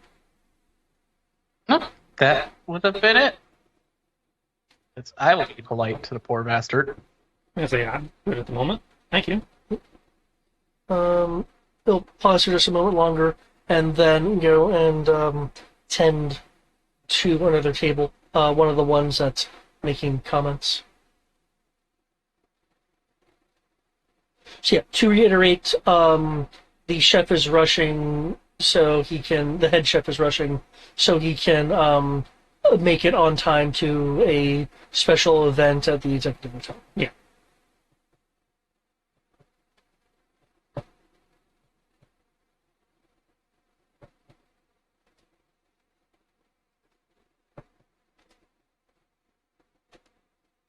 Cool. Okay, but ultimately you guys will finish your meal. Well,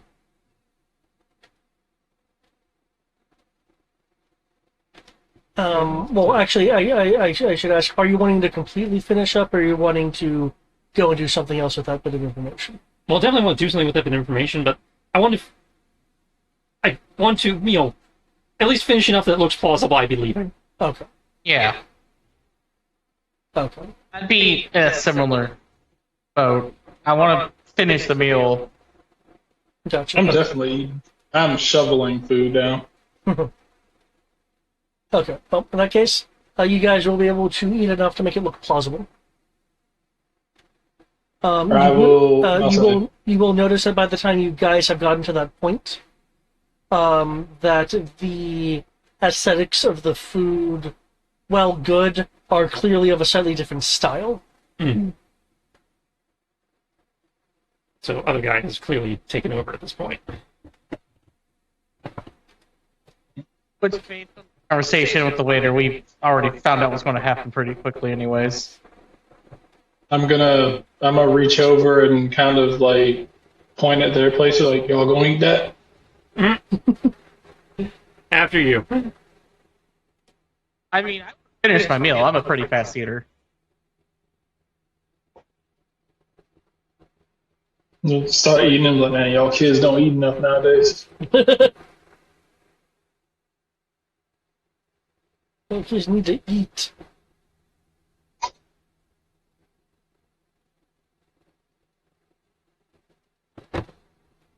Okay. Would like to go somewhere else from here? Given the amount of time, I'll say between the eating and the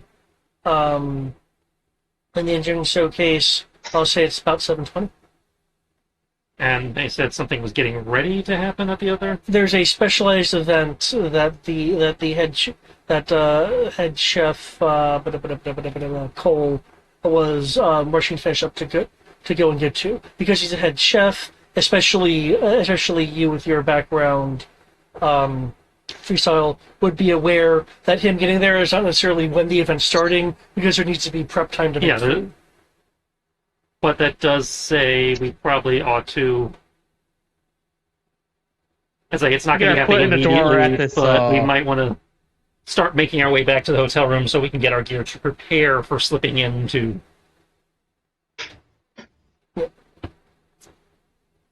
Because we are either going to need to bluff our way in or sneak our way in. Okay. I'm down for sneaking. Okay. I like to. I got to enjoy a luxury resort for once on someone else's dime. It was enough for me. Right. Just to let you guys know, I've got about 3% battery life left on my phone. It's probably going to end up dying out, and my charger does not seem to be wanting to work. Oof. So mostly. So I got to try to figure out what the hell's going on with it. So if the call drops in the next 3 to 10 minutes, then that's what happened. Thanks for the heads up. And while you guys are prepping for the executive area, is there anything, because it sounds like you're going to go directly there, is there anything else you would like to try to check out before there, since there is the implication you do have some amount of time if the chef and prepping has any kind of information? Yeah. Because I know you were looking at a few things and going, when you guys were just being tourists. I'm curious about the casino, but it doesn't sound like we have time for the casino. Because whining and dining with that may take a bit. Yeah. Oh, mini games. I mean, having a casino royale would be nice. It'd be nicer if Sierra was still with us, but because this area, while you guys should of course do things here, I did also have this with FaceTime people in mind. But as you saw here, you guys can still get information without having the face. Yeah. Each building, except for things like the Iron Grenadier buildings, because they just have armories and stuff, have things about them which are some kind of useful, whether it's actual information or, say, an opportunity to steal a vehicle if you wanted to. Yeah. Just because I'm curious and don't have time to play with the casino, I will check out the gift shop though. Always gotta check out the gift shop. The aerospace gift shop. Mm-hmm. Okay. The aerospace gift shop will have lots of high-tech things. Some obviously look flashy. Others are subdued and practical. There's a number of people in here, from business families to people that are clearly here on business, versus being touristy, and they are grabbing up various items. You have mundane items here that are just of the highest quality. You have some non-mundane items here. As a matter of fact, because you're looking at technical items, as I said, high-tech cars, things of that nature, portable printers that can attach to your phone, knick-knacky stuff. But looking at what's all around, you guys will notice that the right combination of items here could be used to fashion a limited kit of your choice. The problem is people are grabbing things, so there will be some vying if you're wanting to do that. You can also purchase purchase things here from their catalog. Now, if these things are like weapons, you will need to be licensed if you want to take them out of the resort and this building, in particular. But you can, going back to the old thing about the points, to prove you know how to use it, you can make a requisition roll at the Mars shop here for any item up to prototype, though it will have though items of prototype level will come or higher will come. Well, not higher. That's higher go. Will come with the experimental trait. That is limited to 1 per customer, provided you can demonstrate you have proper discipline to utilize said purchase. So I'm hearing if I wanted to, I could get myself a silent, deadly laser assault rifle.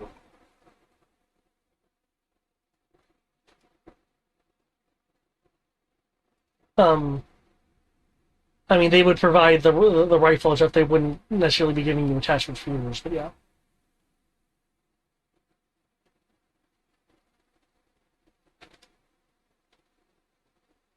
And it would be using the old rolling for acquisition rules, because you're proving to the staff that you are responsible with the item that you are looking to purchase or trial.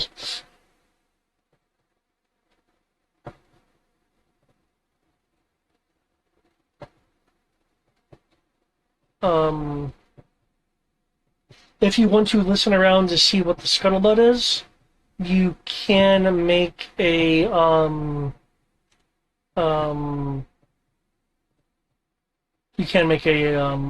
awareness I will happily make an roll for that.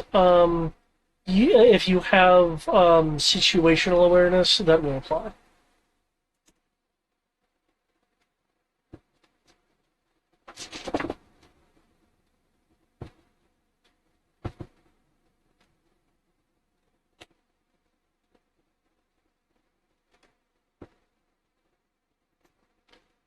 Okay. There are some people discussing a disruption that happened earlier in the day. A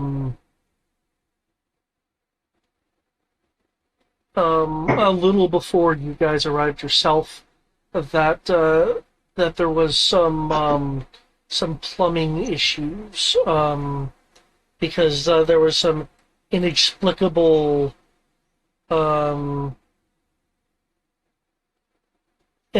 pipe damage at the Western Grenadier Barracks.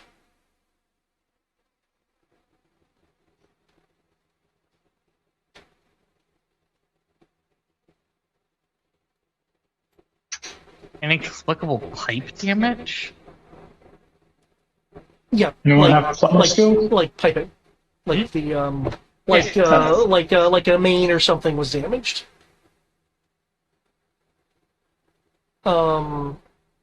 That's just kind of what you're hearing in passing as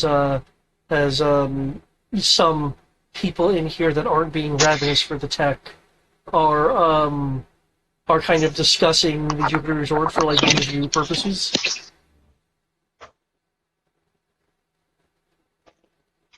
I would need like a persuasion or some sort of interaction roll if you're wanting to go over to them and get more details out.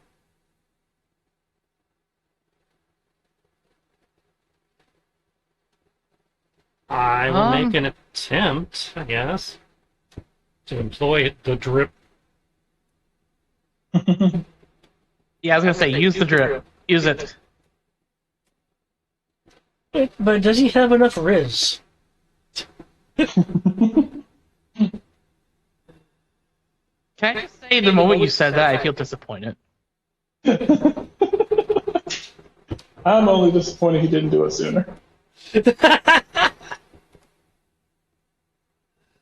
Okay. I can't even argue that one. That's That's fair. Okay, 60. That's good. Yeah, you're looking at a group of 3 people here. That they're actually not wearing Mars badges. They're wearing about 2 press badges. Again, they're here to review the place, to see if it's deserving of increased awareness. Yeah, between the Western hotels and the Grenadier barracks, there were some piping issues. When we tried to investigate, it was cornered off really quick as some of the Mars engineering teams went in. But from what we could tell, it looked like something was massive enough to crack the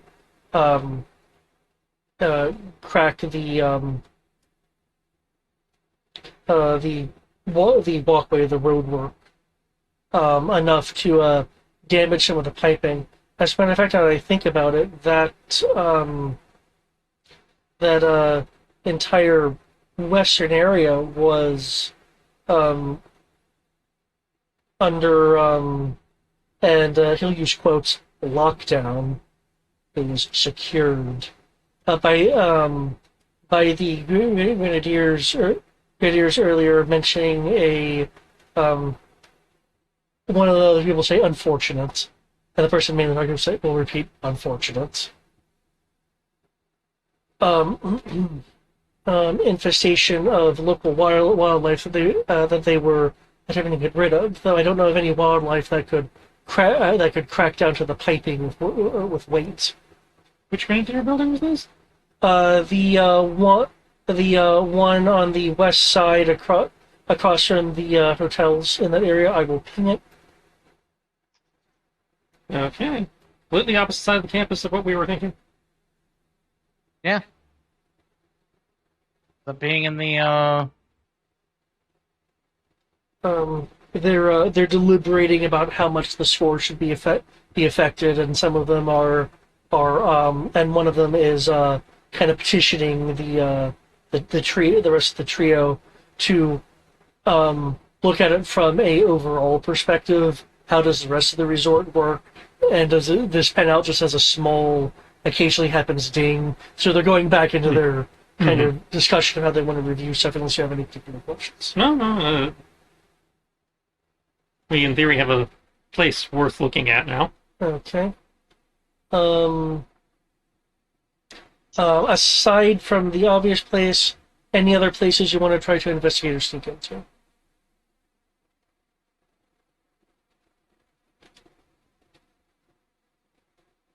There was the unlabeled building I know you wanted to look at. That was a part of the tower.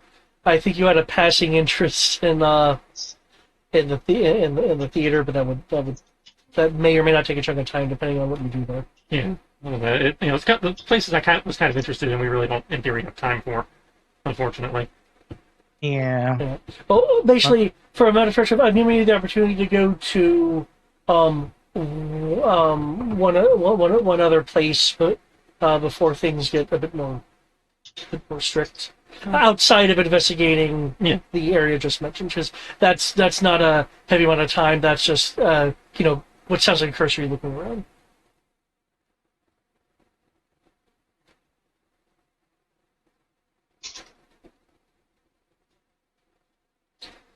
Since you've been around enough, you do see that there are Iron Grenadiers that are walking along battlements. So in theory, we don't have time for the gambling house, because that would be a major time sink. Would be cool. But I guess we can at least poke our nose into the theater, see what. Okay.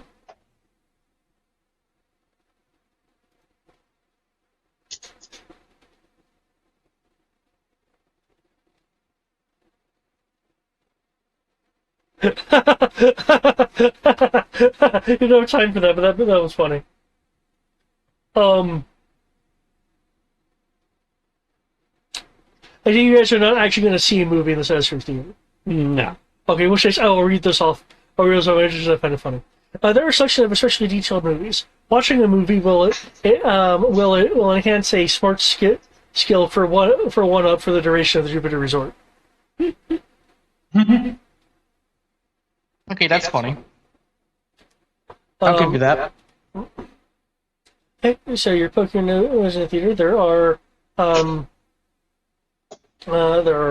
moviegoers and such. Moving on, there are some really expensive looking people. There are also some higher end of the medium scale Mars employees here. It looks like that they're on a break. They're not seeing a movie, but they are taking advantage of their employee perks by getting concession items between $1 and $4 depending on the particular item, as opposed to regular concession prices. Oh, nice. Good for them.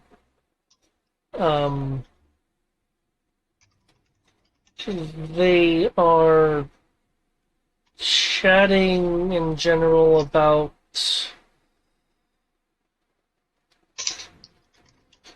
something. You'd need you need like either an infiltration roll or awareness roll if you're wanting to either get close enough or just be nearby enough to hear what they're saying.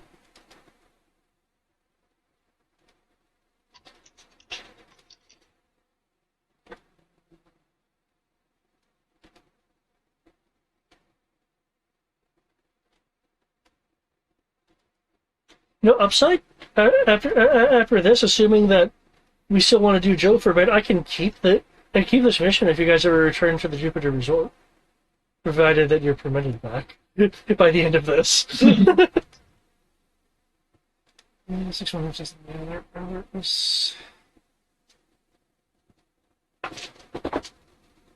Hey! Called the good die this time.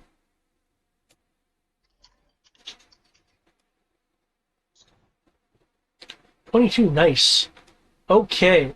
What they're sounding like, you're hearing some jargon that while you're not sure of the specifics, sound like it's dealing with radios and pathing, and then it kind of clicks when you hear them mention something about the private jet constrictor.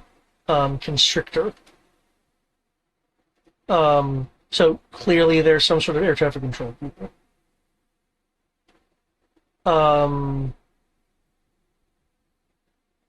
The jet constrictor was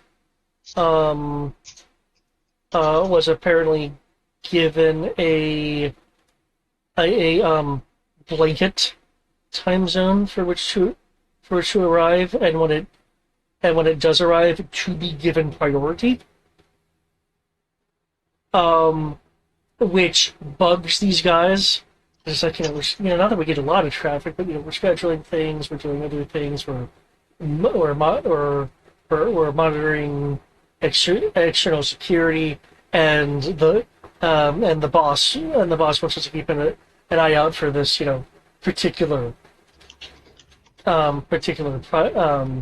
private jet coming in, and they spitball some theories, like maybe it's like a really high-end investor that'll expand the Mars and the resort itself by the sheer amount of money. One of the other theory is maybe it's a shady person coming in, and the person, what shady person would call their jet the Constrictor.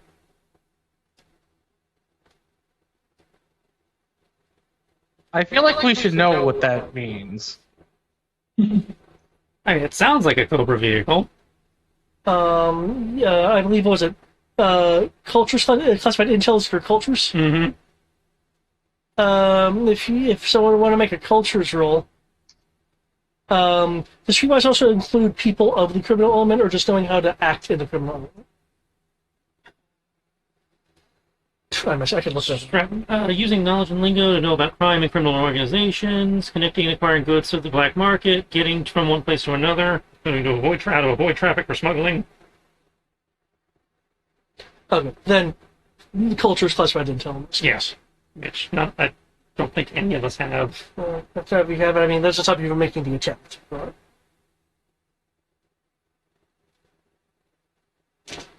Well, I guess I would, in theory, be the best person, given that I have an edge.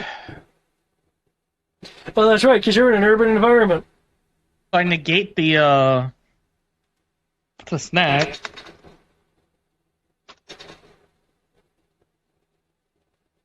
An 18.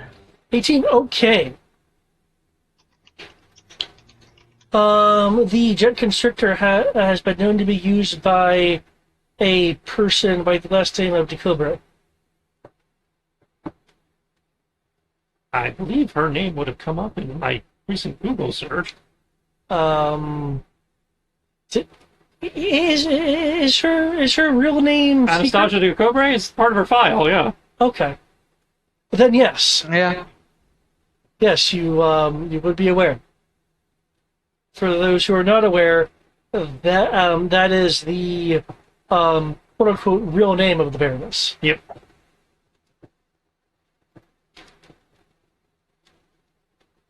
Oh, so the Baroness is coming here. Apparently.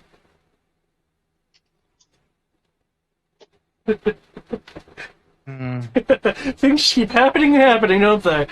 Yep.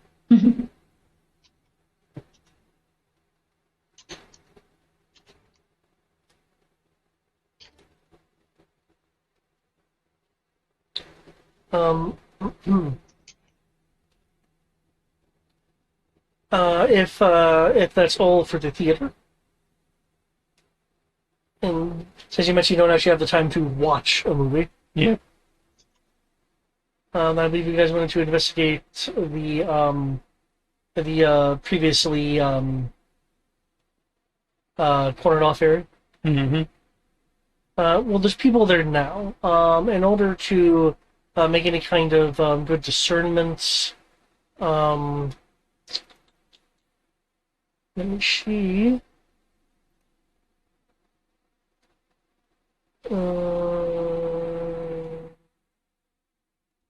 And Brian just wrote. And she did want us back, so.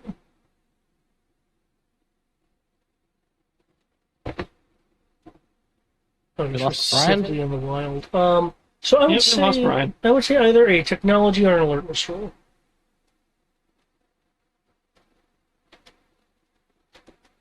We lost our tech. So, alertness it is. I guess I'll roll that. I will assist you. Given that it's alertness and I have my quote-unquote service dog with me, I will get 2 ups. So that's going to be a 17 plus... I'm going from a D6 to a D8 to a D10. Or a... 11 plus 1d10. Let's see. Which one is better today?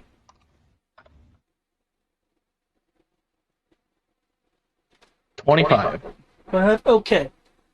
Scrutinizing the area a bit. Occasionally getting a few looks, which at first are odd, and then there's like some recognition of and then they don't find it as odd. What you find is that there's tiling. That is of course composed of some form of Mars proprietary composite walkway material that has been replaced. So you have areas that are ever so slightly fresher than the rest of the material around it. You are able to recognize and determine with your various military knowledges that where the replacement material is would correspond to where his tread would be positioned in width and the tiny gap between the treads. Specifically a Hiss 2. Which probably matches the one we're looking for. Yeah, because what was in the ambush earlier was a Hiss 1. Alright. So we know that in theory, It came by here, given your really high roll. It was going in this way direction. It probably went into the restricted area. But we can just follow that path because we currently look like tourists. We might have our duffels of stuff getting ready to go I'd out, say but it'll only get us so far, but yeah. it'll get us close to where we need to be. And we'll know for sure where it went to. Because right now we're just on the assumption that it went into the 12. I'm pretty sure it's at 12.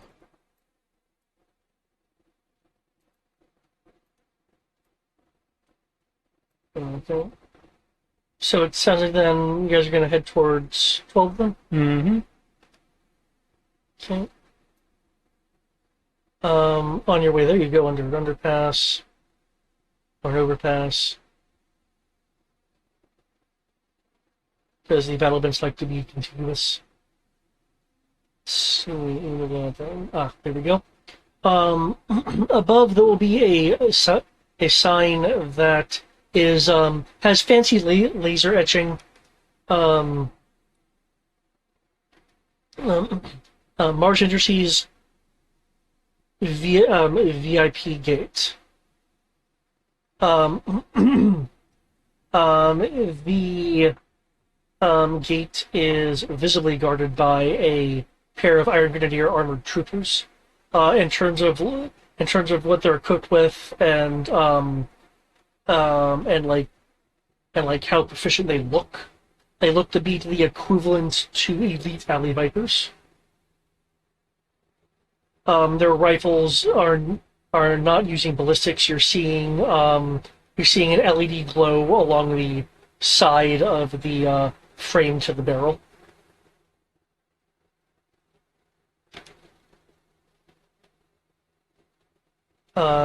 This gate also has a multitude of visible cameras. These look like the fancy cameras that may have IR and other detection systems on it.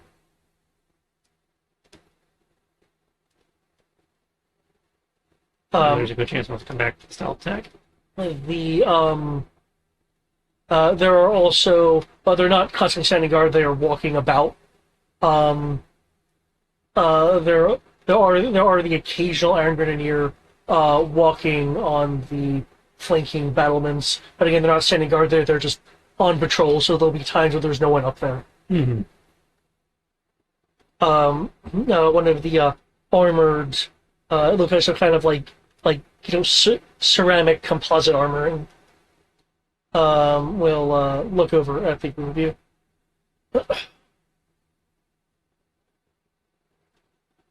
Welcome to the very important person entrance. Are you a very important person? I like to think so. You took the words Were right you out of my mouth. invited?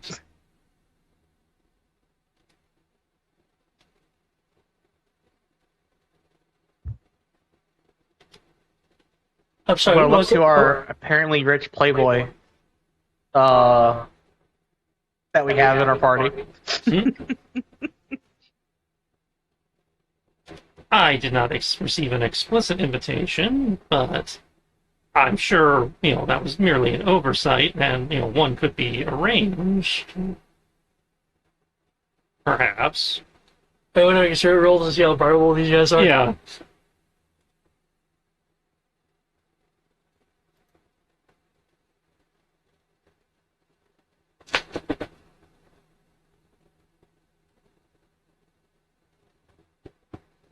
Given the time and it's the end of the session, I'm going to take a story point to reroll that one. Okay. Not much better.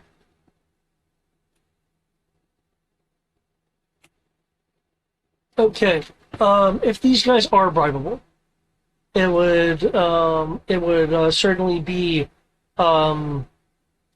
need to be in the tens of thousands, if not more. Primarily because, and you'll realize this, if they are mineral to your bride, they can't take it because they're on camera along with you. I say we're both on camera, and I don't carry that much in cash on me anyway. And these guys look like they've been in service to the Iron Grenadiers for a bit. Mm-hmm. And I don't know if the character would know, but as I recall, and I believe as you as a player would know, the Iron Grenadiers are very loyal to Destro. Yeah, so this would.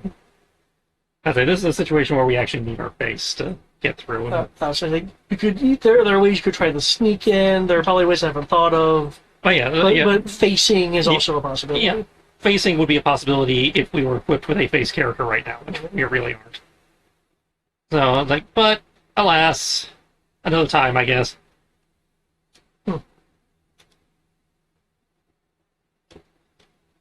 That's a shame, I guess. I recommend Cleverbend if you're wanting to hang out with interesting people. Maybe you'll find someone that'll invite you in. You certainly have the drip for it. Is it where do you recommend? The Cleverbend, he's referring to the gambling house. It's like maybe there's someone there that could invite you in. You have the drip for it. Certainly worth looking into. Thank you.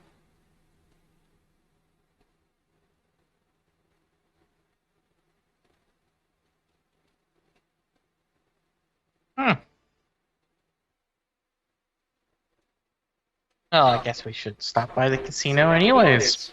That's it. Yeah, we can either go back and attempt the casino, or we can get our kit and try to sneak it. You guys can also do something else. That was just me as an NPC making a comment, which may or may not be viable. I mean, it's worth checking out. He's right. But yep. With that, the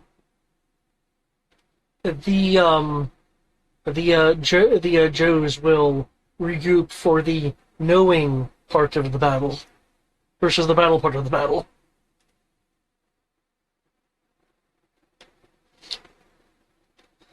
Okay.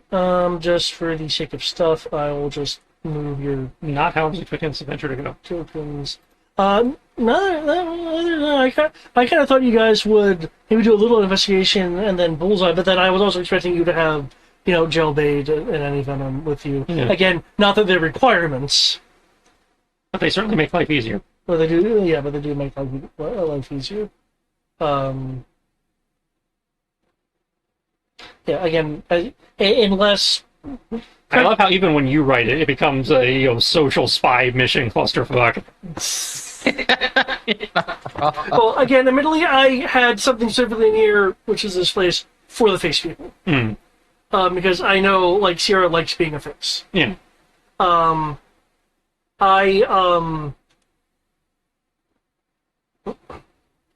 ensured there was a near immediate fight, Yeah. no matter what direction you guys chose. Yeah, it's in that way, I thought it was at least better than some of the others, which had long, protracted things before a fight actually happened. Yeah. This again is here for the faces and some scenery. Oh, we only have one face. Um, Because it is what it is. but I'm just a little surprised by the comment, just again due to the fact that it's no, there was a no way to avoid fight. Oh, no. I'm not disputing that. I'm explicitly referring to this part. Oh, this part? Okay. Well, in my mind, you guys pretty much knew where to go from the get-go. It's just a matter of how to get there. Oh, you're right. That's what I'm referring to. Is that we're stuck on how to get there. Yeah, which Does happen quite often for us, unfortunately. because I figured out the faces you guys would use stealth, or brute force. Well, let's say stealth is only so effective thanks to Brian. Yeah. Yeah. But we can try that next session, assuming, we don't have a Sierra again. If we do have a Sierra again, we'll have some more options. Yeah.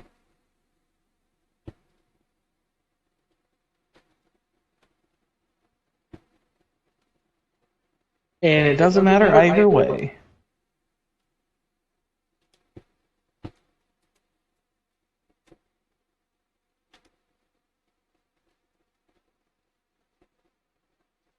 Either way, though, it's good playing with y'all. Mhm. I'm probably gonna try getting some sleep. So, doing what I did like yesterday. Okay. So, y'all have a good night. Also, as a side note for David, since I know I talked to you about it, Tris, but I have found an idea. It is a funny idea to me, and apparently it kind of already exists. It is a wizard, where their wand is a gun. Like, or their staff is a gun, kind of